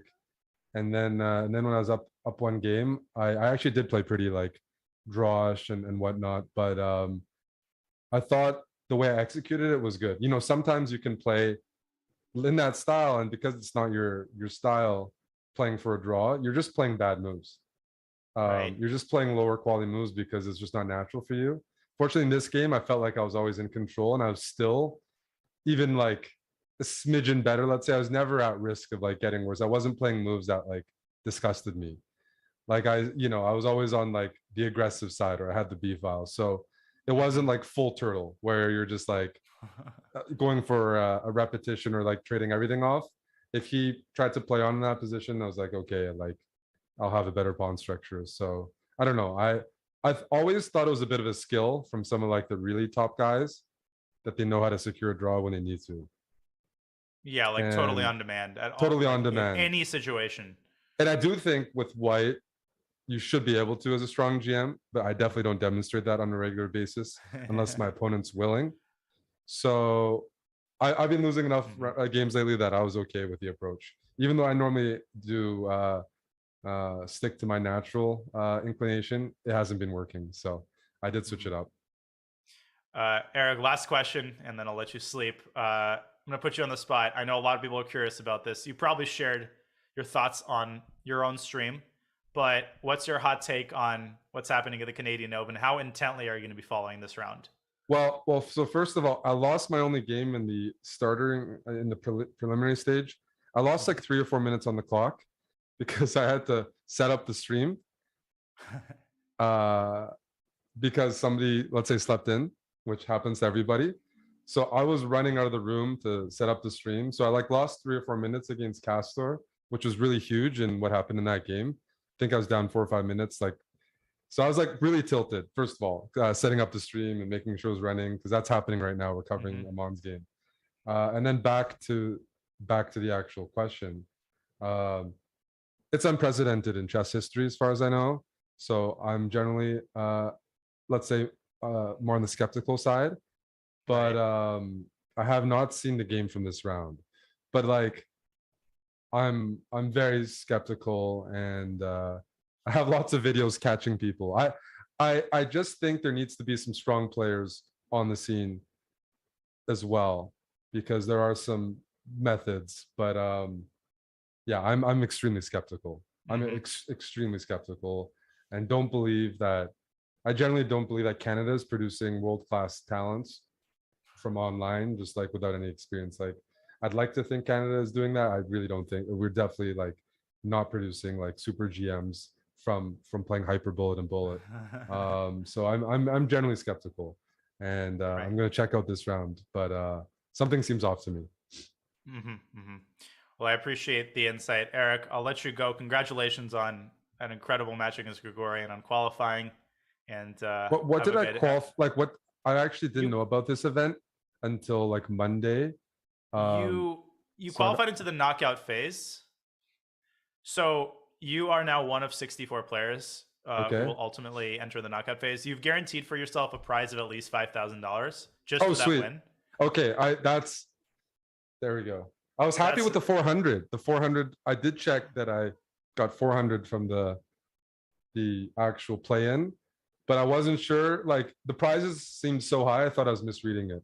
Right? Like how many No. events do you know where the top 64 get 5K? It's like I know, only the World it's Cup. unbelievable. So It's I amazing. thought it was a further stage. I thought it was like there was one stage in between. So that's excellent. I never wake up at 8. This was like a real suffering. So I'm very happy that I don't have to play these anymore, and I can sleep. And I'm excited. Yep. That's good. That's awesome. Yeah, you're good. And we'll be watching you intently in the knockout. Eric, thanks a lot for all of the insight. Congratulations, and have a good rest. Thanks, Danya. Hopefully I'll see you in Toronto because we're living here now. Yeah. So for the finals, we'll probably see you anyways. But thanks for having me. I'll be there. Thanks, Sounds Eric. good. Cheers, guys. All right. Well, that was Grandmaster Eric Hansen on the opposite side of defeating Gregorio Parn in that scintillating match, securing the second qualification spot with the first going to Grandmaster Vasquez from Chile. And that, ladies and gentlemen, concludes our third Chess.com Global Championship qualifier. The fourth qualifier will begin in less than 45 minutes. It will be brought to you by International Master David Pruce. Start time of 10 a.m. Pacific, 1 p.m. Eastern.